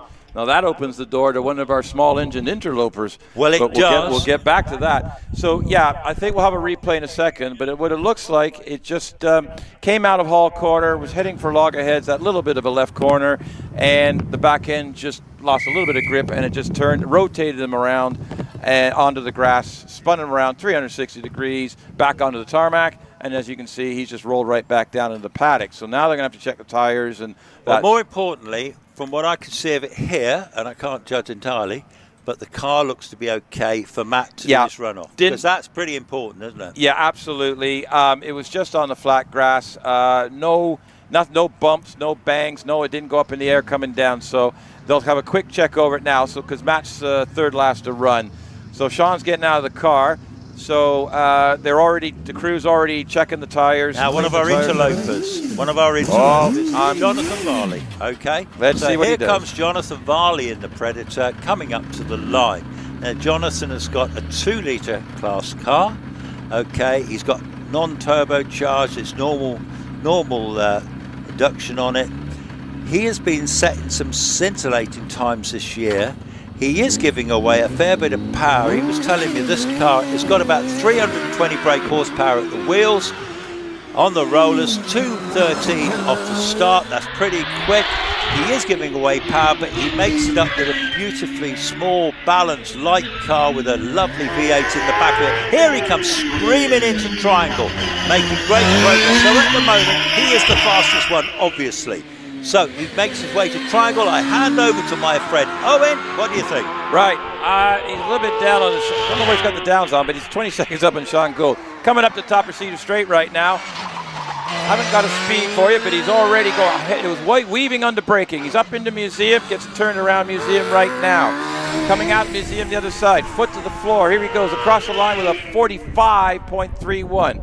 45.31. That's going to be one of the slowest times. The question is it enough to get a point? It's a 2-litre car, so I'm trying to think what he did in qualifying, but nevertheless, okay. So that's the first car. He did a low 45 in qualifying. A low 45. So actually, that's not a bad shout, really. That's a pretty good time. On the line, we've got Jack Cottrell in the Dallara Cosworth, Indy V8 in the back of it. Very talented young driver in the mould of Matt Ryder, really tall and slim. Yeah. And he leaves the line 1.98 off the line. So already that's a tremendous start for Jack. Now he's got the skill. I don't want to give him commentator's curse. So far so good. Comes into my view now. Yeah. Oh yes, he's looking very rapid. Brakes hard in Triangle. On his way around Triangle. Yeah. Power goes on. Off up towards Keepers. Successfully through Keepers, yes, he's up at the moment, then he's slightly down over to you. Right, yeah, slightly down, 0.14 Keepers, heading up top of Cedar Straight. 108 miles an hour entering Fallow, comes around Fallow, heads up the hill. I've lost a split here, sorry about that, folks. Coming around the top of the Museum, comes out the other side. It's going to be about a 44.96. That gives him the lead over Jonathan Varley at the moment. Well done, Jack. Good run. Excellent run. So, who have we got coming to the line? That looks remarkably like David Warburton in the 1600cc Suzuki Hayabusa engine Gould. Gould GR59 that he shares with his dad, Alan. Now, David, he's a bit of a giant killer, this young man, actually. It is, yeah. Small engines, big feet. Anyway, he's off the line, 2.02. He's on his way up to Hall, successfully round there, on his way down towards Fletcher's Dello. Looking good, heading down towards Logheads, into our view, into Triangle. At the moment, he's slightly down, but only a little bit. And on his way up towards Keepers. Looking good so far. Oh, and he hits the blooming marker. Got a flip-flop, so there's a penalty there. But he's still heading up towards the top of the hill. Still on track, 122 miles an hour heading into Fallow. Up the hill to Museum. Hard right a blind quarter. Still on it. This is still going to be a very quick time. Comes across the line with a 45.42, but did hit a flip-flop in the middle on the exit of Keepers there.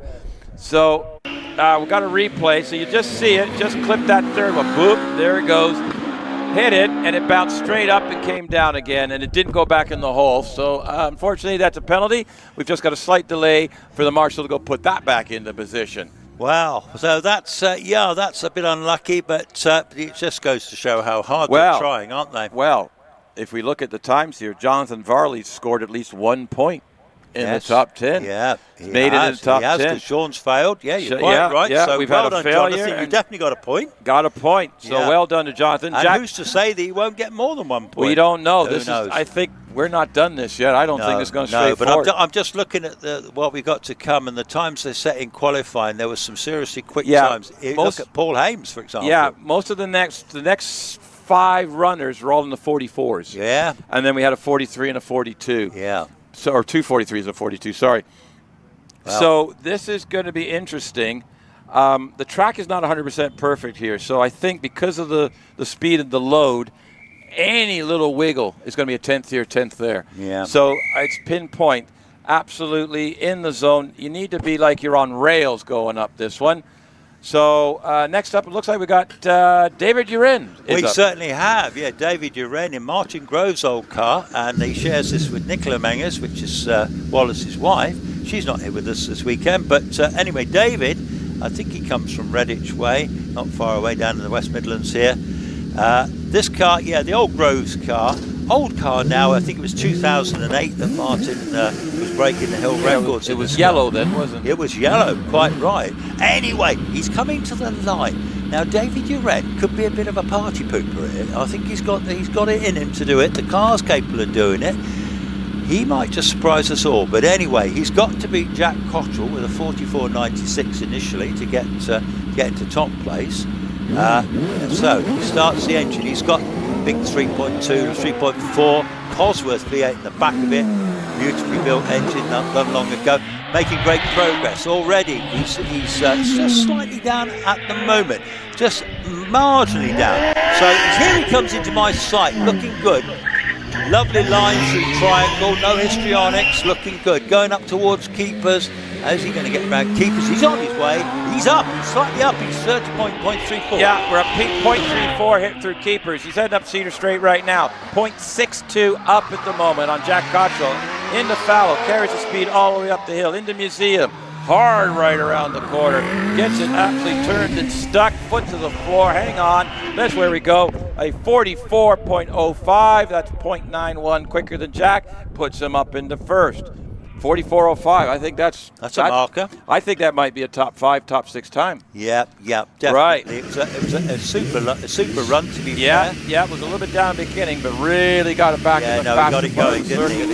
And he didn't make any mistakes, actually. That was the main thing. Right, here we go. Here we go. One of our favourites, isn't it, Will? Well, we like Will, but we don't know exactly what's going to happen here. I'm telling you what's going to happen. He's going to blast. He's going to blast this. Will Hall in the latest spec Gould GR59 jug, 4 litres of V8 power. West Midlands driver, had the Vanity Hall force before. This car suits him already. He's up 1.84 off the start. He is absolutely flying. He's heading down towards Loggerheads, looking for a time. Yes, he's up by 0.035, heading down towards Triangle now. What can he do? 96 mile an hour through the speed trap. On his way up to keepers, he's still up on David Uren, a smaller man. Round keepers, on the way up the straight to you. Yep, 0.31 up, exiting keepers, up the Cedar Straight. What kind of top speed is he going to get on this? He's 0.19 up, 122 miles an hour. He's still up on David Uren, heading up. He's losing a little bit, but up into Museum, around he goes. Comes out the other side. He's looking up. He needs a better 44.05. He does with a 43.51. That's 43.51. So Will is set the pace. He's just that would have qualified him about third. Ah, terrific. So, yeah, Will Hall, he's got talent, that man. He's a terrific driver. Paul Hames, here's an interloper for you in his Gould GR59. 1300 turbocharged engine, outrageously quick. Yeah, he's little fish in a big pond. Well, anyway, this little fish is going to put some crack some eggs here. He's away from the start line in 2:16.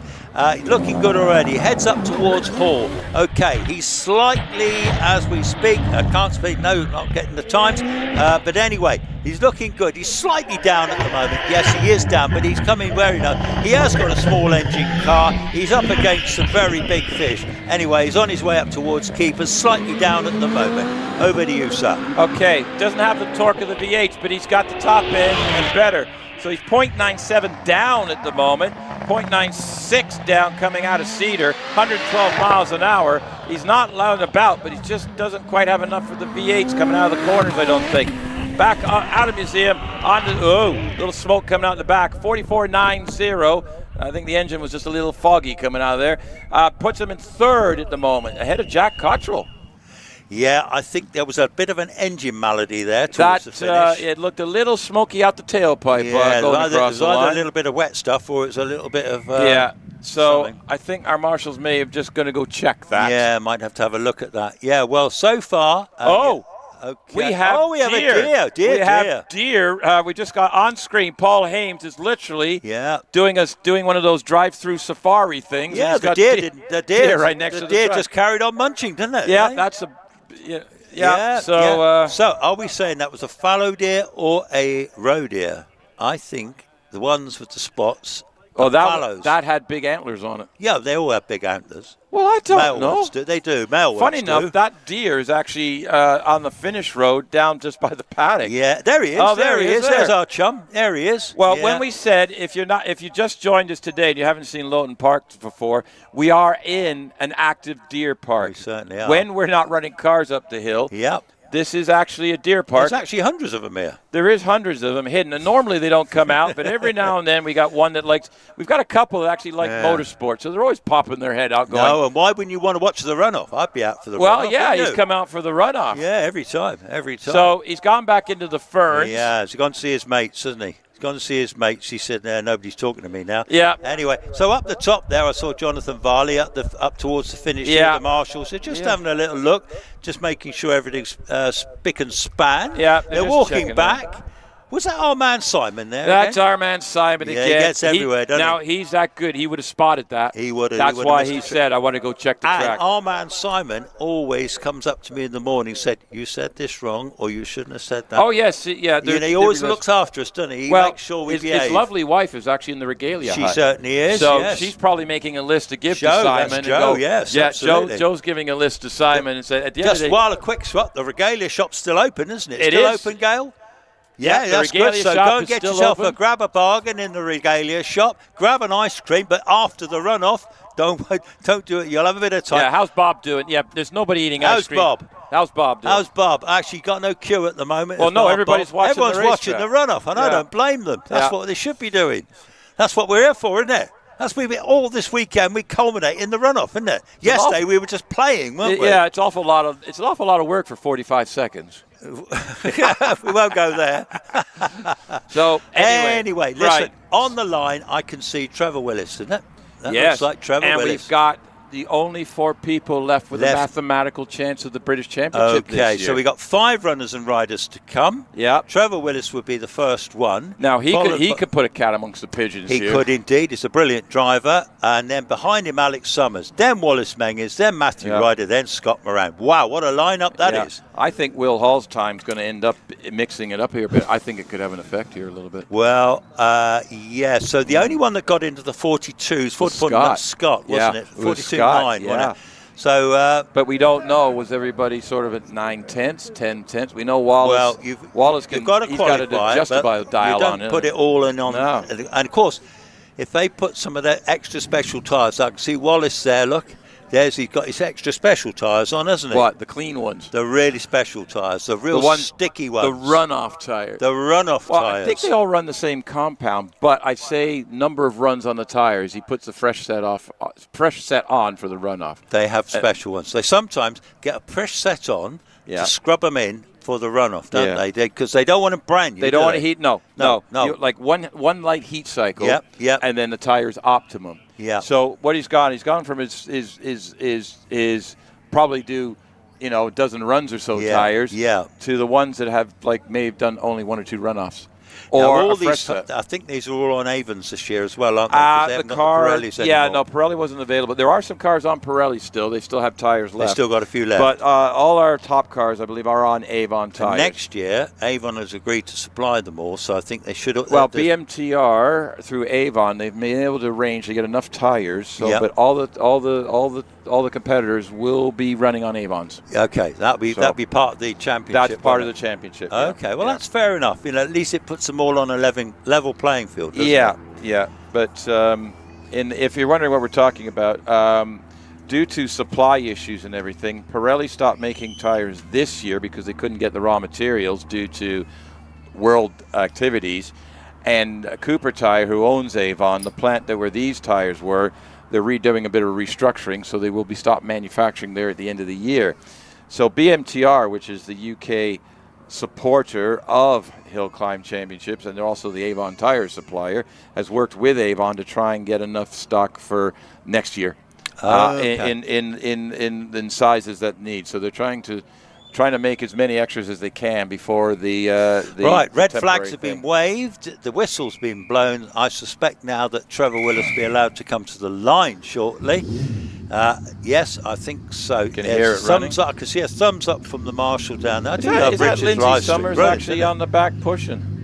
Lindsay is there. Yeah, that's Lindsay right. helping That's right. And there's Andy on the back there, and there's Richard Summers there as well. Yeah. Anyway, coming to the line, Trevor Willis, 3 times champion. He's been the most successful driver in an OMS, in the OMS 28. Fantastic talent. He's an instructor. He's a quiet man around the paddock, but he's a genius. He does lots making parts for other competitors. Actually, he's just a brilliant engineer. Anyway, he leaves the line 1.89, leaving the line. That's very rapid. Anything under 2 seconds, extremely quick for first 64 feet. Already, he's on his way down towards loggerheads. He's just slightly down at the moment. Screams his way down into the triangle. Very tight line through there. Gathers it all up. On his way up towards keepers, looking just fractionally down at the moment, but he's up. 0.01 of a second up, leaving keepers. He's up the straightaway already, 125 miles an hour into fallow. Hangs on to it for, I don't know how he did that. Absolutely tied with Will Hall at the moment. They're even, match for match here, time-wise. Coming across the line, it's going to be a 43.81, lost 3 tenths in that last section. Will Hall is still hanging on to the class lead at the moment. That was a run and a half. That was a run and a half. He's giving away quite a bit of grunt, and Will's got that brand new Gould, so he's got all the latest technology on it. But now, this is a man. We're now amongst the very big, serious contenders. We've got Alex Summers is going to be our next contender, followed by Wallace Menzies. Alex has been brilliant all season. He's the only one in a firestorm, but he has really got this car wound up now. It's a beautifully developed car now, and he is a serious talent as a driver, isn't he? Fantastic. Okay, so Alex now, he's got his game head on, he's on the line, they put the chock underneath the back wheel. Everyone's wheeling, it's looking good, he's focused, he's away, 1.81, already he's up, he's going absolutely crazy. He's going to look to take this run up, get those maximum points. Already heading down towards loggerheads. Here comes Alex Summers, screaming down to triangle, slightly down, just ever so slightly down, but that's a powerful engine, brilliant driver, onto keepers, just still slightly down. Over to you, Anne. Right, coming out of keepers, he's gained it back again. He's 0.08 quicker at the moment, heading up the top of the Cedar Straight right now. 0.36 down, 81 miles an hour.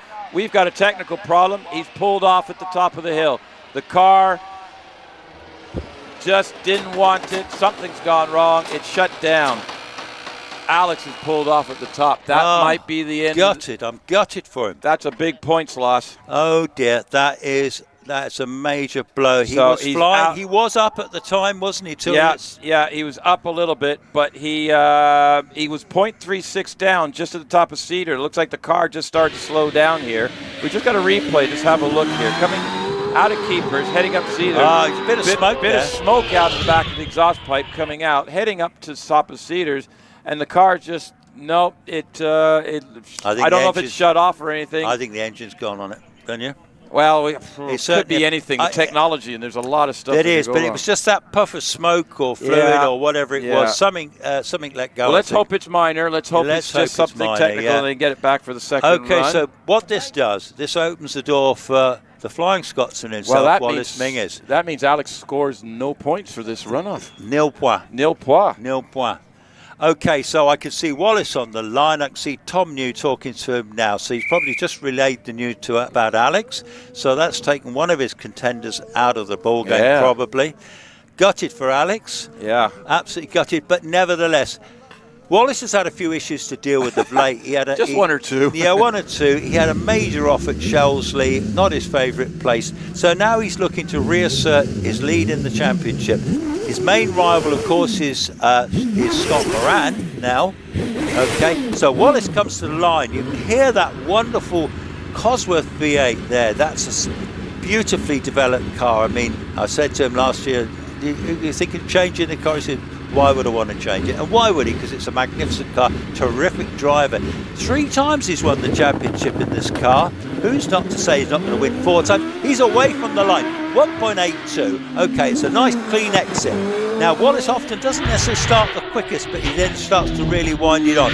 At the moment, he's heading down, he's level with Will Hall at the moment, coming down into Triangle. He's up on Will Hall by 0.20, heading up towards Keepers. Over to you, sir.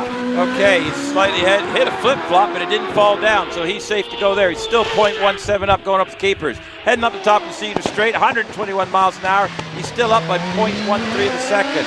Brings it around Fallow, heads up the top into Museum. Hard right at the top, absolutely sticks it to the ground. Foot to the floor, comes over across the line with a 43.38. 43.38. That gives him the class lead. We've got 2 more runners. In it, puts Will Hall down to second, but there's not much in it. That's only 0.13 of a second difference. Well, this is mighty close. Wallace Menzies is currently in pole position, 43.38, but coming to the line is Matthew Ryder. He's not wasting any time. The car comes up to the line now. He'll be focused. He's a very neat driver, this lad. He doesn't do raggedy generally. He reminds me of Scott Moran at his best. You know, on a hill climb, raggedy isn't necessarily the way forward, is it? So, on the line, Matthew Ryder, what can he do? Can he claim yet another runoff? He won the last runoff at Shrewsbury. He's away from the line in 1.94. Nice clean exit. Doesn't really make so much difference just there. Okay, he's coming on his way down towards Loggerheads now, and then to Fletcher's Dello. At the moment, he's just slightly down on Wallace. Comes screaming into Triangle. Looking good, though. Looking good so far. He's certainly got a lovely neat lines, not untidy. He's up already, he's up on Wallace, but he's hit a flip-flop. He's hit a flip-flop exiting Keepers, 1 second penalty. He's still on the hill though, up Cedar Straight. 0.58 up on Wallace Menzies, 120 miles an hour. He's around Fallows already, up into Museum. If he can gain, he's got to get as much as he can to overcome that. 0.58 Cedar. Across the line, he does a 42.75. That's 0.63 faster. However, he got the flip-flop. So we'll have to wait and see on that. Wow. Well, that was a brilliant run by Matthew, but unfortunately hit the flip-flop. Yeah, just got that third one in the middle. Well, I know it is here. If they hit a flip-flop, they get the 1 second penalty. Other circuits it isn't the case. Yeah. Or other hills. But anyway, there's only one man that can potentially beat that. So far, Matthew is leading on time, but Wallace, are they going to give him the penalty? Wallace would then take it. Yeah. But nevertheless, we're just showing a quick replay on the live stream. We've got, Oh, no, he hit it. No, that was Wallace. That was Wallace. No, that was Matthew. That's Matthew knocked it out. Matthew knocked it out. Wallace hit it and stayed straight.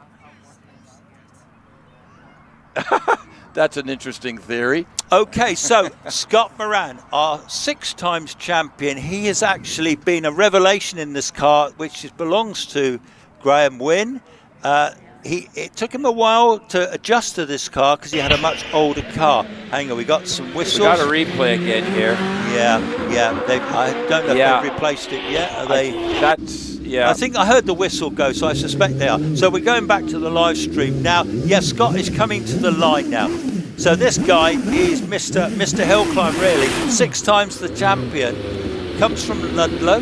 He's the son of Roger Moran, who was going up earlier in the Skoda, the rally car, which was a R5 rally car. Fantastic to see. So Scott, this guy just knows how to get this job done. He knows the start. He's away from the start in 1.96. He may not be all over the road. He's very smooth, very neat, very tidy. There's the words for you. Okay, I can see him coming into shot now. Here comes Scott Moran. What's he going to do?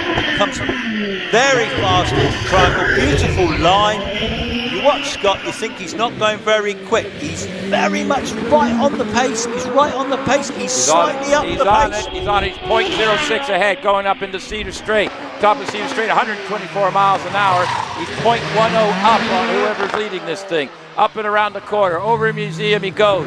Around the corner. Absolutely pinpoint accuracy on this. Heads across the line with a 42.52. Whoa! Well done, Scott Moran. Well done, Scott Moran. He wins the runoff. There's no doubt about that.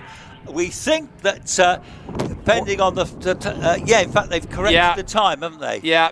Well, hang on. We're just moving around here. So, at the moment, it's Scott Moran with a 42.94. They've got Matthew at a 43.45, Wallace with a 43.68, Alex with a 44 flat. Right, correct. No, Alex didn't finish. No, Alex didn't finish. Sorry, folks. My information screen. I'll just wait. I think Rich just figured out. Well, we know that Scott Moran's won it, hasn't he? Scott got it. Scott has got that runoff. Well done, Scotty. The drivers are going up there to shake his hand. Look, he got that one. Wallace is going up. Wallace gives him a big hug. Absolutely laid that run down. Well, that's the sportsmanship of hill climbing. Yeah, all the top competitors have gone over, shake his hand, congratulate him. It was a heck of a run. So what's going to happen now, folks, is that the cars are going to come back down the hill. We're going to have a lunch break. We'll let you know how long that is when we find out. And well done, Scott Moran. What a great runoff. And he adds yet another runoff win to his CV. Who's to say that he can't still win the championship? A lot can happen yet. We've still got another runoff later on today. And then we've got another championship runoffs at Prescott next week. And then we will be back to Loton Park for the final, maybe championship decider. Anyway, I think we're going to have lunch now. Just looking at where the marshals are, they're still on post. So it's not for me to close the hill, but I suspect it will be lunch. And then we will then start again after lunch when we find out the time, and we'll do it all again, and then they'll have another runoff later on. 3:25. We're taking a break. Restart 3:25. 3:25? Yeah, believe it or not. Is that how late it is? Yes. My goodness me, I can't believe it. Apparently we're restarting at 3:25. Goodness me. Regalia, bars open. Yeah, Regalia shops open, the bar's open, the ice cream man's going, the 2 hot food installations are there. Go and enjoy a quick lunch till 3:25 when we'll see you again. Give them a clap as they come down the hill if you're still here. They'll love to see that. And Scott Moran winning. Well done.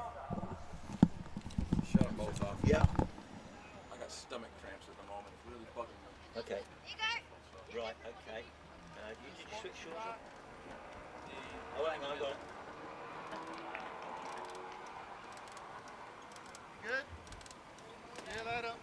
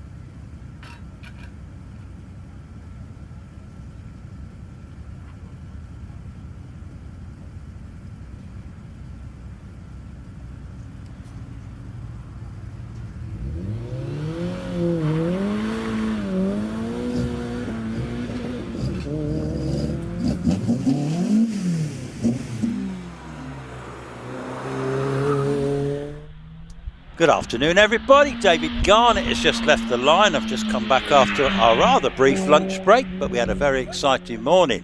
Anyway, here comes David Garnett in the Renault Clio. Our first runner and rider this afternoon. Bumps into triangle. 170 odd brake horsepower, little 4-cylinder Renault engine, 16 valve job. Shares this car. Always one of the first to run because of the class they're in the road going cars. So it's actually quite nice to be in the box to welcome him on the hill, because normally us commentators, we're having a lazy lunch and we haven't got here in time, but for once I managed to get myself here in time. My partner in crime, Owen Cool, is somewhere around and he'll join me later on. Anyway, David Wilson comes round triangle in the little 205, 64.22 for David Garnett. So what will happen this afternoon for all our world stream listeners, we will repeat what we did this morning, which is basically all the cars that ran the hill this morning will run up. They'll all be time runs, and the fastest 12 cars will qualify for a runoff, exactly as we had just before lunch, that was won by Scott Moran, and they will be for championship points. But at this stage, these are all running in their own little championships, and David Wilson is just going up to the line now. Oliver is 60.78, so he's quite a bit quicker actually than David Garnett. Oliver Meek has just gone by me in the Vauxhall VX220 Turbo, so that's a very rapid machine. Quite valuable cars these are now. They didn't make them for very long. Looks very well. It looks a bit like a Lotus Elise, and it was a rival to the Lotus Elise. But this one, the VX220 Turbo, had the 2.2 16-valve Vauxhall engine, which was a brilliant engine. Already on his way up round to museum. Can he beat the time that we just saw just now? He's coming up to the line, and he does a 64.41. So he did a 62.83 this morning. So he's a couple of seconds down. I don't know if he had a problem. It looked like he was slowing up a bit. Anyway, it looks like there'll be a bit of a gap, and then the cars, they'll come back down the hill and be swapped over, I think, to the other drivers perhaps. Anyway, we'll wait and see on that one. Now, it's been a fast lunchtime. I grabbed myself a cup of tea just now, and I just enjoyed some chocolate Jaffa cake, which was rather nice. And so far, I haven't attracted any wasps into the thing. There's lots of them about today. Just going to have a quick slurp of tea, clear my throat.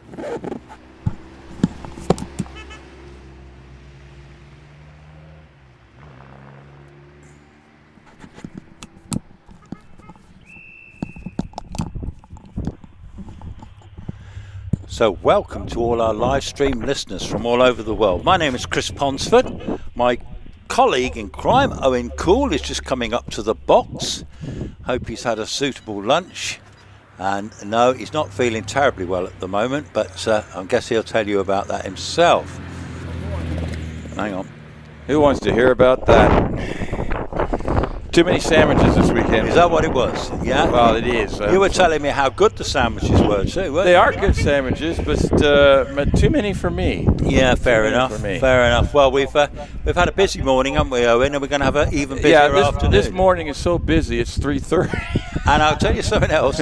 Did you know that my experts in the paddock with these weather apps on their phone are telling me we're going to get very heavy rain later on? Not too long, actually. Did you throw something at said experts in the paddock? Well, I had it confirmed by Izzy Lawrence, who showed me on her phone. Oh, the all singing, all dancing. They're all singing, all dancing. It's better. I don't know what it is, iPhone things or something, eh? Well, it lied. You think so? I know so. Okay, well, that's all good then. But looking at those grey clouds, let's hope it stays well, they're dry. over there. We're over here. Let's keep it that way. Mutual agreement. Right. We're on a little box, aren't we? We're in our little wooden box. You know how many hours we've been in this box now? Yeah, I know. It's like we're banged up in a prison, isn't it, really? Prison cells are a little more roomy and comfortable than this. Anyway, you've just been let out for half hour, so, it's... I was actually down in the paddock talking to some of our competitors. And seeing if we get to the bottom of some of the situations. Some of the glitches and hitches. Yes. Okay. But Joe Hoyle, we'll get to that somewhat. But Joe Hoyle has just launched off the line in their Caterham 7 Super Sprint. Double drives this car with Ray Lohr. So we've got a couple of double-driven cars to start our next batch. And so after the first time runs, I'm not sure where we're at the moment. I'm sure I'll find out in a minute. So 73 miles an hour into Triangle for Joy. This is a 1600 car, is it not? It's actually it's a 2-litre car. Normally aspirated on twin 48s. Okay. See, I knew you knew. Yeah, well, I do. But you can talk about that. Laura Waddle in the Porsche 911 Carrera is launched off the line and will be in the view Triangle in a minute. So Joy, actually, she's fourth. She's fourth in class at the moment. So yeah. Yes, she certainly is. Joy's a very rapid driver. Laura Wardle in old school 911 Carrera Porsche. What a fabulous machine that is. Rear-engined, air-cooled job. Worth a blooming fortune these days, and to see them hill climbing is a great sight, to be fair, because some of these cars can be worth way in excess of £100,000, can't they? Yeah, absolutely. Well, Laura did a 64.28 first. I will say Joy Hoyle matched her first time run time, so almost identical times, a couple of hundreds difference. So no gain in position there. Laura's done a 64.28, looking to improve on that, and she heads across the line. Excellent improvement, 62.58. So that's good. We got Jamie Chalmers in the completely standard Mazda MX-5. This is road cars up to 2 liter. And Jamie is all at the top of the hill. No modifications. First year competing on the hills and is enjoying the challenge. Like I said, in the road going class, you don't need to make any modifications, or you can do them as and when you feel like it. But your first target when you're competing hill climbing is yourself. You want to always be faster than the last time. You always want to set your personal best, and then you worry about everybody else. On the screen, so Jamie's done a 69.60, which is an improvement of half a second. We have Richard Pates, first time here, MGF Trophy 160, again, completely standard, no modifications. This is his first time ever competing at Loton. Yeah, I think so. And I think I was told this morning that the car only costs about £1,500. But either way, totally standard. Locks a bit of a tyre going into there, doesn't he? But yeah, cheap way of getting into hill climbing. You've got to learn the ropes, haven't you? Absolutely. So Richard's setting a nice pace. On your screen right now is actually the Renault A10. Richard did a 73.36. That's 2 seconds quicker than his first time run. So Robert Lawrence in the Renault. Yeah, well, the little Renault Clios are very popular these days. When it says Clio 182, we're talking about Robert Lawrence now. He wants to tell you about the Alpine, fantastic car, fiberglass body on that, little 16-valve, small 1600 Renault engine in that one. Immensely successful as a rally car, actually, back in the day. It was, yeah. So Paul's done a 73.10, slightly slower, but on the screen right now is Ian Richards in the Renault Clio 182. Said he's enjoying the weekend here. Apparently he likes listening to us. I'm not quite sure what that was about. And John Langmead has just gone through Triangle in the Lotus Elise 135R. Yes, well, Ian Richards in the Clio, the 182, 163.24. Jonathan Langmead on the hill in the Lotus Elise. That's a very rapid little car, that one. Ooh. Big lock-up going into fallow there. Loads of tyre smoke, flat-spotted the tyres, no doubt. And here comes the Golf. He nearly went off there at loggerheads. My goodness me. Yeah, he's trying hard. He tried hard this morning, didn't he? He did. That's James Hudson in the VW Golf, giving it absolutely everything. He's currently fourth in class, but he's only 5/100ths of a second behind third place. David Wilson didn't improve on his second run, so he's absolutely hauling the mail, I guess you'd call it. John Langmead in the Elise, he did a 58.98, only a second quicker, but not quite enough to knock Peter Seidel off the top of the pile. Talking of Peter Seidel, he's just gone by me. That's that Clio 182, but in fairness, that one has got a 244 brake engine. It's had lots of money spent on it. He drives it very well indeed. Sure to be a good chance of claiming the class in this one. I will say that Hudson in the Volkswagen Golf, he pulled out a time quick enough, got to third in class. Wow, moved up a position. He was giving it some. How's Peter Seidel doing? Well, Peter Siddle's doing pretty well. He's just going around the museum. He's on his way up towards the finish. Robert Wilson in the 2:05 just gone by me as well. So Peter Siddle finishes in 59.19, which is excellent. But he was quicker this morning. Yeah, Robert's. They've both done. Him and his dad have both done 59s in his car before, and that's what they're hunting for. If he gets a 59, it'll jump him up to third. If he sets a PB, it'll be quicker than that. So they're actually having to go. And Rodney Isles is on the course as well, just going through Triangle. He's currently leading the over 2 liter road going class in his 1750 supercharged Alpha. Ah, so it was supercharged, yeah. Yeah, it's really. Yeah, so I thought it was wrong there. Yeah. So I did check with while I was down there. What a glorious bit of kit that. So Robert, in fact, Robert in the Peugeot did a 6079. No improvement, is still in 5th place. Oh my goodness, Robert. There's a big moment approaching museum, but he manages to get it back straight. Yeah. Is it going to affect his time? But anyway, he would have to get. It will. Now, Robert's told me that he's only 0.7 from the class record on his PB. So he was going to have a go, which I believe he just did. So Rodney did a 57.27, so he did go quicker. But I'm not sure what this class record was on that. So, but he has previously. Anyway, Richard York in the Porsche 718 GT4 Club Sport is just heading up to Cedar Straight. He certainly is, yes. This is, oh my goodness me, the Porsches are getting lots of noise here. Ross McDonald's just gone by me as well. Yeah, he left his mark behind it. But anyway, Richard York, it's a road-going car, to be fair. He often drives it here, and he's going off up towards the finish, and he's going to finish very shortly in a time of 66.47. The glorious 911 Carrera 2.7 RS, the red one, goes into fallow now, approaching museum. And he'll be followed by Tony Adams in the Lotus Exige. Oh, Ross McDonald, who's currently sitting 4th in class, just coming out of museum, just got it a bit wrong, and the car slowed right down, sort of lost momentum. So he's done a 62.79, so he actually went slower, so he lost time there. But Tony Adams, who's only 2nd in class, he's trying to chase down Rodney Isles in that V6 supercharged Exige. And then we've got car 28 of Phil James, who's where's Phil James? Phil James is currently 3rd in class, so we've got 2nd and 3rd in class up the hill right now. Tony's just coming in a 59.39, so an improvement, but not enough. Rodney Isles is holding. Rodney Isles is very rapid, isn't he? But as I say, approaching the fallow now is Phil James in the Cayman GT4. Anyway, beautiful looking Porsche. And just going by me in Triangle, here's David Meek, and another in the VX220 Turbo again.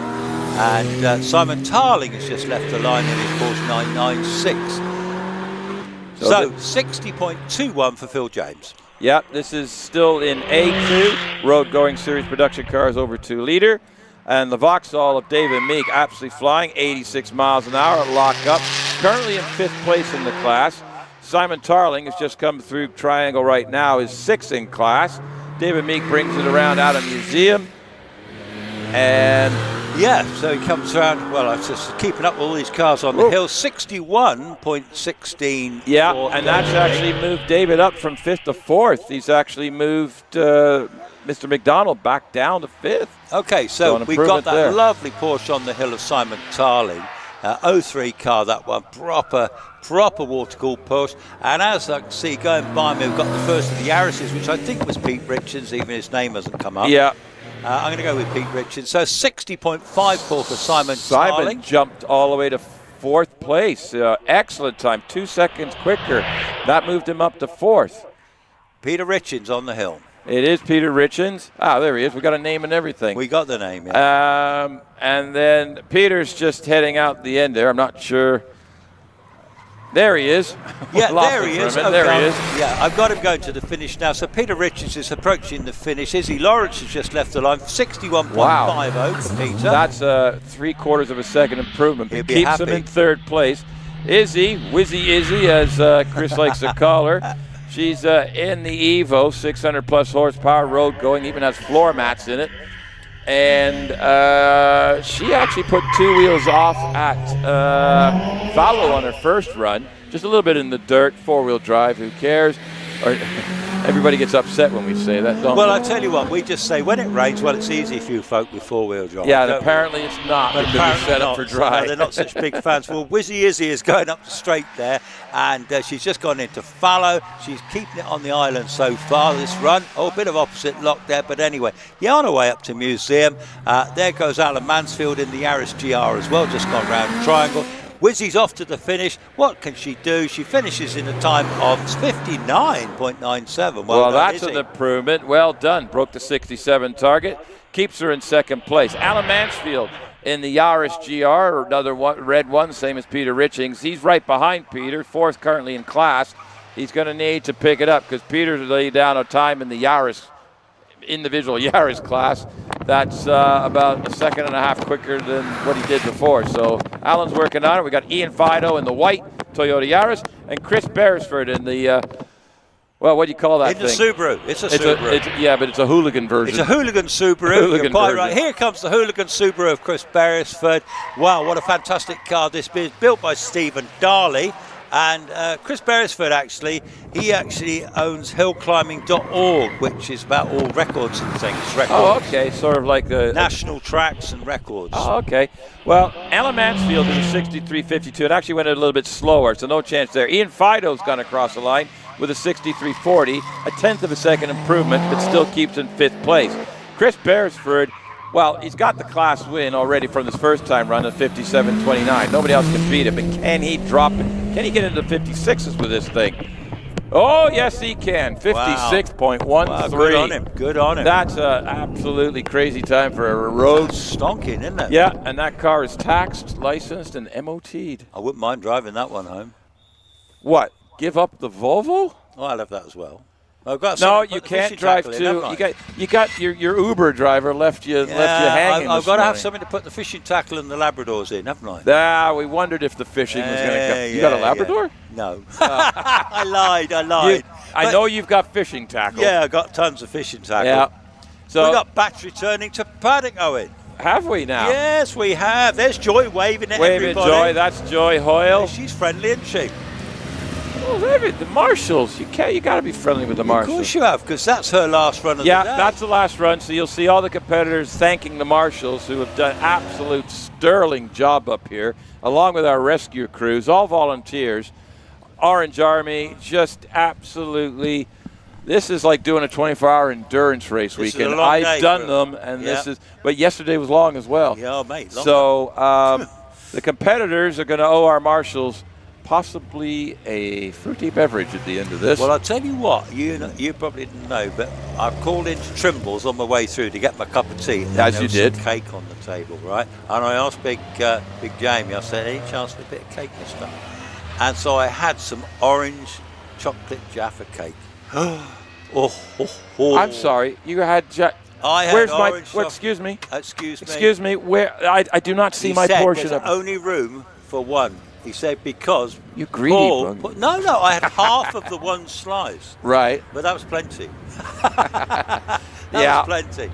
Yeah. So I'm sorry you missed out, but given that you had gremlins just before Yeah. lunch, Yes. so I thought you wouldn't be appreciating getting more gremlins, would you? No. We won't go into your gremlins. No. No. Don't Don't go there. Don't go there. Right. So here we go. Can I? No, apparently I can't. Right. So for our viewers, I know we had the half-hour break. I'm not sure if Rich stayed live and played some stuff. No idea. Or whatever. However, if you're watching live right now, or if you're in the paddock or in the spectator area watching, the HillClimb.TV live of all this brilliant coverage is going on, please like, share, follow, and subscribe to the HillClimb.TV YouTube channel. It doesn't cost you anything, but it's a big support for us, and it helps Rich do what he does. So if you can do that for us, we would muchly appreciate it. Oh, we would muchly. Yes, so we would would. Rich muchly. Well, Rich is. I'm. Eleanor. Eleanor. We don't mention her. She's steering this thing. She did a marvellous job. They both do. Rich, he gets. To be fair, on days like today, he's stuck there in front of that monitor, having to watch it live stream and be ready to act in case of something. And listening to us. And, well, that's a bit unfortunate. The man needs he a medal. He turns us off, actually. No, I found out he didn't. No, I actually met him in the paddock during the break. He was just stretching his legs. Well, I told him to get out and have a break. His eyeballs were square. Yeah, I'm not surprised. I'm not surprised. So, but he's done an absolute sterling job. As ever. And he does it on every British round, doesn't he? Not every round, No? but the majority. Oh, no, Wiscombe has their own. Doesn't do Channel Islands. I think he's been to. Did he? Doon? He did Harewood. Doon? I don't know. No. I don't think he goes that much. That's a long way to go. Well, it is a long way. So, but yeah. So he'll be back. Just in case you don't know, the British Hillclimb Championship travels all over Britain. It goes to Northern Ireland, to Craigantlin. It goes to the Channel Islands, to Booly Bay, doesn't it? And Jersey. And Jersey, doesn't go to Wales. There's nothing in Wales. We're close to Wales here. We're close to Wales, but we're on the border. There are venues in Wales, and there is a hill climb in Wales, but it's not suitable for single-seaters on safety grounds. Right. So it's up on Eppet. Oh, the hill climb. Yeah, hill climb in Eppet, but the single-seaters aren't permitted due to safety concerns. But they do have a hill climb there. Yeah, they do. You get rally cars and Westfields and stuff. Oh, you get everything. Mike West in the Fisher Fury has wound up the rubber band on his motorcycle-powered Fisher Fury and is off. So we're into some. We're in Libra now, aren't we? Well, we've got some double-driven cars, so we're going to have a couple of these and a couple of those and a couple of others here. So here he comes around, Mike West. I think you said he's a regular marshal. Oh, he's a super god marshal. Super god marshal. Oh, he is up there. He's up there with the very finest. He's a boss marshal, and he's in that little Kawasaki engine, Fisher Fury. That is a lovely little thing. They've got that really well sorted now, haven't they? And coming into Triangle is one of my absolute favourites of the day, the Mallet Mark 20, Clubman's car. So they were racing, still raced on circuits, but this is an older Mallet. But Ford 1700 cross-flow engine, they all had pretty much the same engine, same spec, built by Ray Mallet, weren't they? Yeah, so this is the Sports Libre class up to 2 litre. Mike West has just gone doing a 63.32, and that's actually about a second half slower than his first time run. Sam Nicholson, on the other hand, is actually purple sectors just about everywhere except the top of Cedar Straight. So I'm interested to see what he does. Robert Penrose in the Hillbeam MP92, the V8 Chevys on Cedar Straight now. Sam's in the Malik's done a 53.32, so he's secured his second place at the moment. Robert Penrose in the Sports Libre over 2 litre. So we've got a few double-driven cars. And Anthony Shearman in his Caterham 310R 1600cc has just gone through Triangle.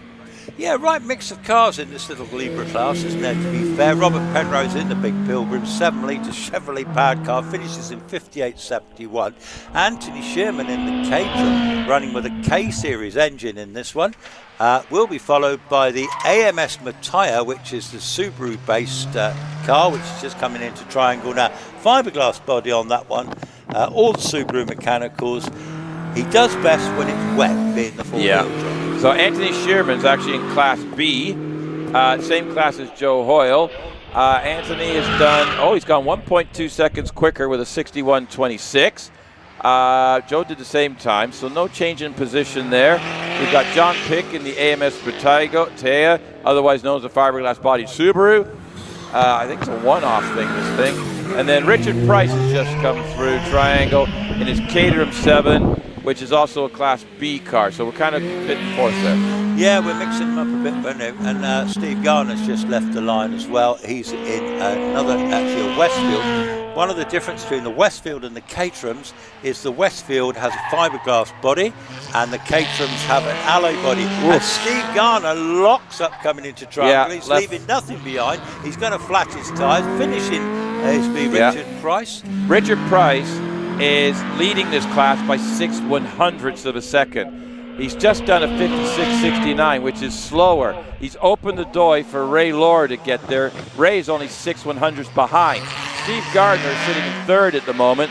He's feeling second. He's purple sectors all the way up to second. This is all Class B cars right now. I think we could have a change here. I'm just going to go with this for a second. Steve Gardner's just taken the class lead with a 55.64. Dropped Ray Price a second. Ray Lohr, I'm not sure if he's got enough to do it now. He's showing even times at the moment. Yeah, I don't know. Ray's has been winning classes in this car this year. He's a very quick driver. Oh, he goes over the inside of the grass fallow there. He's certainly grass cutting, but no harm done, except to the grass, perhaps. Anyway, we've got Tim Higgins has just gone by us in his other little Westfield as Ray goes to the finish in 57.67. Yeah, which isn't enough. no, he's gone slower. That keeps him in third in class. Steve Gardner's just jumped up to first, and everyone else is like, nope, no chance to respond. Timothy Higgins is currently in sixth in class and going through a museum now, so he's having a good run. And Rob Lloyd in the MK Indy is on Cedar Straight. Yes, he is indeed. Well, I think both are at 60.37 for Tim Higgins. Rob Lloyd is in his first season of doing it in this car. He'll be very well to beat the likes of Steve Garner, who's developed that car over many, many years. As has Richard Price and Ray Lohr. So absolutely. So, but it's a competitive class, and he'll improve. On the course right now, coming triangles, Glenn Davis in the 1380 PDA powered Ford Anglia, new build car. It's only about the second event, but it's in the dry. Just want to check. Actually, Tim Higgins actually jumped up 2 places. Oh wow! In class there, just at the end. I didn't quite catch his time, but he's jumped 2 places. So well done to him. Glenn Davis in the Anglia, already up the top of Cedar Straight. Yeah, one of my favourite cars. He built this car from a real rusty heap, but it's not rusty anymore. He's cut everything out. He's welded new panels and everything. It's so beautifully prepared. The paint job's fantastic. Lovely Ford engine in that one. On his way up towards the finish, as Andrew Russell in the lovely Ginetta, class-leading Ginetta over the years. That one, rear engine, imp engine in that one. Light fiberglass body, had that car 20 years. What was the time for Glenn Davis? Glenn Davis did a 69.77, which is basically 1/100th faster than his first time. So he stays in third. Andrew Russell did a 62.37, so he's looking to improve on that. And Gavin Neat in the class leading at the moment, Peugeot 106, has just launched off the line as well. So we'll see him shortly. Andrew Russell's just headed across the museum. Across the line with a 61.46, so a second improvement there. Here goes Gavin Neat. Well, that's a very well sorted little car. He's an extremely quick driver. I think Gavin blitzed him this morning, didn't he? He did. He did a 58.8 this morning, which is like 3 seconds quicker. The class record in this is in the 57, low 57, held by Martin Depper. It's been there for years. Gavin holds the class record, a couple other. Locked that did that yesterday, spun around, but this time he caught it, locked the back wheels up, turned the car a little bit, but he just kept it going. And around he goes. We've got Roy Holder in the Renault X85 just coming through triangle, but Gavin's just gone through with a 58.27, almost half a second improvement. Well, fantastic. That is tremendous. Roy Holder, actually, this is what the gentleman you called the venerable Roy Holder yesterday. You're going to keep reminding me of that. I'm not going to forget that. You know that. I'm like a dog with a bone. Yeah, you are that. Yeah, yeah. It's like Roy a chewy Holder toy. in the little Clio that he built from a wreck. Well, actually, it was a write-off. Michael Harriman just gone round in the little lightweight Renault Clio. That's Roy Holder's old car, isn't it? It is, yeah. Mark 1 Clio. A lot lighter, but less power. It's got Roy's got bigger. Mike Harriman is actually leading the class, but only by about 0.5 of a second over Carl. So Roy's gone through in 62.69. No improvement there, only a couple tenths off. Mike did a 58.93. He's looking for more because Carl, who's coming into view now in the triangle, is breathing down his neck. If Carl gets a clean run, he could give Mike a bit of a headache. Mike's done a 58.74, so a couple of tenths improvement. He's up there. So Carl's on it, though. The purple sector so far. Looking good, isn't he, Carl? Yeah. He's really developed that car too, actually. This is always such a closely contested class, to be fair. And there's great bonhomie amongst these drivers. We've got a Porsche, Jonathan Williamson, just come round. Yeah, he's he's up to over 2-liter modified. Yeah, but we got Carl coming through the end. This is going to be close. 59.79, so no improvement there. That gives Mike the win. And I'm starting to wonder if that was a PB for Mike based on the reaction. It was. Mike Harriman just set a new PB on that second run. We just talked to Steve. Please give us the thumbs up. Yeah. Steve so Jonathan Williamson in the Porsche. This is the over What is this? We've got merged. It's over 2 liter, but we've merged it with the 4-wheel drive. So John's currently, he's done a 59.48, so that's 1.1 seconds quicker. And we've got Stephen Moore, who set a PB on his first time. I completely missed him then. I was looking at You blinked. Yeah, I blinked. And Stephen Moore's been very rapid all weekend, to be fair. He was already second quicker. And here comes Damien Bradley following him up the hill. So Stephen will put a marker down. He's going to finish in a time of 54.31. That's another personal best, I believe. Well, fantastic. And Stephen Bradley in this awesome Subaru Legacy is taking it up the hill. I tell you what, this car is so well developed. He drives it so well, doesn't he? Yeah. He's got a building business back in Kent. He's always a little bit wide going out of fallow. Take it to the finish. Yeah, he's Damien. They've been doing testing this weekend for the Tin Top Top 10 runoff that's be here next month. A 52.78, a tenth slower, but he still takes the class win. C3 for modified cars with 4-wheel drive cars. The two merge together. And there's Jamie setting a time with our Chief Marshal, Wagon. He's Wagon of Hope up the hill he it's goes. End of batch, isn't it? It is. Yeah, so end of batch means that there these cars will There was some good competition in there. I'll tell you what, that was I'd like to do a review. I wonder if Rich can quickly pull us up some review of the classes that have completed. What do you think? I don't know. Would he might do that for us? I don't know. He's a busy man. Perhaps he wants a break. In Perhaps A1, in A1 up to 2 liter class for the road going cars, Peter Siddle takes the class win with a 58.91. John Langmead in second with a 58.98. So there was only 7 100ths in it. And third was the Polo of John Hudson with a 6.38. So that's our top 3 in road going. Possibly moving up to A2. Rodney Isles set the time, 57.27. He was the only car in the 57s for both time runs. He takes the class win. Tony Adams in the Supercharged Exceeds is second with a 59.3. And Mr. James is third with a 60.21 on his second run. So well done to them, the 9 in class. In our road series production cars with 4-wheel drive, Chris Beresford in the Grey Ghost. 56.13, followed by Izzy Lawrence with a 59.97, and Pete Richins held off all the other Yaris's, or is that Yarai? Yeah, no, that's for good. third with a 61.50. So an excellent run for Pete. Pete was actually significantly quicker than his opposition, which is fantastic. On the second time run, he just maybe he forgot to brake for a corner. He did really well there, didn't he? Well done, Pete. So that's up to A3. In Class B, Steve Gardner absolutely blindsided everybody. He was sitting about third and just put a time in of a 55.64 and just stole first place from Ray Lohr and Richard Price. So Mr. Price finished second, Ray Lohr finished third, both with a 56.47 and a 56.53. So there was a 6 100ths in it. Very good. So an absolute close battle there. Now, you will notice on the screen that these classes have been sponsored by various sponsors. I can't need them all, but thank you very much to all the sponsors that are supporting all the classes on the live stream. We thank you very much. In C1, modified cars up to 1,400. These guys are basically racing cars.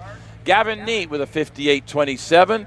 So that was an improve over his first one. Andrew Russell with a 61.46. And Glenn Davis with the Anglia, topped the finish. Completed the top 3. Brilliant. Podium there. Brilliant. Right. In C2, Mike Harriman with a new personal best. Set a time of 58.74. Carl Beeman, he tried, just couldn't quite get there. We'll stick with the 59.61. And rounding out the top 3 podium positions, Roy Holder in third. The venerable Roy Holder. The venerable Roy Holder in third. Well, that was pretty exciting stuff, wasn't it? Yeah. Now, after that little batch of cars, go on. You can see what I can see down in the paddock on the screen. We're back into single-seaters, mate. We're back into single-seaters. Proper racing cars. My life doesn't last too long, doesn't it? There we go. Yeah. Well, Chris and I are always having this battle. I'm a tin top guy. He's a single-seater guy. I appreciate all the single-seaters. I love them all. And you appreciate all the tin tops. I do, yeah. But when it comes to the technical side of it, my head's under the bonnet of the tin tops. Your head's in the back of the single-seaters. So we kind of split resources when we try to go research. We do, stuff. because they're all different, aren't they? But I tell you what, I did see coming to the line there. That's our man in the little 750 Kawasaki engine OMS. Yeah, that's Ben Hamer. No, Ben Hamer, not Melton, folks. Yeah. Melton Mowbray is where he comes from, but they decided to call him Ben Hamer Melton. Ben Hamer Melton. So I'm calling him Mr. Pork Pie. That's his new nickname. Right. I don't know if he's going to appreciate that. Yeah, I've already told him. So this is another double-driven car. So we're kind of out of sequence a little bit here. So this is car 76. It is. It leaves the line actually very rapidly, 2.89 off the line. But friend, he's only got a 750 engine. It's turbocharged. So yeah. So it's up to the 1100 in the 1100 racing class. That's because if it's turbocharged, supercharged, you have to multiply the engine size by 1.4, and that's what class you go into. Everything's engine-based here. Steve Morgan's on the line, ready to go. Yeah, Ben's in the OMS 28, 748 turbo, in the up to 1100cc class. That's a big class. It's a big class. Huge class. You know, full of young loonies as well, isn't it? Yeah. Stuart Bickley is leading this class with a 47.6. Ben Hamer is... Well, he did a 50, didn't he, last time? Yeah. 50.2. Oh, Ben, there he is. Ben was he's fifth. Yeah, that first one. 50.17. Ben, yeah, he's done a 50.17. Slight improvement, but no change in position. Steve Morgan's just come through Triangle right now. Yeah, Steve Morgan sharing that car with his son Tom, and brand new car this year, this Empire, built down in Somerset by Bill Taplin. Fantastic bit of kit, really. Very popular amongst competitors in this class, aren't they? Yeah, the Empire, a very nimble little car with a small engine. With those light little motorbike engines in the back, they don't have to go, don't they? Oh no, yeah, very light, very nimble car. They're really suited for the smaller engine cars. Flies across the line with a 5066, moves up a position at the moment, up to 7th. We've got Jonathan Fleischer coming through Triangle right now, the OMS 28. Yeah, Jonathan Fleischer, actually, him and his son Dylan. This is a brand new car, really. They did have a mishap at Shelsley in it, and I also found out that his profession, and he's from Harrogate. He builds teeth. He's a teeth man. He's got a dental business, basically. Oh, okay. Yeah, he's a so if you need any dental surgery, not surgery, but I got my talk out there. Anyway, I said I'll cut you a deal. It says teeth are expensive, aren't they? Yeah. Who's this? Oh, that's Richard Weaver. We know him. We've talked to him before. We know Richard Weaver. Well, he's our ex-truck driver, isn't he? Yeah, he used to recover the cars here. Did. And then he decided he wanted to go really quick, so he bought a single-seater. Now, I just want to make sure it mentioned Fleischer there. Yeah. Did a 51.72, but didn't get a run the first time. He had a no-time run. Okay, he had no-time run. So he's got one in. He's up to 10th place. Yeah. Richard Weaver's coming through Museum. He's looking to improve. Currently sitting in 9th. He goes across the line, does a 5.076, jumps up to 8th place. Well, here's Kirsten Dodd. In the Formula Ford. She's in the Formula Ford, and this is... I think this is her first year driving in the Formula Ford, and she's up against some very experienced drivers, isn't she? Yeah, well, this is Carolyn Ryder's car. And Sarah Bosworth. Yeah, now, yes, so currently Caroline's leading Sarah by, 0.15 of a second, or 1.6 of a second, actually. Kirsten is third at the moment. But we'll change that. So we're doing double drivers. We're changing classes a little bit, folks. Just bear with us. We will keep you informed. So Kirsten heads up to Museum. Across the end, she's looking to improve. She has improved, 61.32, so that's 0.6 quicker than the first time run. Keeps her in a podium position. Neil Coles is just approaching Fallow. Shares this with his son Alex. Low MS, actually. This is actually used to belong to Bernie Cavill and Simon Andrews. Oh, okay. Who were very successful in this car. Anyway, they decided to move up to a bigger engine one. So Neil's done a 50.08. That's moved him up a couple of spots, moves him up to 7 in class. Let's see, Andy Greenan is just coming through keepers. Yeah, Andy Greenan, the Greenan brothers, extremely rapid. Adam and Andy Greenan, always on the pace, aren't they? This is they got this car new last year. This is in the 1600 class. Very rapid indeed. already round Museum. Andy wasn't, I think Adam has had the number this weekend, but anyway. So 47.10 moves him up to third place. Yeah, that jumps him to third place in class, so that's an excellent run. We've got Liam Cooper in the Force TA on the course, heading up already onto the Cedar, not so straight. And we've got Alan Warburton who's just launched off the line. Okay, yeah, well, Liam Cooper from Exeter is here with his wife Olivia. They all race in the family, the sons and daughters as well. But anyway, I think Archie and... anyway, here comes Liam approaching the line. Alan Warburton coming down into triangle, very quick, locks the rear wheels. He's already away. Liam finishes in 48.86. That's a 2-second improvement for Liam, but keeps him in 7th place at the moment. Alan Warburton is currently in 5th place and looking to move up. There's only a couple tenths between him and the cars in front, so he's hunting for some more. Stuart Dow was also just launched off the line in his cater and Hayabusa. Yes, he does indeed. Well, Alan Warburton approaches the finishing line round Museum, but Stuart Dow's coming into my sight in the Caterham. This is a motorbike engine Caterham, bit of a lock slide going out. 47.42 for Alan Warburton. And actually that jumps him from 5th to 4th place. He gained a position on that run. Stuart Dow is leading Class D. Phil Goff had a bit of a weird spin in the brakes at the top of Cedar, but so didn't get a really good run. Stuart Dow is leading this class. He's looking to improve on his 53.10. Phil Goff wants a nice, clean, straight run to get somewhere near Stuart. So here we go. Yeah, so Stuart Dow is about to finish, going over the line in 53.25. Phil Goff on the hill. There's big motorbike engines for these cars. They absolutely fly in these little lightweight bodies. And he will be followed by Alan McDonald, who's just left the line in his Force, his enclosed-bodied Force. And Alan has actually been brilliant all weekend. Oh, he has a moment at Museum because Phil, he gets it back together. It's cost him quite a lot of time. Yeah, he's outside. So he's got a 56.86. So Stuart Dow's going to take the Class D win there. But Alan McDonald in the Libra class, Sports Libra up to 2 liter. We've had a couple of runners already because of shared drives. He's currently on a 52.87. The Nicholsons are 2nd and 3rd with the Malik. We've still got 1 run in that Malik to go, so whether or not he's going to cause any problem. But Alan McDonald is actually going quicker than his previous run. He goes across the line with a 51.81. That's 1 second quicker than his first time. Mike Lee in the Force LMO3. Yeah, that's a lovely little enclosed, it's like a Force, but it's got enclosed bodywork as well out to the back wheels. So, yeah, he comes up from Cornwall. It's a very rapid car. It's got a supercharged engine in that one, supercharged motorbike engine. He's already on his way up through Fallow there now. John McQuillan has just left the line in the Fisher Fury. You've got a split screen, so the green car is the Fisher Fury, which approaches Triangle now as Mike Lee goes to the finish. Mike Lee's about to finish in 54.90. John McQuillan goes by in the Fisher Fury. Yeah, Mike Lee actually took almost over 2 seconds off his first run time.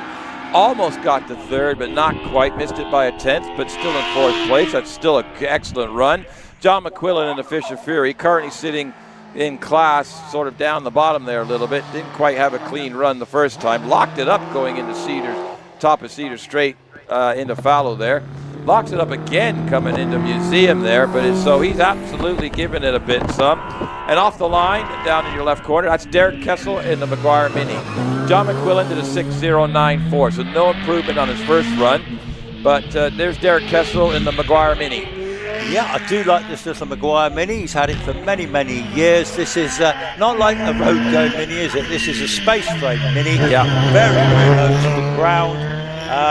Engine-wise, it's an A-series engine, but it's really the ground effects it has. The handling is like flat track, isn't it? It's brilliant, isn't it? Yeah, it's very low down. He's essentially sitting on the floor in this car. Derek's had this car a long time. Still got the old A-series Mini engine in it, in the front as well. It's so low that big bulge in the bonnet to clear the engine. The engine's taller than the car. So Derek he's currently in 6th. He did a 58.41, but he was only slightly behind a couple cars in front. So he's looking to improve. If he gets a couple of tenths, he'll jump a spot. Nah, just missed out. 58.74, a little bit slower. David Bickley in the Radical. Yeah, proper little race car, these Radicals. David Bickley is the father of Stuart Bickley. and in fact Stuart was racing this car last year before he got hold of the single-seater. But very popular race car. Most of them got motorbike engines in them. Very rapid. Goes over the line at 57.10. Yeah, that's an 0.8 of a second improvement on his first time run, but no movement in position. 5th place. Robin Nicholson in the Malik. He's currently 3rd. He's got to sniff a 2nd if he gets a clean run here. I don't think he'll catch Alan McDonald, but he might catch his co-driver in this. So we'll see how it goes. The beautiful Mark II. And Roger Moran's just coming in a triangle in that R5 rally car. Robin does a 54.37. It's improvement, but not enough. Yeah, well, Roger Moran, that's one of our both favourite cars here today, isn't it? Yeah. I'm watching it going through the corners. It just sits there so flat, doesn't it? Yeah, he actually softened up the front end this morning, try and get a bit of grip. So he's done a 54.1, which is faster than about a second yesterday. And very neat and tidy, Roger. Very experienced driver, Roger. Obviously the father of Scott.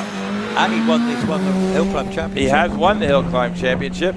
And then we've got Duncan Bart. So Roger, whoa, he's done another second, 56. So Roger will be happy with that run. That's a great improvement. Duncan Barnes in the Norma. European, you see this on the European hills. It's the only one I know of in this country, but it's got a Civic Type R turbocharged turbocharged 2-litre engine, but it's a 500 horsepower thing.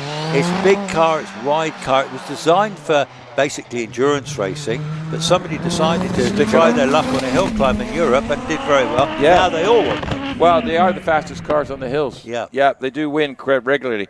50.08, so Duncan has just done another. He's been doing PBs all better. You'll be annoyed he didn't get into the 49s with that one. No, Duncan. But a 7 plus 10 improvement for Duncan. So there we go. On the line, we've got Bob Penrose. That was Robert earlier, his son. Robert. This is Dad. And this is Dad Bob behind the wheel. Now I'm a muscle car guy from way back when, so this has got a 7-liter Chevy in the back. I'm a Mopar guy actually, but I will live with a V8. American V8 is an American V8, even though I'm in Canada. Yeah, right. What a fabulous bit of kit, eh? Yeah, it sounds magnificent. It is really a circuit car. You know, it's going to be designed where it can really get the power down over a long straight. It's got a lot of grunt, but because of the weight balance in the car, you know, it has to slow down a little bit more in the corners than possibly a lighter weight car would be. So you've got that compromise. But yeah, tight and twisty with lots of getting out of the corners. This is the car to have. This thing just grunts its way around. It's a muscle car, isn't it? And we've got Graham Lokes just coming into Triangle now in the air-cooled Porsche powered Lola T492. What a piece of kit that Lola is actually, with the Porsche engine that Graham actually built and put in there, you know. Yeah, he did, yes. Yeah, he's a clever chap, is our Graham. He wrote an article about it in the Hagley Talk magazine. Oh, all right. Yeah, but he's a big regular here. He's here all the time. Now we got that screaming little 600 OMS Hornet, Yamaha engine OMS Hornet. Little Billy No Mates today, really. I tell you what, he's got some mates in the class that, I just want to put this out, he's got 12 of these of mates sat in garages not being raced. Come on, come and race with Chris. Come on. Play. Give him some competition. Yeah, Graham Lokes did a 55.74. No improvement there, so he stays in 3rd. So Chris Harris did a 55.54. He's looking to improve. He's up on his best time. Can he get a 54? Oh, yes, he can. 54.94. So he'll be happy with that run. Yes, and come on, your mates who've got them in the garages, come and play. Come and play. We want to see bring them out. You're missing some fun. Definitely. The sun's out. The sun's out. Well, that's good. That's good, because Izzy was giving me all those dollars. I know, that's Izzy for you. Hey, come on, Izzy. She was giving it all that for the app. With all this fancy, you know, what do you call it, radar and stuff. You know what's the good thing about us? Yeah, we're analog. Oh, we're old school. We don't have any digital interference. We don't have any digital interference. No, you're right. And we got old phones, haven't we? Rubbishy old phones. Yeah. You still got the Nokia 3310? I have one. I have it in the box at home. Those, didn't they? I'm having a cleanup, and I found all my old mobile phones. And I never had a phone in Canada. No. I had to get one here to find my way around. It's just the way of the world. So I had to get one, and you could get one here. In Canada, you had to pay like $1,000. Yeah. And then it was like $400 a year. It was ridiculous price for wow. it. Yeah. But yeah, and I found the Nokia 3310. They were great. They were great. They were small, indestructible. I mean, all you did was call and you send messages. That's that was all you it. could do. Well, sending a message was a 10-minute job. It Do you was. remember? You had ABC. You had to get. Oh yeah, you had to twice, press it. Yeah, you had to press like it 3 times to get the C. Yeah. So it used to take me about 20 minutes to send a message. Yeah. Nowadays, I've got young people. They can, you know, I had a student that had a BlackBerry, so that had the individual buttons on it. Yeah. And I said, "What do you do?" And he said, "I'm texting." And I said, "No way you could text a message without looking at the phone." So he stuck the phone in his pocket, and I gave him a sentence. He typed it out on the phone in his pocket. Wow. With no mistakes. That's incredible. That's just weird. And what's these ones you can get watches now that are phones, can't you? Yeah, you've got these Apple. Well, I think they do a watch, like an Apple Watch or a Samsung Watch, or whatever, and they're linked to your phone. Yes. And so if you get messaging on your phone, you can see, you can wristwatch. You just leave your phone in your pocket. And you they're can not see great emails for on them. Yeah, but they're not great for phone calls. You can use them, but no. not. There you go. This young lady is having the time of her life up there today. Busy up there. She was doing a bit of a dance for the camera earlier. Was she? Yeah. Was she? So having she's fun. Very busy up there. So, yep, they're trying to push cars. So not much to shove there. I'm not sure. It could be that young lady could be Jamie Mole's daughter. I'm not sure. Might be. Yeah. Because Jamie's wife was here earlier. Yeah. So might be. They camp here all weekend, don't they? Like a lot of the marshals. Most of the marshals, there is actually a dedicated camping area here for the marshals, and an assortment of. They had a barbecue last night. Had a beautiful barbecue last night. I didn't. Gareth was head burger flipper. Gareth was a flipper. He was the flipper. He was trying to hotwire the barbecue, wasn't he? He was the main man. But anyway, they had a lovely barbecue here last night. If you fancy becoming a marshal, it's a great way to watch the sport. It's a great way to get involved. Yeah. Trimble's down here by us at Triangle. You see where the hut is there. Marshalling headquarters. Yeah, near the toilets. Yeah, if you're actually looking on the live stream and you're in the UK, just to the right of this picture where that white line stops, just in the trees behind that tree, that's where we're talking about. That's where Marshall headquarters anyone coming are. from New Zealand might not want to come every meeting. Why not? No, we want local. This is an amazing place. Do you want to? I think it's worth a trip for a museum from New Zealand to come here. Well, definitely. Yeah. Okay. My friend in Australia may not agree, but there we go. Well, yeah. So, actually, we haven't seen much action from our overseas viewers on the screen this afternoon. We've been too busy, haven't we? They fell asleep. Do you think they've fallen asleep already? Or we warned them out? They're warming out. Yeah, it's a long time, remember. It's a long time to be watching, isn't it? It is. I mean, we are UK time. We're about 4:20 at the moment. Are we really? Oh, my days. Well, would I lie to you? Well, no, I don't know. I haven't looked at my clock. I've got this. Look, 16:23 it says here. Oh, right. I got it wrong. Yeah. 16:23. You see what I've got on the front of my phone, don't you? So you got a mugshot of me with a load of fish. Hey? You'd love that, don't you, eh? You're a big fan of that. That just seems fishy to me. Right. You know what we're coming up next? We have a Van Diemen. Oh, yeah. I think that's our Formula Island car, isn't it? Yeah, I believe it's so. It's got the Vauxhall engine in the back of it. Yeah. It has indeed. Yes. So this will be Andrew Colburn. Actually, it's a Renault engine, isn't it? I thought you said it was a Vauxhall engine. No, I think the Formula Island car has got a Renault engine in it. Oh, we got this far into the week. Because we had the Formula Renault car, so actually... The Formula Renault's got the Renault. Do you know what? I may be wrong, might I? I have been known to be wrong. Are we starting to get a bit punchy in the We're starting to get a bit in the old brains. My eyes are starting to get sore. It's got a fast engine in the back. That's technical, isn't it? Yeah. It's got it goes very well. It does go very well. Andrew Colbert. This is the Van Diemen RS2FX. Whoa! Big slide coming out of Triangle. Yeah, Andrew's giving it some. I think he's trying to make up some time. So we're back into, which class is this car gone in? 801. So that's going to be, it's the 1600 2-liter normally aspirated. Yeah. And it's got a 2-liter in the back. Andrew is currently 6. Hang on. We've got 2 A Colburns. He's either 4th or 6th at the moment. Well, it's Andrew and Aaron, isn't it? It's Andrew and Aaron. So this is Andrew. And Andrew is in 6th. He's got a little bit slower. He's gone 6/10 slower, the 52.39. So no improvement there. Jonathan Varley's leading this class at the moment. So Oliver Wright is now having a go in the Swallow DR14. And he's currently 7th in class at the moment. And he's just heading across the line with a 52.23. So that's a 6/10 improvement, but no change of position. Still just barely stuck behind Andy Colburn. Right, next up we have Jonathan Evans. No, we don't. Yes, we do. Yes, we do. Yes, we do. We've got Jonathan Evans. Jonathan Evans, he's from Gerrard's Cross. He's in the Pilgrim M88, and this is ex-Mike Tregonning car. Right. Who's in Cornwall, and we had a message. Oh, we did earlier have a from message Mike's from Diane. wife. Diane. Yes. So anyway, big up to my friend Mike. Yeah, wishing you down all in the best, Padstow. Wishing you all the best, sir. Millington engine in the back of this That's one. it. That's the boy. We are getting a bit tired because we're starting. We knew all this stuff, and now we're starting to forget it a bit. We've got to get back on our game.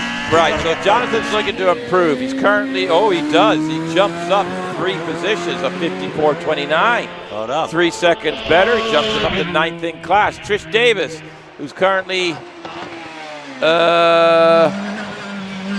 8th in class at the moment, is looking to improve. And we've got Nicola Dearden in the Gould Delaria F394 just coming up to the keepers on your screen on the left lower. So Trish finishes in 52.16. Nicola Deard, in the Gould Delara that Andrew Henderson is driving as well.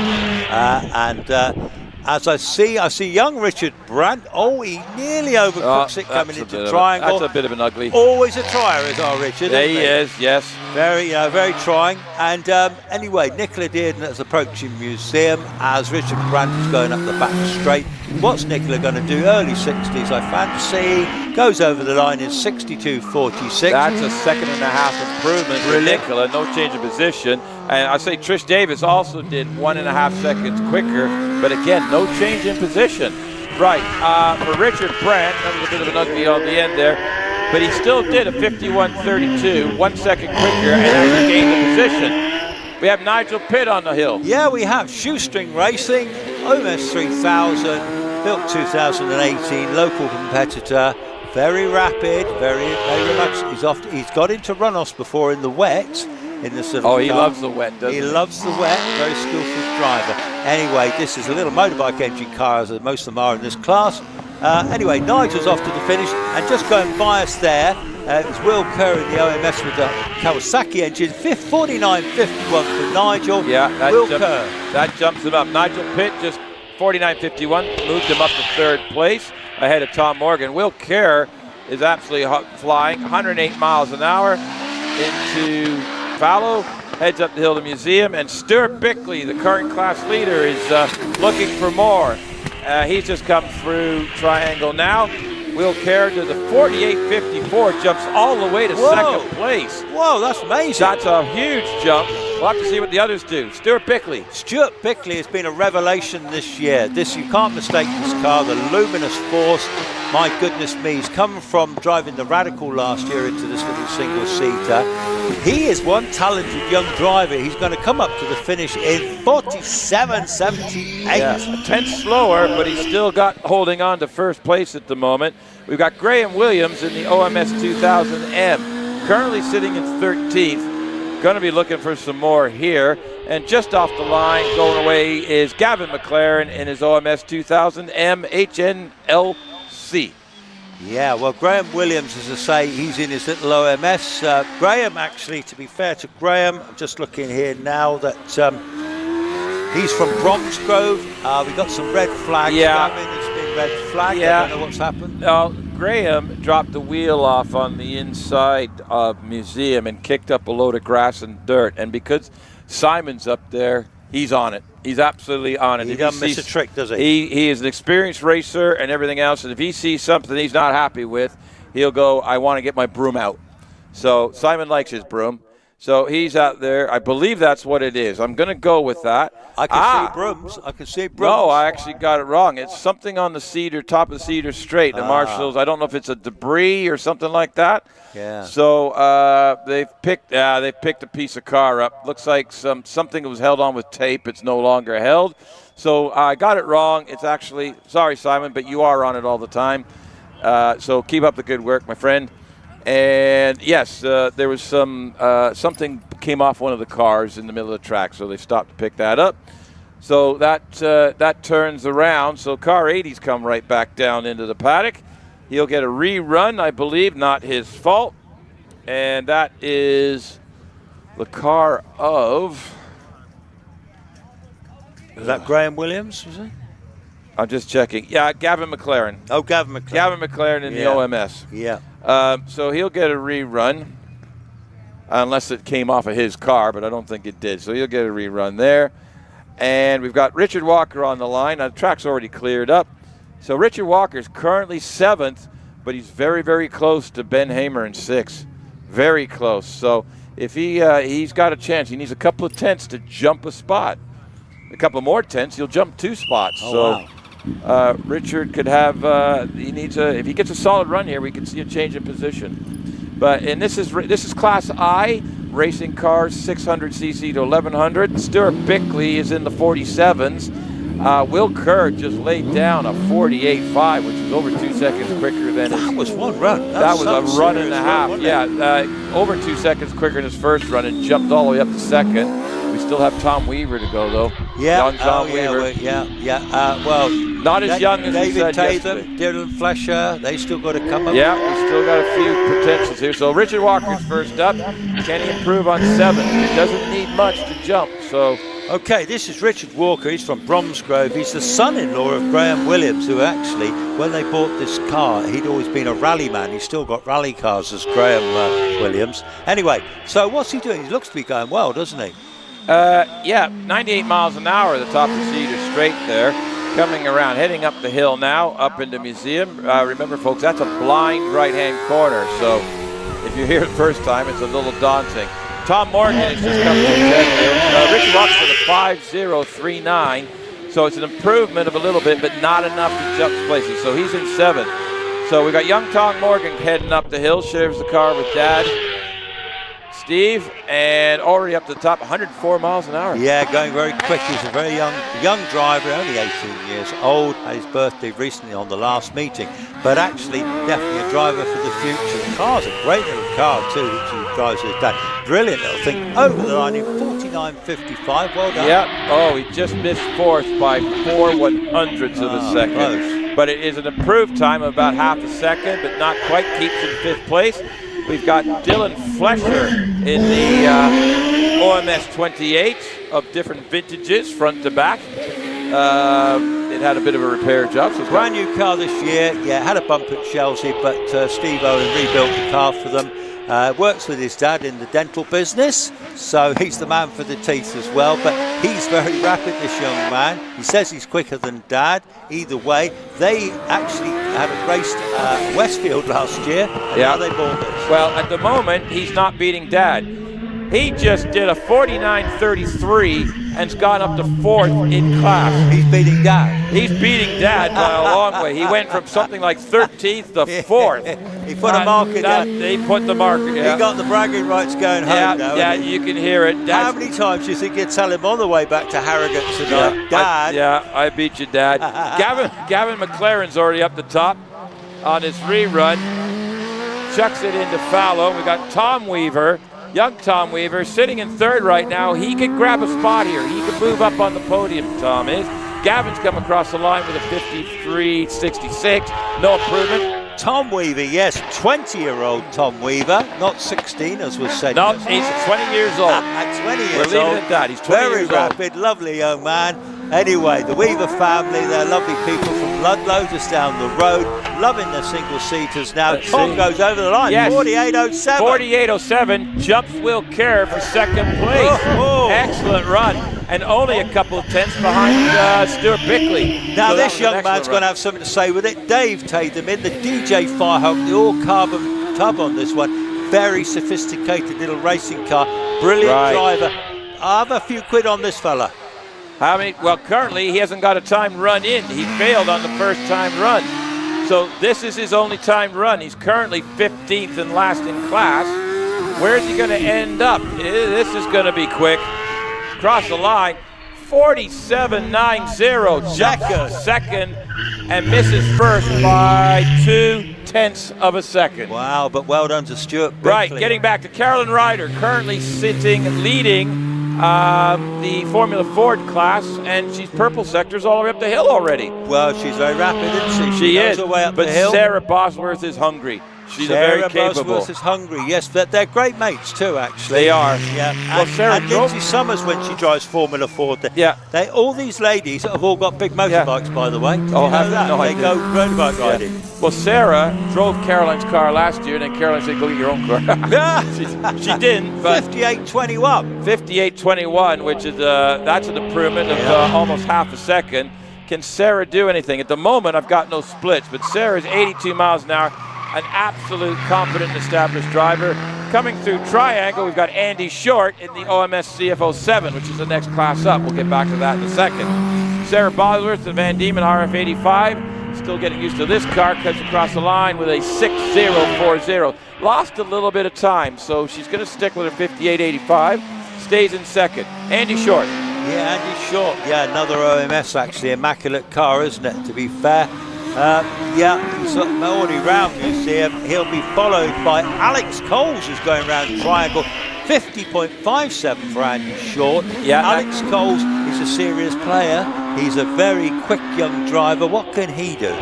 Well, Andy Short just almost made improvement, but not quite. But Alex is currently sitting second with a 46.80. David Warburton's leading the class with a 44.92.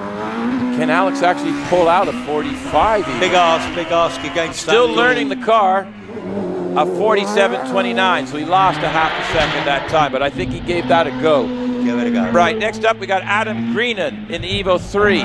We are now in the racing cars up to 1600 cc's, and he's just through Triangle now. He certainly is, yeah. The Greenhams are always very, very rapid indeed. So Adam's on the hill at the moment. He was quicker yesterday, but Andy put down a really good time just now. So I'm just wondering what he could do. He's approaching Fallow, gets round Fallow, little blast up the hill to Museum, over the crest, turns right sharply. We've got Olivia Cooper going past Triangle. Adam Greenan goes to the finish in 47.55. Right, and that's just checking. Yep, gained a spot over Olivia Cooper, but Olivia Cooper's on the track right now. Can she get that spot back? So Olivia's already in the top of Cedar, over 100 miles an hour, getting up there, up into the Museum right now, comes around the tight corner. She's looking for a 47.5 or better. She's done it, 47.27. She's actually jumped two people. She jumped Alan Warburton up to fourth place. Well, talking of Warburton, David Warburton's on the hill at the moment. Yeah, already he's leading the class at the moment. He's hurtling up the Cedar Straight. He's in the purple sector. That's looking good for him to even go faster again. Yeah, did a 44.92, which could get him into the runoff again. We're still, that's runoff neighborhood. Yeah. Here we go. Is he going to improve? 44, nope. Ooh. 46.97. Whoa, so what happened there? Don't know. He was going really well, wasn't he? Top of Cedar, he was up on his 44.9, so we can't see anything obvious that happened there.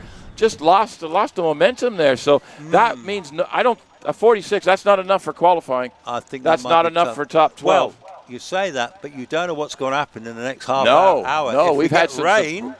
That could get a qualification. He could win a race. Right. You never know. So he's doing a rain dance. Everyone else is nailing his feet to the ground so he won't dance. Our friend Einem Price will be doing a rain dance, won't he? Hey? Yes, absolutely, absolutely. So now you're going to see the marshals actually do this. They are all going to start pushing cars. Pushing cars again. So yes. Well, my friend Jeff Robinson, he's also the photographer, as you know, but when he goes on marshal duty, which he does, he likes to play up there. He loves top paddock, doesn't he? He loves to play up there, doesn't he? He does, yeah. I see Jamie Moulds up there, isn't he? He's organising the show up there. Gareth George has just sent in a message from Perth in Western Australia. Thank you very much for the compliment. Well, we'll take that. Yeah, we've got one person that likes us. Well, hopefully we won't get our P45s, eh? We have to get paid to have a P45. Yeah, that's true. Yeah, we're volunteers. Gareth, too. we're glad you joined us, and we're absolutely astonished to, or not astonished. I can't think of the words. thank you for joining us. I hope you're enjoying everything which you said you are. So it's a privilege. From West Sussex, Sean Bearskill, thank you very much. Glad you're enjoying the coverage. Now, if you're it says V6 on the front there. Is that a VW V6? That would be a VW V6. Do you think that grill looks like a Volkswagen. Yeah, maybe. Yeah. Can I just say, if you're watching on YouTube, or if you're here watching on YouTube, HillClimb.TV, like, follow, share, and if you can, subscribe. It doesn't cost you anything. We're trying to get 10,000. You know, I'm sort of doing the sales pitch for Rich here. Trying to get him to 10,000 subscriptions. 10,000 subscribers. So it doesn't cost you anything. So if watching from, Scania Sweden 780, watching from Sweden for the best, well, we're doing the best we can, whether it's good, bad, or indifferent. We try. We're trying. We're very trying. We are running out of steam. I will. Do you think so? We need to pump a few more energy drinks or something. Wow, look at this. What's this? We're up to 9,079 subscribers. 9,079? Listen, we could get to 10,000 today. Well, that's a big ask. That's a big ask. I think... look, we got Professor Emeritus, right? Kiel Andrew, JLD, Mike Barlow. I like the Oldham Randoms. Oldham Randoms. Oldham Randoms, Willie Elder. There you go. We got them all there. Yeah. Kirk Nelson. Look, thank you all for subscribing. It doesn't cost you anything, but it does help us out. It does. So, it does. Absolutely. I mean, we've gained, We've gained 280 since last night. I never was any good at maths.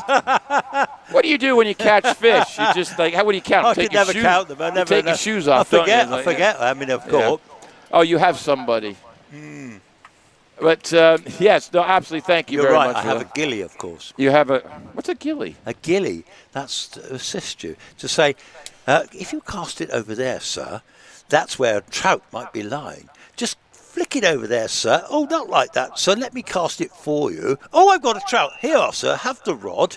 Oh, I'll net it for you, sir. You do realize I just lost a bet with Gail. Yeah. Oh, really? It was like, Can he keep fishing out of the conversation? Can fishing not be mentioned for the entire weekend? You lost. How much are you better? Is it 100 quid or something? Nothing, but I'll just take the abuse later. Yeah. I thought, nope, there's no fishing happening. Gail and Rob are resident photographers. I saw Stuart Wing was here earlier as well. He's turned up. Adam Johnson's floating around out here somewhere. Gail and Rob went up the hill, actually. If you've never walked up the hill, folks, it's a lovely walk up the hill. Yeah, some great viewing positions. Yeah, I mean, you can see the cedar not so straight, so you can walk up. It runs right by. Matter of fact, on camera here, you can see the pathway is right above the ferns, right above the. Literally, you've got a close view of the straight there, and that's one of the fastest areas. Yes, you're absolutely right. Yeah. But now we say we've got these photographers here, but they do put the stuff up on social media, so you can follow Loton Park Hill Climb. British Hillclimb Championship, several of the other ones on Facebook. If you go to Facebook, unofficial Loton Park, right, you'll see stuff there. You'll see on Loton Park as well. Yeah, so all the photographers will put up some pictures and they'll link to others and everything. So if you want to see some brilliant photography, Chris isn't taking pictures today, so we're okay. I'm back in the box today, so there you go. But not that I was ever brilliant. I was just one of the many. Have a look out the door, see if the regalia shop's still open. Is it shut now? Do you think they've had enough now? I don't know. Let me check. What do you think? No, they've run. They've run. They said they've had enough. First time watching, amazing commentary. Oh my goodness me! Just two mates talking over incredible machines. Keep it up, guys. Well, we are mates most of the time, aren't we? Most of it depends what day it is. I will say that Bob's got the ice cream machine going. He's got it going great guns, has he? Good scoop ice cream. We haven't had an ice cream today. No, we haven't. We haven't had time. There's just not. If you want to wander off and get a couple, we may have to acquire a couple. You could cope with an ice cream. You could cope with ice cream. Yeah. A strawberry ripple for me, Owen. No, that'd be raspberry ripple. A raspberry ripple with a flame. With a torpedo. Got to have a torpedo. Right. Okay. Yeah. The bar is open. The bar is open. The bar is open. Ah, fantastic. I think the catering wagon. So you can get yourself a pint. Yes, I saw Jim with a pint earlier. Actually, Jim Smith. Right. And Nicky, they're on the hill today. Can we eat ice cream and commentate at the same time? Well, as long as one is eating the ice cream and one is commentating. So what happens if we both have ice creams at the same time? Then it might sound a bit messy. But there you go. But I won't tell on you if you don't tell on me. He says, go and see my friend Bob, Yeah, so I've got Tina Hawkes on the hill now. Now we're in a little forced induction car, so in other words, this one actually is running a turbo. It's got a turbo engine, which is actually a Suzuki Hayabusa engine, which is a real little beast of a motorbike engine. Tina can really drive this car. They've had a few little issues to deal with this weekend, but she's making very good progress actually up the hill now. She approaches the crest towards Fallow, the fastest part of the hill. She goes through at 97 miles an hour, brakes really hard, goes into the left-hander that is Fallow. Got a lovely line through the corners. There's no dramas here. She's off to the finish. She's going to finish in the low 50s. She finishes in 52.5 for Tina Hawkes. Well done, Tina. Now the quickest in this class is Paul Hames. He did a 44 and got in 5th place in the runoff this morning. Anyway, locking the wheel, coming into triangle is Morgan Jenkins, son-in-law of Sandra Tomlin, driving this magnificent Pilbeam MP97. Used to be the car of choice, Pilbeams on the hill. Now it's mainly the Goulds in the big classes. Anyway, Morgan's driving this car very well. Belongs to Sandra Tomlin. It's got a 4-litre V8 engine in the back of it. And let's see what sort of time he can set. He's going to get a time in the late 40s. 47.85 for Morgan Jenkins. Anthony Hunt has just gone by me in the Gould DJ55XD. IndyCar engine in the back of that. That's a big Cosworth V8 effectively. 2.65 litres. Anthony, he's driving this car with Terry Graves. Terry Graves owns the car. Oh my goodness me. Aren't we lucky, chaps? Melting already, yes, it is, it is.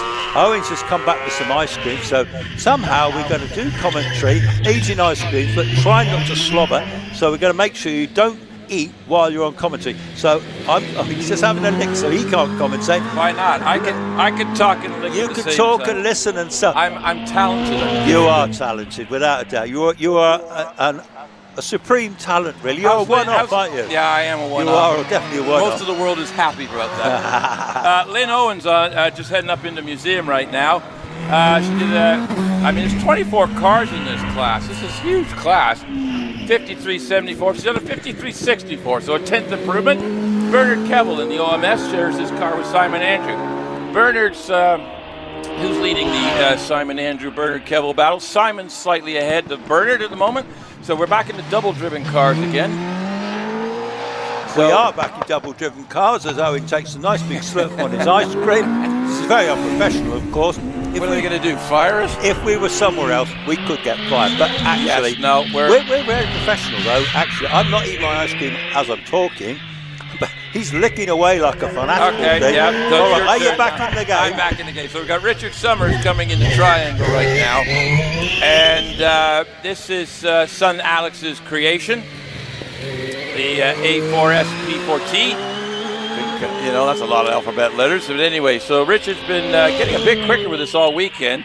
He's currently on about a 52.2, so he's looking to improve. 76 miles an hour up the top of the feeder. And comes around. We got Sean Gould.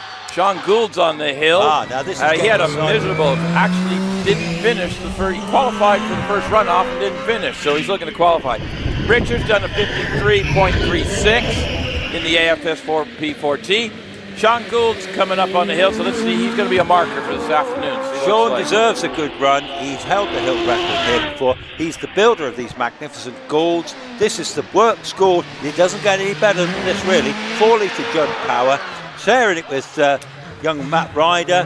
He's already at the museum. He's put down oh yes, he's on the pace. He's 44.73. Well done, Sean. I think that'll get in the runoff. Yeah, I think anything below 45. I mean, we had a couple of 45s in the run-up the first time around.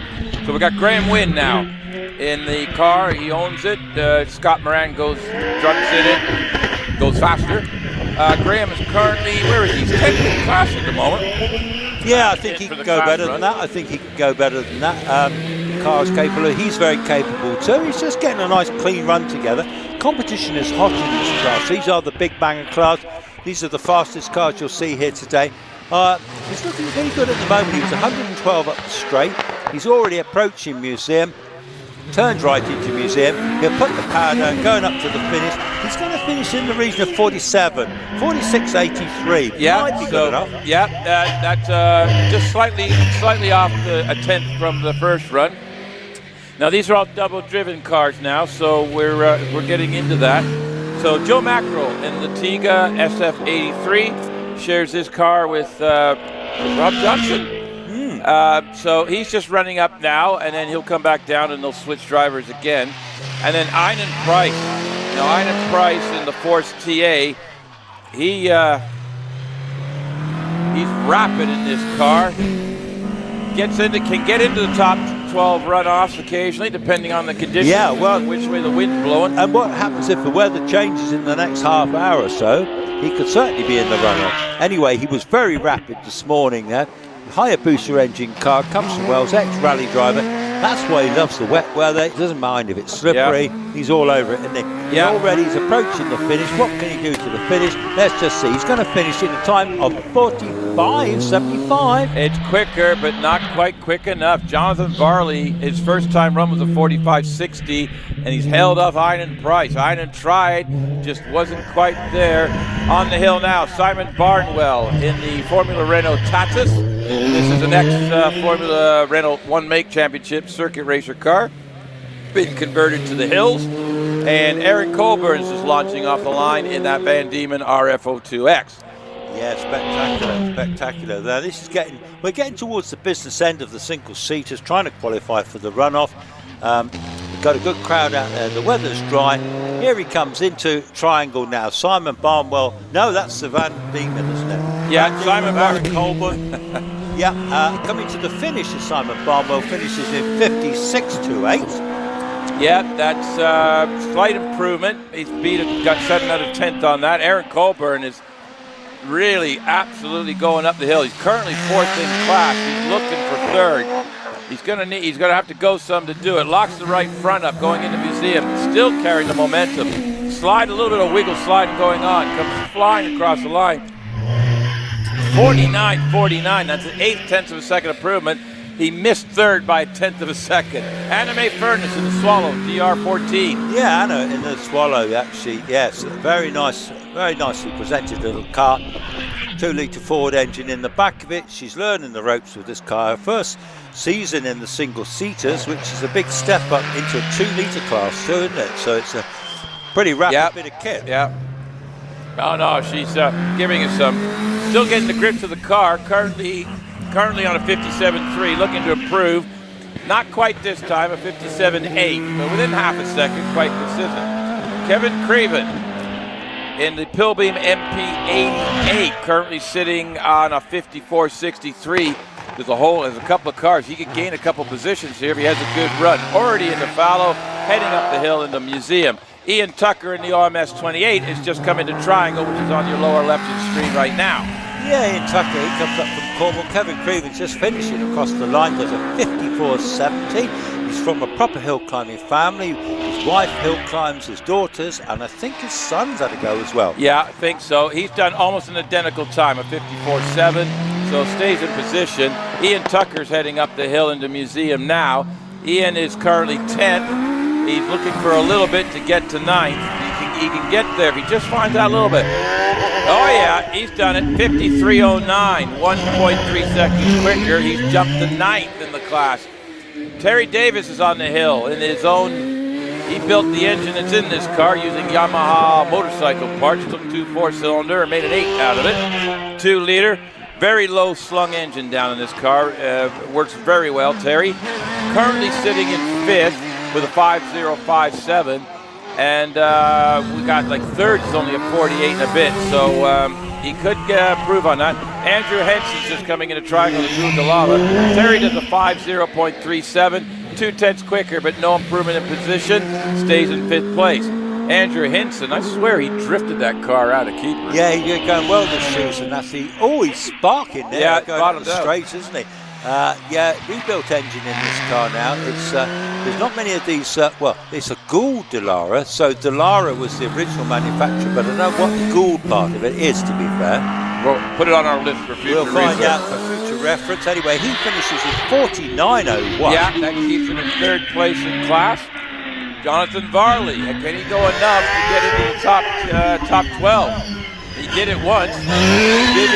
And he's certainly capable of doing it again. Yeah, he's currently, well, he hasn't got a time because we're using the second run times, aren't we? So yeah. He's leading in the class. He's actually leading the class with 0.15 a second over Ian Price. Looks a very clean run so far. Oh, he's up on his times. He's up on his times here. Let's see what he can do. He's purple all the way up.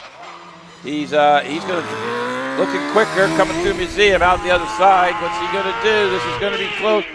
4:5.00. That's a great time. That is, I think that's his fastest time today, including the runoff. Yeah, that's an excellent. So I think he that's actually got takes a the chance. class. Yeah, 45 seconds, got to have a chance of making the runoff, hasn't it? Yeah. I remember he broke the class record. Was it at Prescott or Shrewsbury? Shrewsbury recently, and he didn't qualify for the runoff. Can you believe that? He actually broke the class record.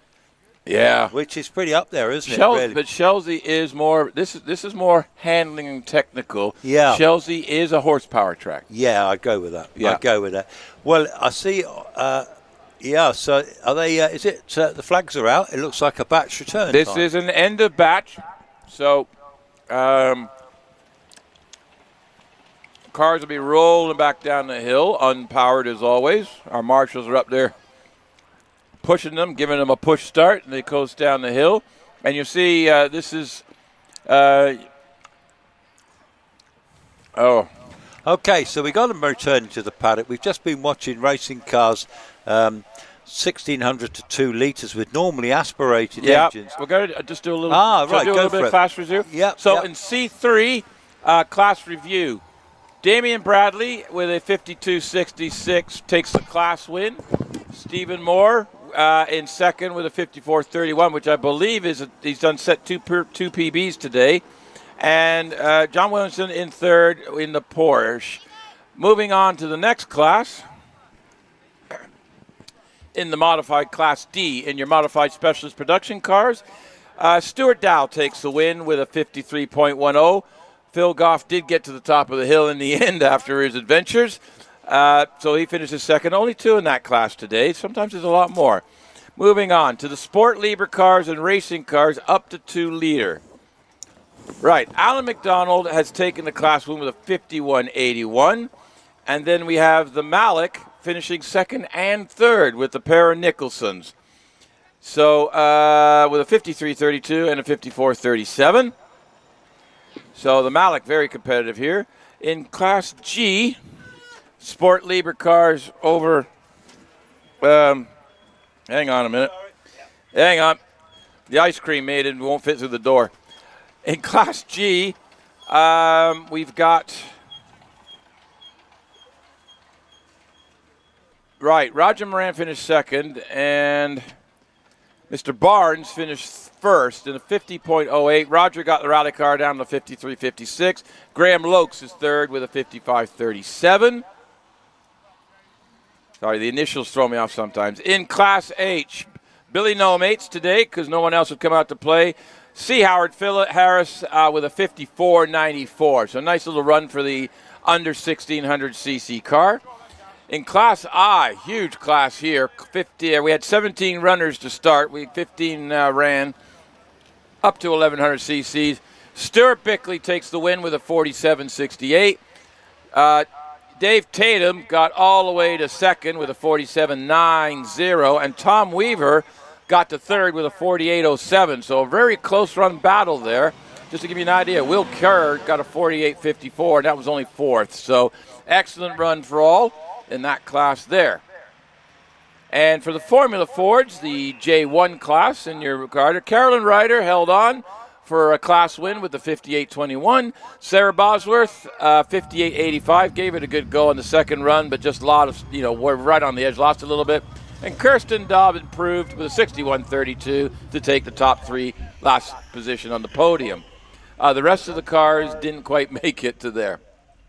In Class J2, racing cars 1,100 to 1,600 cc. David Warburton does only a 46.97, but still takes the class win. Don't think that'll get him in the top 12. Alex Coles comes in second with a 46.8. And one of the Greenan brothers. I don't know. I've got 2 A Greenans here. Got third with a 47.10, and Olivia Cooper just laid down a run on that last one. Honorable mention, moved from 9th to 4th. So a really good run for Olivia. Alan Warburton finished 5th. And in K1, racing cars from 1600 to 2 liter with normally aspirated engines, Jonathan Varley dropped his own time on the second run to 45.00. Einan Price had to go, got a 45.75 for second. And Alan Hansen, 48.39, will take third in class in that one. Then we had 15 starters and 14 finishers in that one. So very competitive in that class. Right. On the line, we have car 298.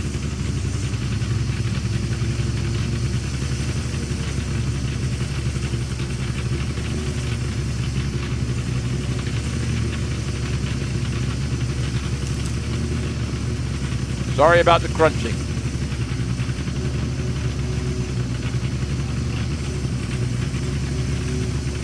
So on the line, ready to go. Next back, this is John Chalmers in the Ralt F302.01. And off the line he goes. You can hear the traction control and the bit of the noise and things like that. So launches it off, heads down into loggerheads already, comes into view, down into triangle, 94 miles an hour into braking into triangle, back up the hill again, through Capers, up to the Cedar Not So Straight. On the line we have Pete Tatum. So John Chalmers coming up. This is racing cars up to 2 liter. So John's currently in 4th, but he's only a couple tenths behind second. So John's hopefully going to improve on this. Across the line he goes with a 48.66. No improvement in class. A couple of tenths slower. Pete Tatum absolutely had an adventure. Spent most of the night putting his car back together again, wrestling this thing around. Currently second in class behind Paul Hames, who actually qualified 6th in the runoffs in the first run. So he's going to have a little bit of work to do here. Heads up to Cedar Straight now, comes across the speed trap at 92 miles an hour, wrestling the thing a bit. He's still got a bit of a sore wrist from his other activities. Had a little bit of an oopsie a couple of months ago, or a month and a half ago. Calvin Broad's on the line, ready to launch. Pete Tatum does a 48.45, 4 tenths slower, so no improvement there.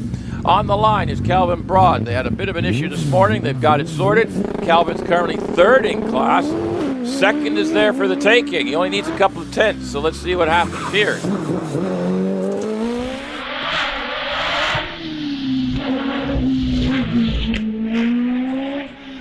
Heads up into down loggerheads, comes down from view into triangle right now. 96 miles an hour on the braking. Heads up towards Keepers. Woohoo! Did a little bit of a drift entering the corners, held it, kept going. We can hear the tires squealing from here. But off he goes up Cedar Straight, so I'm not sure if he's going to gain it, but 111 miles an hour. Nicely held, nicely driven that. A little bit of driving skill involved there. Around Museum he goes. Comes out the other side, heads down, foot to the floor. Can he do any improvement? 48.37. I have a feeling that was that entry to Keepers. Just lost him a little bit. Stays in 3rd place. Paul Hames. Now, he's kind of got the class win already, but he's going to need a really good time to get into the top 10 runoff, or top 12 runoff again. He's number 8 last year in the championship, so he can do it. So here he goes. Bear with me for a minute. Coming across the line. So he's going to need something, I would say, 45 or lower. His first time run was a 44.49, so if he can do that again, that should be enough to get him into the runoffs again. But let's see what happens. Stranger things have happened around this place. Here he comes across the line with a 44.96, so a little bit slower than his first time, but I think that might be enough. Yeah, I think it probably will. I've just been chatting to Andy and Alex Summers, and unfortunately Alex's car is not going to make it for the run. Yeah, the problem with the fly-by-wire throttle. Yeah, throttle possession thing. I think. And Andy said his engine now is 10 hours work. Ugh. Yeah, I said, I asked Alex, are you going to be at Prescott next weekend? And he said, in something. In something, yeah. So he's going to he'll probably be there in something. He might bring his new car, you never know. What, drive his own car? What kind of ridiculous idea is that? Pick from, haven't they? Yeah. Anyway, so just leaving the line was Max Hawks now, so what can Max do? Anyway, this is his forced induction Force PC, 1300 turbocharged engine in this one. Here comes young Max, one of our budding photographers and drivers. Anyway, he was ahead of Mum, wasn't he, last time? If I remember right. He actually beat Mum. He was about 4th in class. Yeah, what can you do this time? So he's already gone round Keep. He's on his way up towards the Cedar Straight. So he's proceeding up the straight very nicely indeed. Obviously, he's gone through there. He's 106 mile an hour over the speed trap into Fallow, on his way up to Keep to Museum. Folks, this is turning into a very long session. Tina got down to 52.5, but Max just did a 50.57. So I think Max is going to end up washing the dishes because he beat Mum. Yeah, he did a serious job there. Yeah, he did a good job. Susan Young's on the hill, returning after a bit of a sabbatical. Does breeding trotting horses now with her daughter. And Derek's rebuilt the engine, and Well, actually, it was rebuilt. Well, didn't rebuild it, but he refitted the engine. He put it back all in, running. yeah, right. And did a fine job on that. But yeah, Derek is on the spanners now. Sue is still. Well, actually, we've seen her most of this season. She's getting quicker and quicker again, isn't she? Well, she used to held with the women's record at various places. And we've got Harry Pick. We have to keep an eye on Harry. He's been very quick, Mr. Pick. So Susan's done a 5.020, no improvement, actually almost 2 seconds slower, so no go there. But Harry in the OMS, the latest OMS 28 CD with the tube, locks it up going in the top of Cedar, absolutely chucking it at the track. He is trying hard. He certainly is trying. And what can he do? Can he qualify for the runner? He's going to be in about the 47s, 48. 47.27. Yeah, that's 0.3 quicker, but he stays in position in 11th. Will Hall on the hill, isn't there? Ah, yes. Well, Will Hall actually, he had a good finish in the first runoff. So currently 6th in class, but Will's looking for more. So it's let's see. So 6th in class. He qualified the first runoff. He did a 44.68 qualified.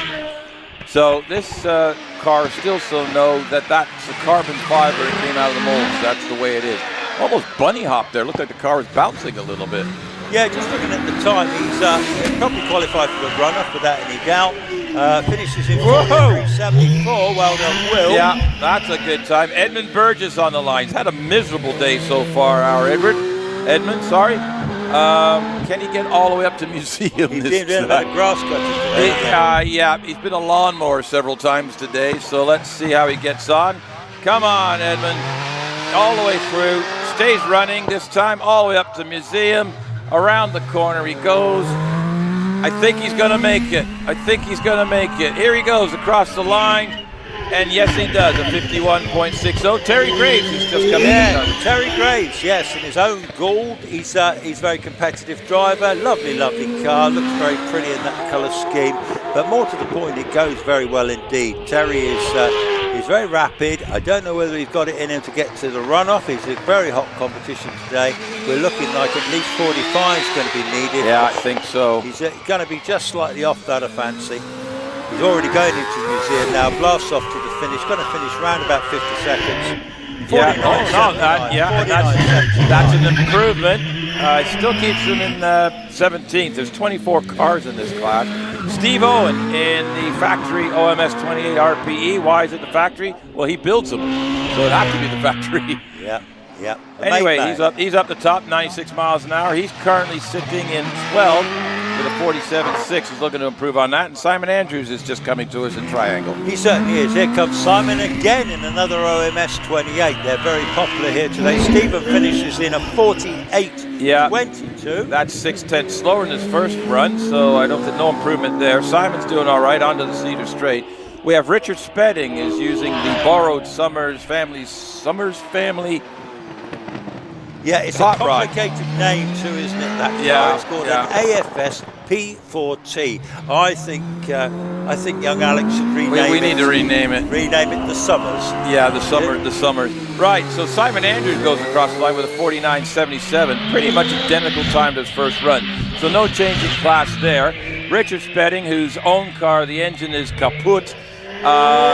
They said, the Summers said, come on, jump in this thing and have a go.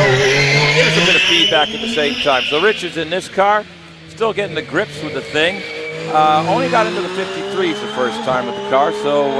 yeah, I think he's taking it a little bit steady because... Well, it's not his. It's not his. It took 7 years to build, so I guess he wouldn't want it to bend it. But he drove it very enthusiastically. Remember, he had a lock-up at the top of Cedar yesterday. He did, yeah. Spin, didn't he? Yeah, he did. He kind of donutted the car a little bit. So, anyway, he's coming out of there. Let's see what he can do. 52.70. 52.70. Young Jack Cottrell just gone past us now. Yeah. Oh, what happened then? He hit 2 flip-flops. He hit 2 flips. Did he get 2 seconds? He got he got one flip. One flip-flop's definitely gone. The other one took a battering, so it might be a bit wobbly, a but bit flippy-floppy, that one. yeah, one flipped and one flopped. Not often we see a double flippy-flop. No, well, don't say flippy-floppy. Flippy-floppy. A double flip-flop A sounds double good. flippy-floppy. Well, he's done a 45.89, but I time. think, but I think that penalty's going to put him out. Yeah, I think that will be a bit of a I nightmare think that for him. penalty's going to put him out. So our flip-flop man Oh, is... look, here we go. We definitely Well, see it's one done, the one's in the flip-flop. middle of the track. So there's only one flip-flop Yeah, gone. look at the other one, though. Look, it's in there- the hole, but it's just barely hanging on. Watch yeah, but as long this. as it's hanging on, it's I not know, gone. but watch this. This is talented. I'm watching. There goes one. Oh, he got a job. Yeah, he did a job and a half. That flip has got no flop left. Yeah, luckily, But one of look our at that stick in marshals. one of our marshals is on its way down with the flip-flop Actually, repair you know what I kit. said about Martin Silcox on the keeper's Yes, post? Well, yeah. he is actually there he is There the he man. is There with is the man. repaired flip-flop. Martin Silcox. Oh, hang on. I think Rich is going to do a slow-mo. Is he going to do slow-mo? Oh, yes, he is. We got a slow-mo. So there goes the first one. That's broken. But look, he did get the second one. Got it big time. He got it big time. That should have stayed there. But watch what happens. Is it flipped up? You know what? Yeah, it's like, That's you know what it remarkable. is. It's on a spring. No, I think the first one went into the second one whole. Hey? Well, No watch. way. There goes the first one. Yeah. That's gone. So yeah. watch the second one. Yeah. That's one. Somehow, I don't know. I don't know. That's remarkable. Somehow one stayed in the hole. Unfortunately, Oh, it's he's what- coming backwards now. He's coming backwards. We're trying to analyze this.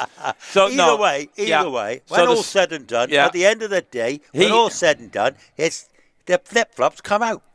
Yeah, And he'll get a penalty. It got a penalty. That may put him out of. Well, what did he do? He did a 45. Oh, look!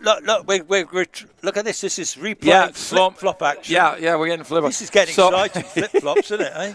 This is like high diving now. Yeah, I think we're all getting a little punchy, to be honest. Yeah, come on. Let's get back to some racing. Anyways, cars. in a serious moment, if Jack's got a 1 second penalty for that, he's done a 45.3. That would give him a 46.3. That won't be enough. No. I don't think. No, maybe. However, some of the other cars that qualified the first one haven't gone really any faster, except There's for not many Jonathan cars Garland. left. There's David Duran. Yeah. There's Matthew Ryder. Yeah. There's Trevor Willis. You got Scotty, and then Wallace is there, just and we hiding got around the Tegan in the corner. end. We're almost to the end of the second time We're almost runs. to the end of the second time runs. It was that ice cream. It took us Do into you know what? time travel. And I had a little break just now for 5 minutes, so it was lovely. Well, I'm I had glad a you little enjoyed your catch-up. break for 5 I minutes. did, yeah. Well, you know, I'm older than you, so I've got to have a bit of a break now and again, haven't I? Eh? Anyway, it's been a long day. Been a long weekend, hasn't it? It has been a long weekend. Well, it is a long weekend. It's a bank holiday weekend. Yeah. Oh, tomorrow's a bank holiday. You know what the Monday. ridiculous thing is?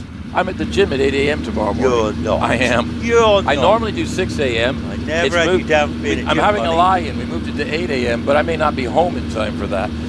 I never had you down as a gym bunny. I'll tell you that. No, I am seriously, my physical fitness has been very poor, so I am seriously trying to... Are you a gym bunny wonder? Like a No, I have to be supervised because of my uniqueness. So I have found a couple of special. You are unique, aren't you? I am unique. I found someone that specializes in Unique people. Yeah, me. So yes, David Urett is on the hill. He qualified the first run-off with a 44.69. In the class, he's sitting 7th at the moment. And we've got young Matthew Ryder on the line, ready to go. 127 miles an hour going to see. That's the quickest I've seen all day. Is super quick. So can he carry that momentum all the way up to the top here? Be in the 43s, I think. No, it's going to be a 44.84. So a little bit slower than his first time, so I think he'll qualify. Matthew Ryder's on the hill. Absolutely flies in this car. 105 miles an hour, just getting into the triangle. Up into keepers. Up the other side, goes out, misses the flip-flops, and off we go up the hill. Well, I tell you what, young Matthew Ryder's a revelation. He's a brilliant young driver. He's got the car, he's got the talent.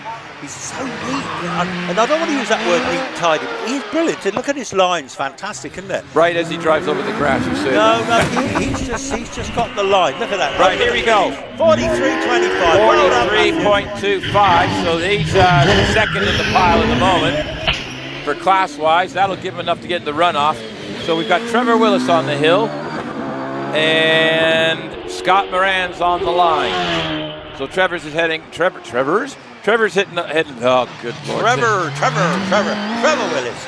Yes, Trevor Willis, 3 times champ. He knows his way up the hill, doesn't he? He's coming around. You see him now. Impeccable lines, approaching the finish. Does enough to qualify. 44.42. Yeah. Oh, we're using impeccable instead of nice and tight. I love impeccable. Right, let's see what Scott's been doing. He's been in the 42s all day. Doesn't matter when he goes up the hill, he puts a 42 down. So what can he do this time? He missed the flip-flops. That seems to be the goal of the day here at the moment. It does. So he's going up the hill. He's actually, look, he's the quickest so far. Yeah. He's well up the hill. He's going to do enough to qualify, but he'll probably be in the 42s on this run, you think? Well, let's see what happens. I think it's going to be close. Is he going? No. Yeah, 42.91. That's predicted by the ponds. Okay, yeah. All right. Look, right, here's Wallace. That's his quickest run of the day. It is. That's Scott's quickest. I think he went a little bit quicker in the third practice, the practice this morning. Okay. But anyway, here's Wallace in the. I can't say that. We got upset. I was going to say sellotape special, but the boys have done. This ain't no sellotape. No, this ain't no sellotape special. This is the result of a Herculean effort of a whole group of people behind the scenes the last couple of weeks. And hats off to everybody involved in getting this car back on the track. Here comes Wallace. Comes up to the top there. I don't know if he's going for outright or he's just trying to maintain his win. He needs to qualify for the runoff. Got to qualify for the runoff. That's the important thing. He will do that. Here he goes. He's going to cross in a 44.06. Yeah, that'll get him there. So, yeah, that should be enough, I would have thought, based on our brain numbers. Yeah. And what do we got here? Wallace is coming into view. This is the runoff thing, unless we've got more deer flying. No, we haven't. Well, no, this is Wallace coming back down into the top paddock. Right. So, anyway, we've just seen all the qualifying times. From what we've seen now, what's this here then? I'll tell you about that in a minute. We've still got the Brabhams to come up. We've still got the 2 Brabhams to come up. Hang on. Yeah, you don't want to see that. No, but they said they weren't having one.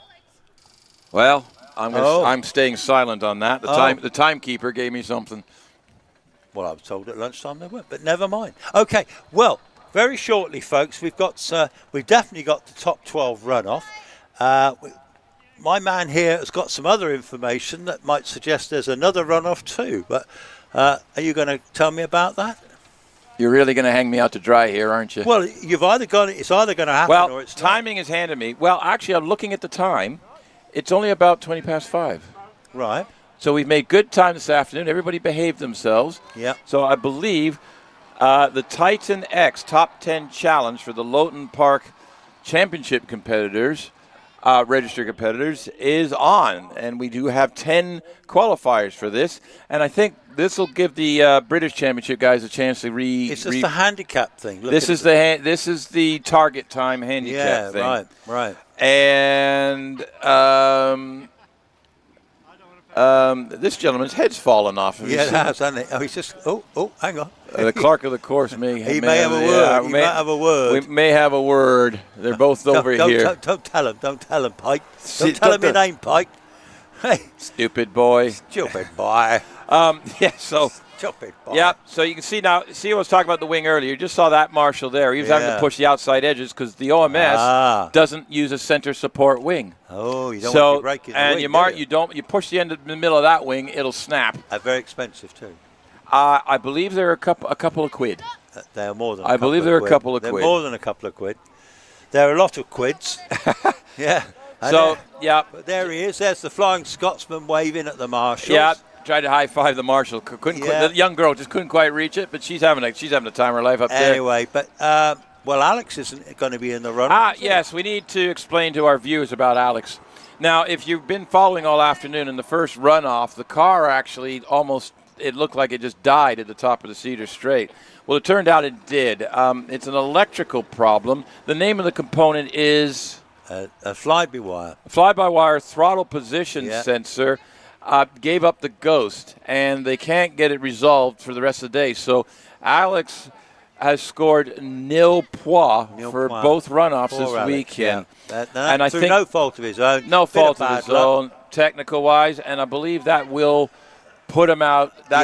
So he was one of the mathematical 4. It's now a mathematical 3. Yeah, perhaps. And poor old Andy is who builds those cars, actually. Yeah. He's got a 10-hour job to refit that system. It's buried because of the car is mounted low inside the car and the ductwork and everything. Engine out. It's an engine out, which when these cars essentially is take the whole back end, take the car apart essentially. So the whole back end of the car's got to come apart, and it is not a quick job. I did check with Alex. He says he will be at Prescott next weekend. He will be driving something. Is the latest conversation. So, but Alex will be there regardless, supporting something. But I'm sure he'll jump into another car. And we want to see him there. We want to see him there. Very talented. I'm sure the Summers family will be there in various capacities. Well, yes, absolutely. Cars. I mean, the APS will be there. And he might even take the Firehawk out for a run next weekend. He could give that one a run in there. So Formula 4. So we've actually lost Lindsay today because Lindsay was sharing that car with Alex. Yes, so indeed, we've lost 2 competitors in the class today. That's right. So there's Terry. Folks, coming up, we've got 2 runoffs. I think we're gonna have our Titan X Top 10 runoff, and then we're gonna have the British final for Loton Park this weekend, our second Top 12 runoff. And if the first one was anything to go by, this one's going to get a bit interesting. Get interesting, isn't it? So we'll wait for timing to tell us who qualified. We think we know, We've got an idea. We have an idea, but we haven't had it confirmed, do we have any surprises? Well, any intruders? Yes. Do we have any interlopers? Do we have anybody that's like? Do we have any first-time qualifiers? That'd be cool. Yeah, it would, wouldn't it? I'm not sure, but I think everybody that's in the neighborhood has actually qualified before. What would have been really cool, if it had poured with rain, but Damon had done a dry run, he could have got in the runoff. But Damien in the Subaru, yeah. Or Stephen Moore even, Yeah. Because we know that anyone with four-wheel drive, it's easy driving one of those in the wet, isn't it? Well, yes. That is a bit of a sarcastic comment, folks, because we talked to the four-wheel drive drivers. Somehow they are actually on the hill worse in the wet than you would think. They're set up for the dry, and you put them in the wet, and there's just not as much grip as you think they are because they don't have special wet tires for the cars. I don't know if you realize that. They don't carry special wet. They might use some road tires or something like that if they have to, but they're on slicks. They don't have a wet option. I don't believe. Are they not no, I think they do. Have a wet option? Oh, yeah, they can. They're racing cars, so you can switch from slicks to wet. Right. No, I'm wrong. They should have a set of wets. I'm being silly about that. I'd imagine they would. But because of their heavy cars and the wets are very soft tire, it would chew the heck out of them. Yeah. But it would do the job once or twice. If it's super wet, then they won the rest. Anyway, Martin Jones, the Brabham BT21C with the 4-cylinder. It's this 4-cylinder power. I think you'll find this has got a 1600 twin cam engine in this one. It does, because I can actually. The video is so good here. It was that good. You can see the it. Two big Weber 45s on the outside. Yeah, and you can see the big chrome valve cover. Big chrome valve, yes, that's right. Yeah. So you're getting a bit of an expert on these little Brabhams now, aren't you, hey? Well, I sat down with Andy Tippett and his wife this morning and had quite a chat, or yesterday morning, And Yep. so I know a lot more about this car yes, that's coming yes, here. indeed, But yeah. let's not take away from Martin Jones, who's on the hill heading up to Museum right now. But Andy Tippett has just gone through Triangle in the Rover V8-powered Brabham BT30. That car was the test mule for Brabham when they were developing all sorts of parts. Never raced itself. Once they'd done with it, they'd ended up on the hills doing hill climbing. So Andy, I thought he bought it in a box of bits. he did, but the car's history was a hill climber car. Right, okay. So Mr. Jones in his Brabham did a 57.61, which was slower than his first time run. John Mackerel is in second in the Tiga. Robin Johnson's only fourth in the Tiga. Andy Tippett's just done a 56.60, so he's actually gone a second slower, but he's still leading the class at the moment. Robin Johnson's on the hill, and he's coming around now and heading up to Museum. Yes, he is. He's heading up to Museum in the little Tiger. Robert Wilson's on the hill in a Peugeot 205. Yeah, that's our top Titan X top 10 Oh, they challenge. started that already? They have started. Right. Robert is one of the qualifiers. Now, in this case, both drivers in the Peugeot qualified. Right. So they need to send the car up to they'll get it send back it back down down, again. yeah. So they'll send it back down again in a minute. Any other qualifications in dual driven then? No. No, I don't think so. No, But definitely not. interesting. We've got Stephen Moore versus Izzy Lawrence. Stephen actually actually owns Izzy's car. Yeah. And Izzy drives it. So Robert Wilson, his target time is a 60.59. Now, the score's a bit funny, so what I try to do is, for our own commentators competition, is how close can that competitor get to or get under their time. So he's done a 61.01, and that puts him plus 0.42. So he's 0.42 above his target time at the moment. It does work. I'm sure it works on the class record times. But No, I think it works on PBs. yeah. So anyway, so just for our little fun and keep you entertained a bit. So Robert went up the hill. David qualified second in the runoff. So Robert's got to bring the car back down, and Dave. It's a father and son team, that car. And Yeah, there's our little Lotus twin cam engine in the back of that one. Yeah. You can even confirm see that, look at Brabham. that. You can even see the rubber I know, donuts. isn't it the lovely? rubber donuts that connect the drive shaft to the Proper gearbox. pure little racing car, that Brabham, isn't it? Yeah, and it's all in period spec. There's no modern stuff Beautiful, on that. isn't it? What's this? We got a dude walking around down That's here. Stuart Wing, that is. That's Mr. Stuart Wing, the famous. He's graced us with his It presence. is, yeah. Should we worried? No, not at all. All right. Stuart's a very fine photographer. Is he now? Yeah, I know he is. Capture your car photography. Capture your car. It's like he's going to. He's like he's going to kidnap the car, isn't he? Well, no. He's had a very busy few days. He's been elsewhere, so he's graced us with his presence. Did you go to Silverstone this morning, Stuart? No. Did you go? So you were at the Classic for, and you graced us with your presence. We are so humbly honored. If I had a hat, I would tip it. Are you going anywhere tomorrow? No, you have a day off. Fair enough. He's going to be sitting there all day looking at pictures. Yeah, you'll have plenty to look at. Was the Silverstone Classic? What was that like? I know it's a good event. I've never been able to get there, but last year, this year? Oh, okay. But you found lots of stuff in there you've never seen before. Yeah, cool. I've heard there's all sorts of special cars that show up and all sorts of weird stuff that comes out of collections and things. Yeah, it's a great event, to be fair, isn't it? Yeah. A bit like Goodwood, really. Yeah, except Loton always puts this on, and we always have an event here at the same weekend. So what do we do? Here's the British Championships. You can't miss this. Well, no. This is the real deal. No, last year. This is competition, competitive stuff. Well, they do that. They do that in the Silverstone Classic. Yeah, but this is Loton. I'd rather be at Loton.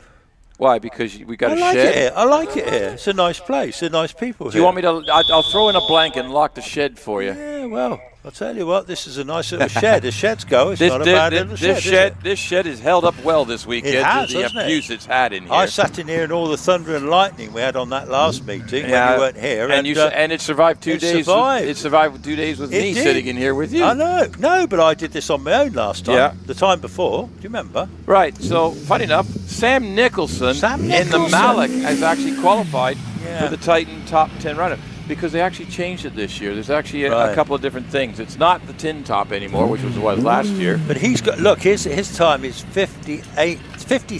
That's a target that's a target. He's got time a nip along, isn't he? Yeah. I keep thinking it looks oddball sitting on the right side of the car with the engine on the left side and everything. Yeah. And I'm like, that's got to be unbalanced. And then I realize our road cars are all right-hand drive, so we sit on the right side anyway. Well, indeed. It's just we don't have any. Not a lot of people know that. Who said that? That was Michael Caine, wasn't it? You don't know what I'm on about, do you? Anyway, here you go, Robin Nicholson. Sam Nicholson. Do I get a medal for doing this with you? Yeah, come on, Sam Nicholson, come on. Sam Nicholson, the Malik Mark 20, beautiful car, regular Clubman's race car all over the place. These Malik's been around for a long, long time. Well-known, very good handling cars, balance and everything like that.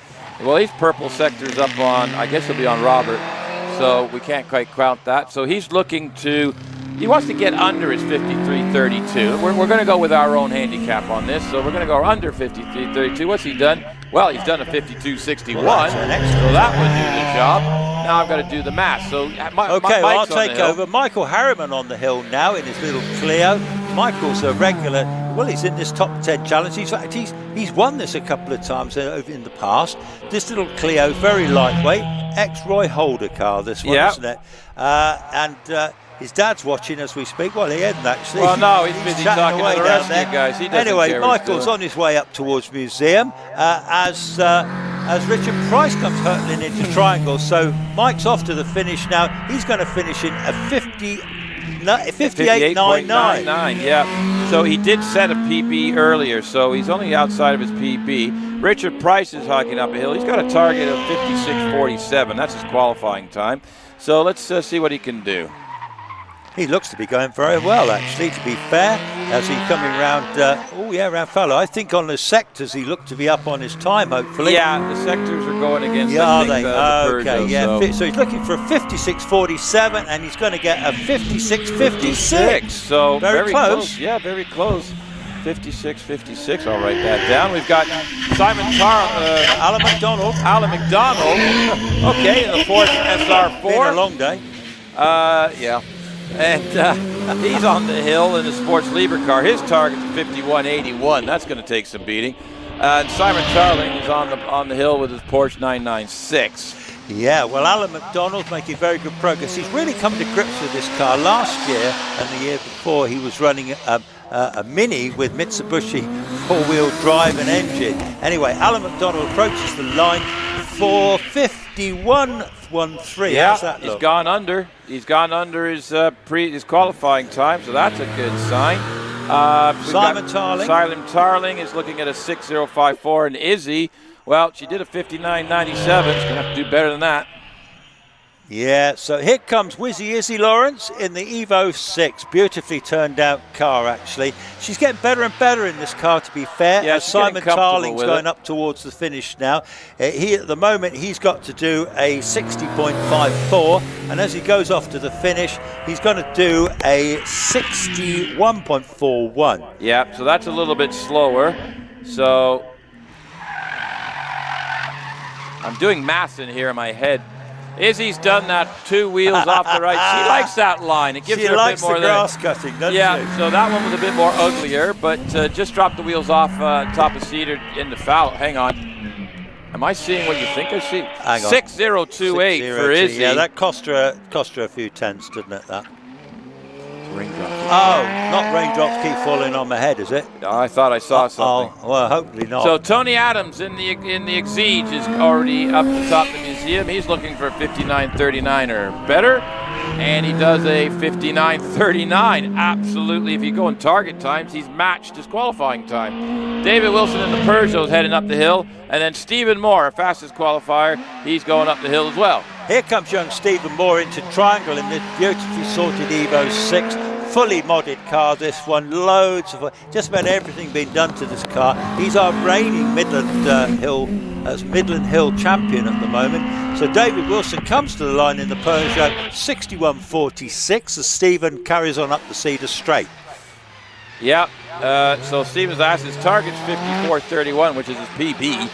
So he's going to have to set another PB to pull this one off. So Stephen comes to the line. He's going to go over the line in 54.81. So he's 0.5 off of that. So in my unofficial, let's have a bit of fun thing, the person who beat their qualifying time by the most, because we had two people went under, but Sam Nicholson in the Malik went furthest under. Oh, well done. So to he Sam. beat his time by 0.71. In second, Alan McDonald beat his time by 0.64. So in our unofficial, the championship works a little bit differently, but in our unofficial, keep you occupied type thing, yes, I know, it's coming. Well, I have to say, folks, you probably know better than us, but yeah, we've seen raindrops. We've got raindrops up at the top here. Yeah, do you remember that, Sasha Distel, wasn't it? Raindrops keep. That was in the film, wasn't it? Butch Cassidy and the Sundance Kid. It was. Yeah, when they were riding the bikes. Now the sad thing is, I think I know who the singer is who sung it originally. Do you? Well, I'm going to say Sasha Distel, but no. No, it was another French guy, wasn't it? No, Raindrops. No, it was. Burt Bacharach. No, didn't he write it? He might have written it, but he didn't sing it. And I can't think of the singer. Oh my goodness me! He had long hair. Should we sing it? No. Raindrops keep falling on my head. No. Just like the man whose feet are too big. He's singing "Help." Hey, that's great, isn't it? Hey, don't worry, it's not X Factor, folks. You do Simon Cowell's not listening. You do realize this is on YouTube, right? Hey, listen, you think this is going to make me famous? Do you think no. so, George? Do you think so, Mr.? No, but we don't want him turning off for the rest of the season. Listen, on a serious note, which is very hard for me to be serious for too long, isn't it? Really? Well, more than 3 seconds, it's a bit of a chore, yes. It is runoff time nearly, isn't it? Runoff time. British runoff, and we do have some light drizzle going on. Stuart, is it raining? It is raining. It is raining. Now, Stuart says it's raining. This is going to advantage the first runner and disadvantage the last runner. Yes, this could be very interesting. Which is Scott Moran. Scott needs a maximum score. Well, what about? Hang on. There we go. There's your runners and riders. Here's the qualifiers, folks. We have starting from 12th qualifier, Graham Wynn. Yeah, great stuff. Well done, Graham. Sean Gould.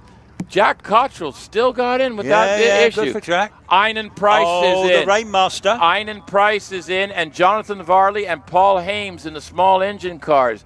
And it's drizzling. And they're running before the big boys. They're running before the big boys. David Urin, Trevor Willis, Wallace Menzies, Will Hall, Matthew Ryder, and Scott Moran. Wow. This is going to be interesting, folks. You want to stick around for this. This is the hardest thing because if it goes, if you look right now, Graham Wynn has got to go. Graham Wynn and Sean Gould have got to go up the hill first. And Graham is on slicks. He's on slicks, and he's been wiping his visor. Yes. Yeah. So this is not wet weather. He'll be wanting to get on with this, won't he? Yeah. This is not wet weather track. It's a little bit drizzly. The slicks actually still work in this. It might be a little. It's going to start getting a little bit slick and a little bit slippery as it builds up.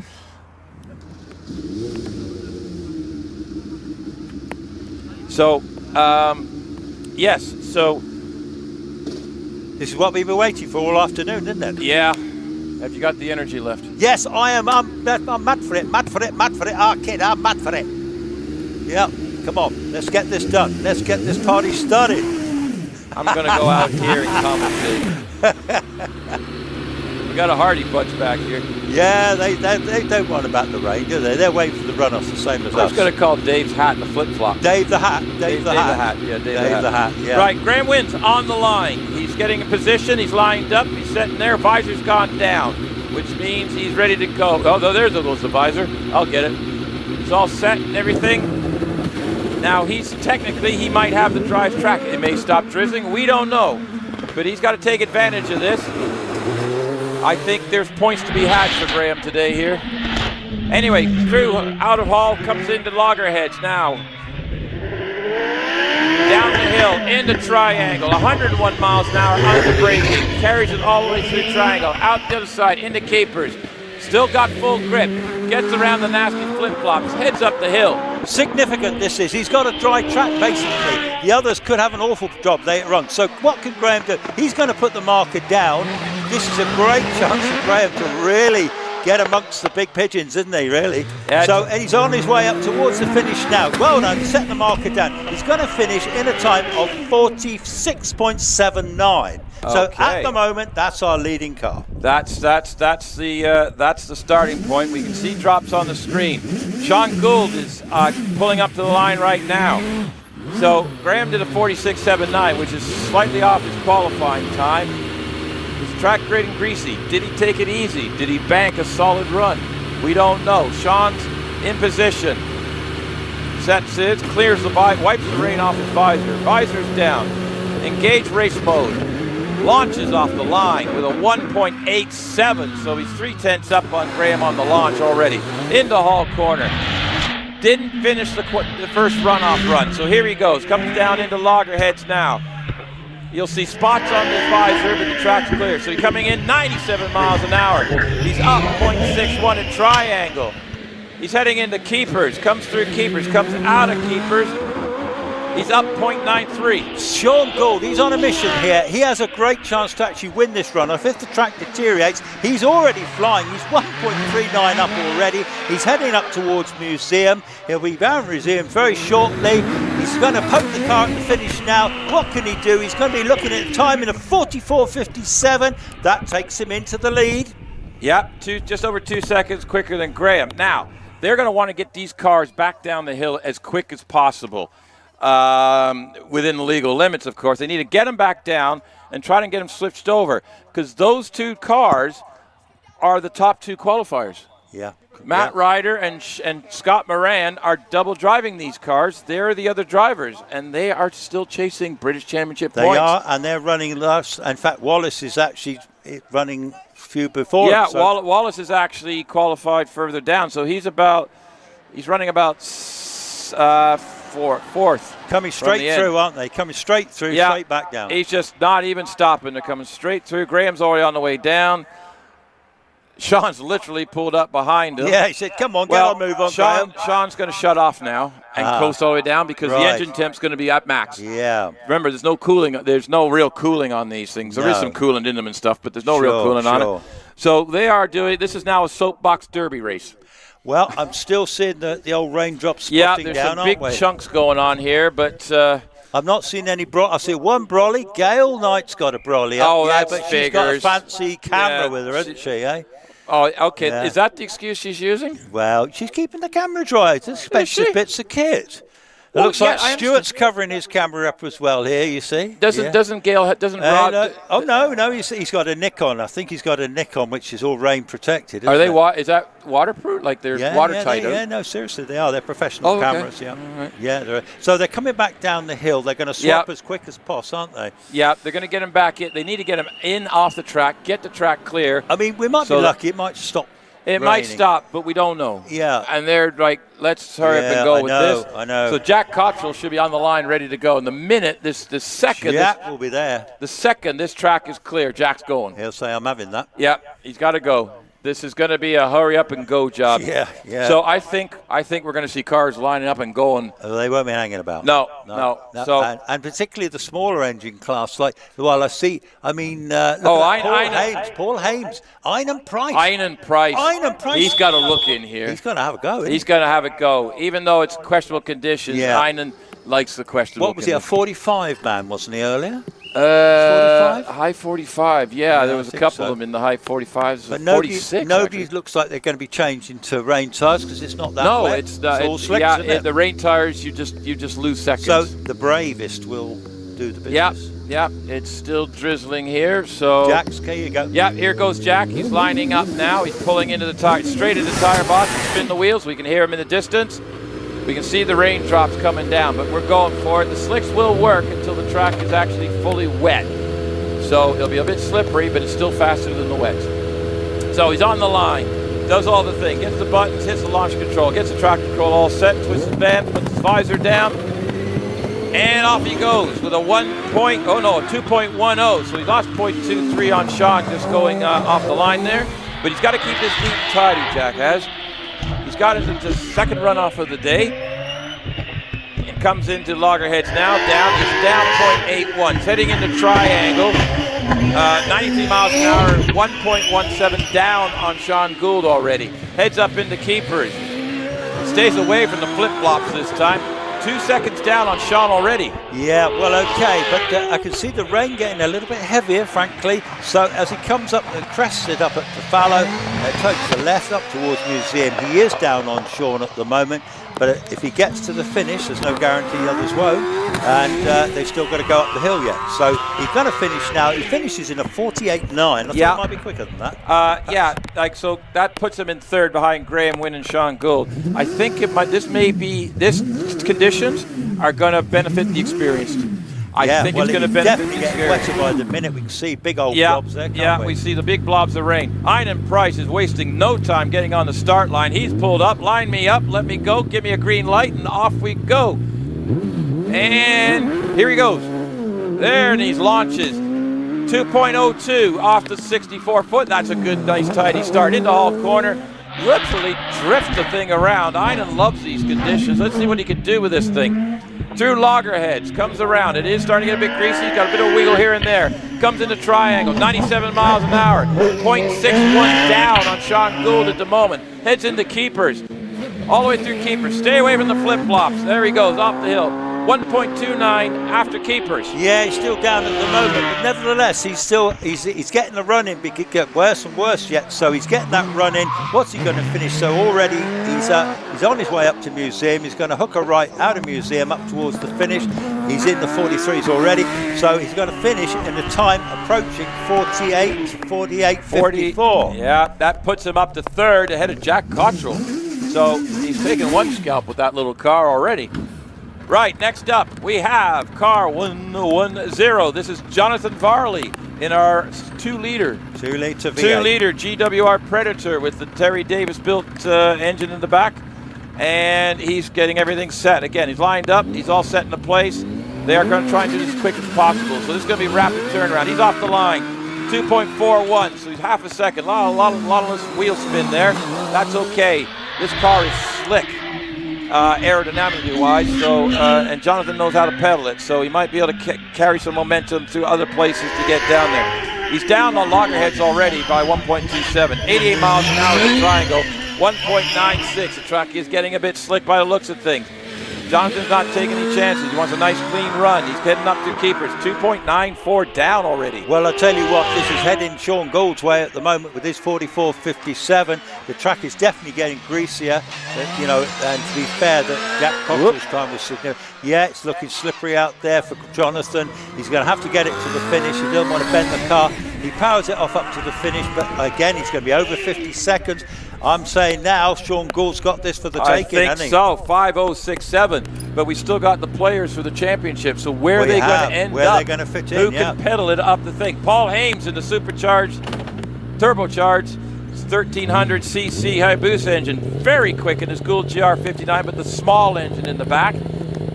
It doesn't pull out of the corners quick, but it carries a lot of revs and a lot of momentum, so Paul knows how to go for it.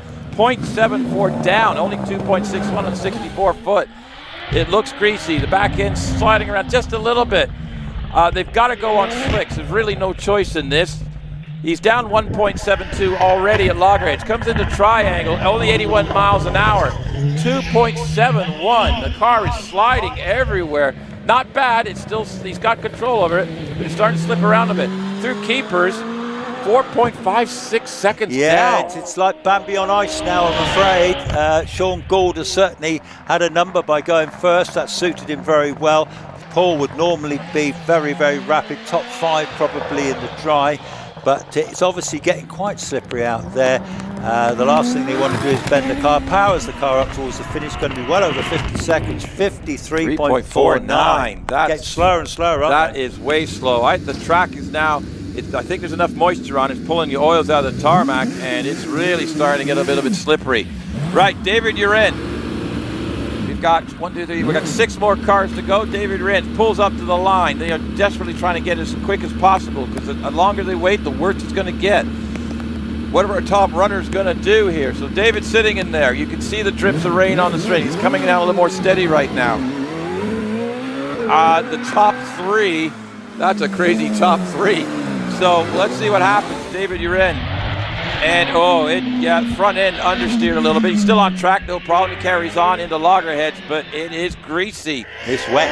This is the worst because it's a light dampness on it. It's making the track real greasy. Oh wow! He's 1.95 seconds slower out of triangle and had the car sideways. Still on track, still going.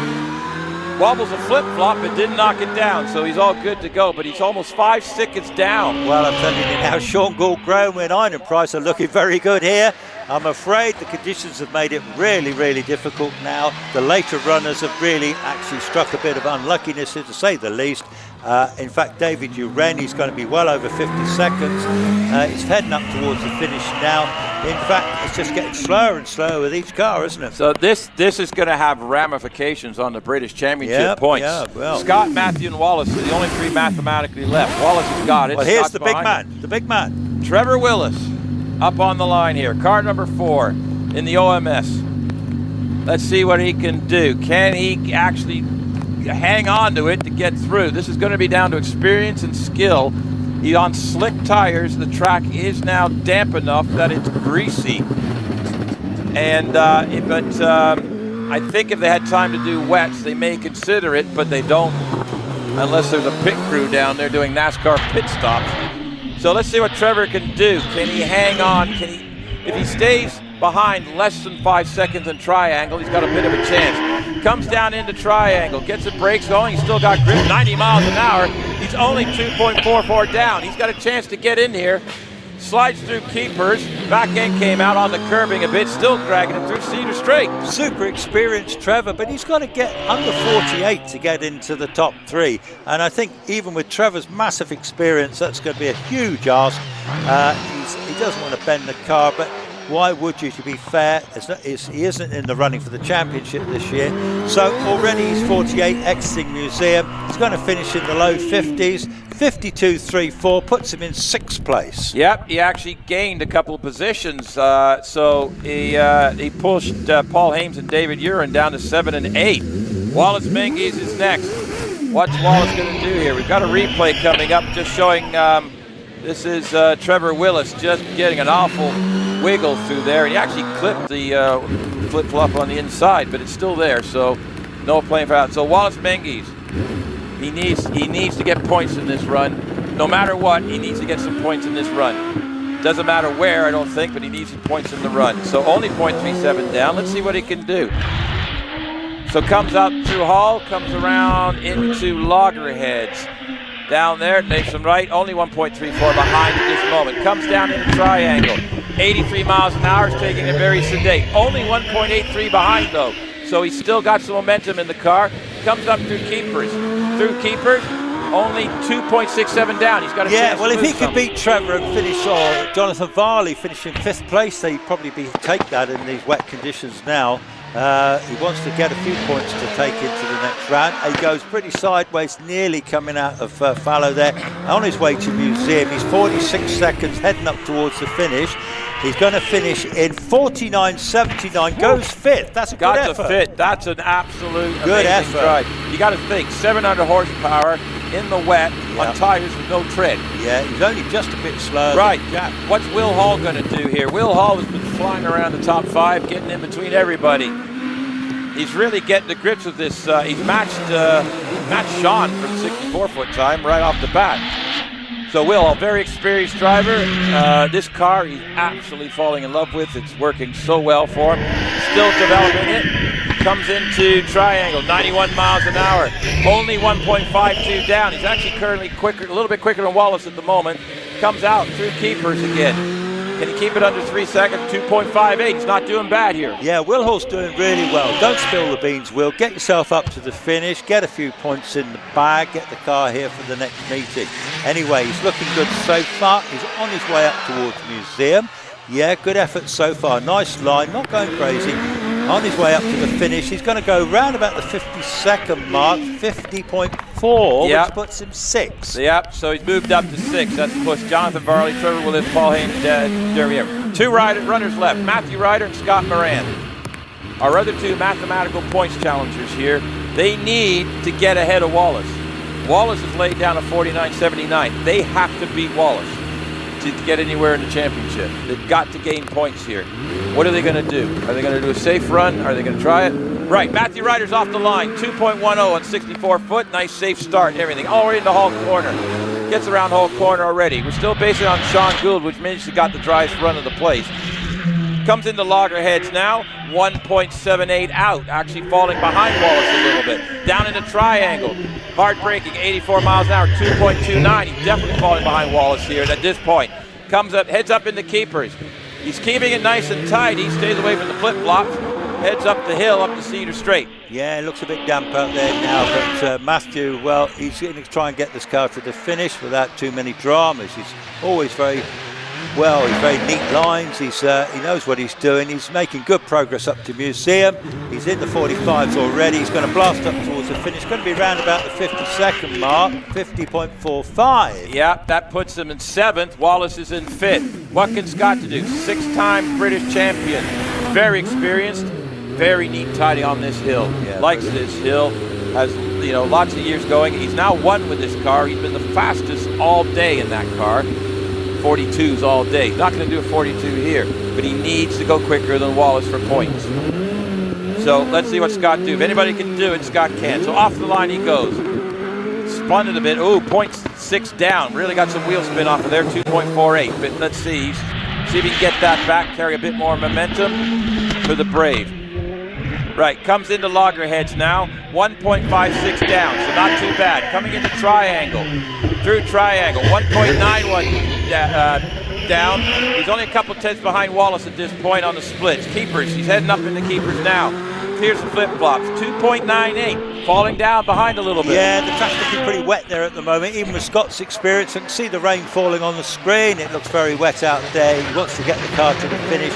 This is actually playing into Wallace's hands towards the championship, of course, because Scott really needed to win this run-off from Wallace to finish well down. As it is going to be similar, he's going to finish in a time of 49.4. He beat Wallace. Scott Moran did a 49.4, beat Wallace by 0.39 of a second, pushed Wallace back to 6th place. So he beat Wallace, but how that's going to work out in the championship, I don't know. But Sean Gould, you are the winner of the second runoff. And Graham Wynne is second, and Inian Price is got third. to 3rd. Absolutely brilliant. Well, I love that. That's great. Well done, guys. Fantastic. Right. Fantastic. Well, that was exciting, wasn't it? Yeah. What happens now? What happens now? I don't know. Everything's going to be a down after this. Well, we've just had our second British runoff. I tell you what, really, that is the end of play for us today, isn't it? On the camera, Scott just got out of the car, and he's like, holy crap. I tell you what, look at the rain coming right, down. Here comes Wallace. Big Wallace shaking Big his Wallace, hand. like that was a run and a half. Will Hall up there, Matt Ryder. Yeah, there's your big contenders up there. There's going to be stories tonight about slip sliding everywhere trying to get them up the hill. I tell you what, fair play to all those drivers getting it up the hill in those damp conditions. Very, very tricky when you've got 700 horsepower, single-seater in the wet, on slicks. Yeah, they're all smiling. It's like Wallace has got, they're working it out. I'm in 5th, you're in 6th. He's actually working the points out in his head. Who knows? So, but all we know, it's not one today. We're going to go on to Prescott next, aren't we? I think so. And you and I are there again. Yep. If you didn't know, Chris, myself, and possibly Benoit will be dropping in. We will be at Prescott next weekend. We will. Again. For another round of this silliness that we call the British Hillclimb Championship. 2 rounds of British Championship. And then we will be back at Loton at the end of the month. So if you've enjoyed, the coverage today, we appreciate the feedback. If you'd like me to change my accent, I can't. If you like Chris not to talk about fish, he can't. But listen, before I say anything on the speaker, I know most people have gone in. The marshals, the rescue crew, the officials, you guys have put a Herculean effort into this weekend and absolute deserve any and all accolades you get. Thank you very much for your the efforts of doing and being out here and doing this for 2 very long and busy days. Well, thank you to all the, give them a clap as they come down the hill. I know people are going to go home shortly. There is a presentation there is an awards presentation. Are you doing that tonight? It'd be Who rude. knows? It'd be rude not to, wouldn't it? Yeah, you'd like doing that. I haven't heard from our buddy Roy lately, No, but I I think the venerable. the venerable Roy Lane. Yes, yes. So is Wallace going to come down? He's just going to leave his helmet on the pod, isn't he? There he goes. Oh, yeah. Put the hat back on. What a man, eh? So what an absolute What a star. example of skilled driving. We'll stay on with the live stream as long as it's running. Yeah, I think, as they say, Yes. our day is done. Our day work is done. Our work is done. Rich Danby and Eleanor put on a fantastic show. Absolutely. Thanks again. I'm going to say thanks to the marshals, the medics, the timekeepers, the officials.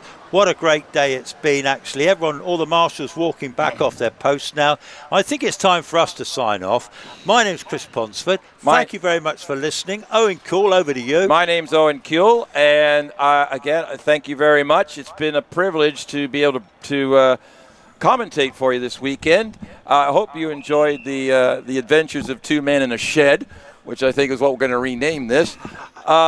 Don't know how we're going to work it at Prescott next weekend, but we will be there.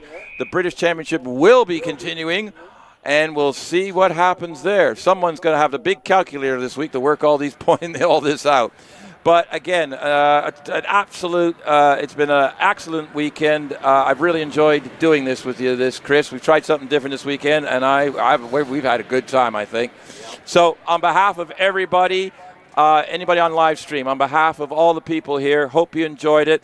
Stay safe. Join us next weekend. Don't forget to like, follow, share, and subscribe. It doesn't cost you anything to support HillClimb.TV, and we will see you next time.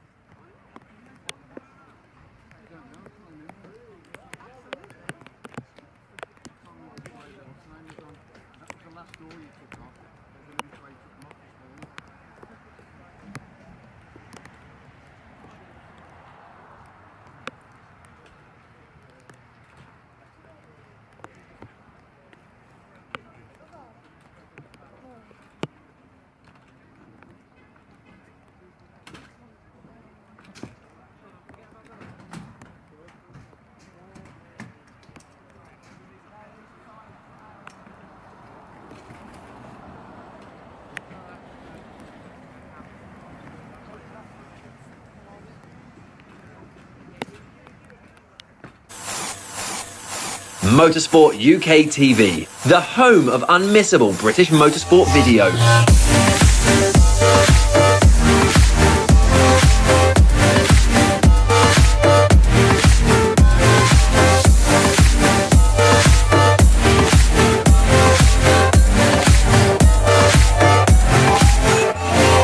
Bringing you all the action from the British Championships.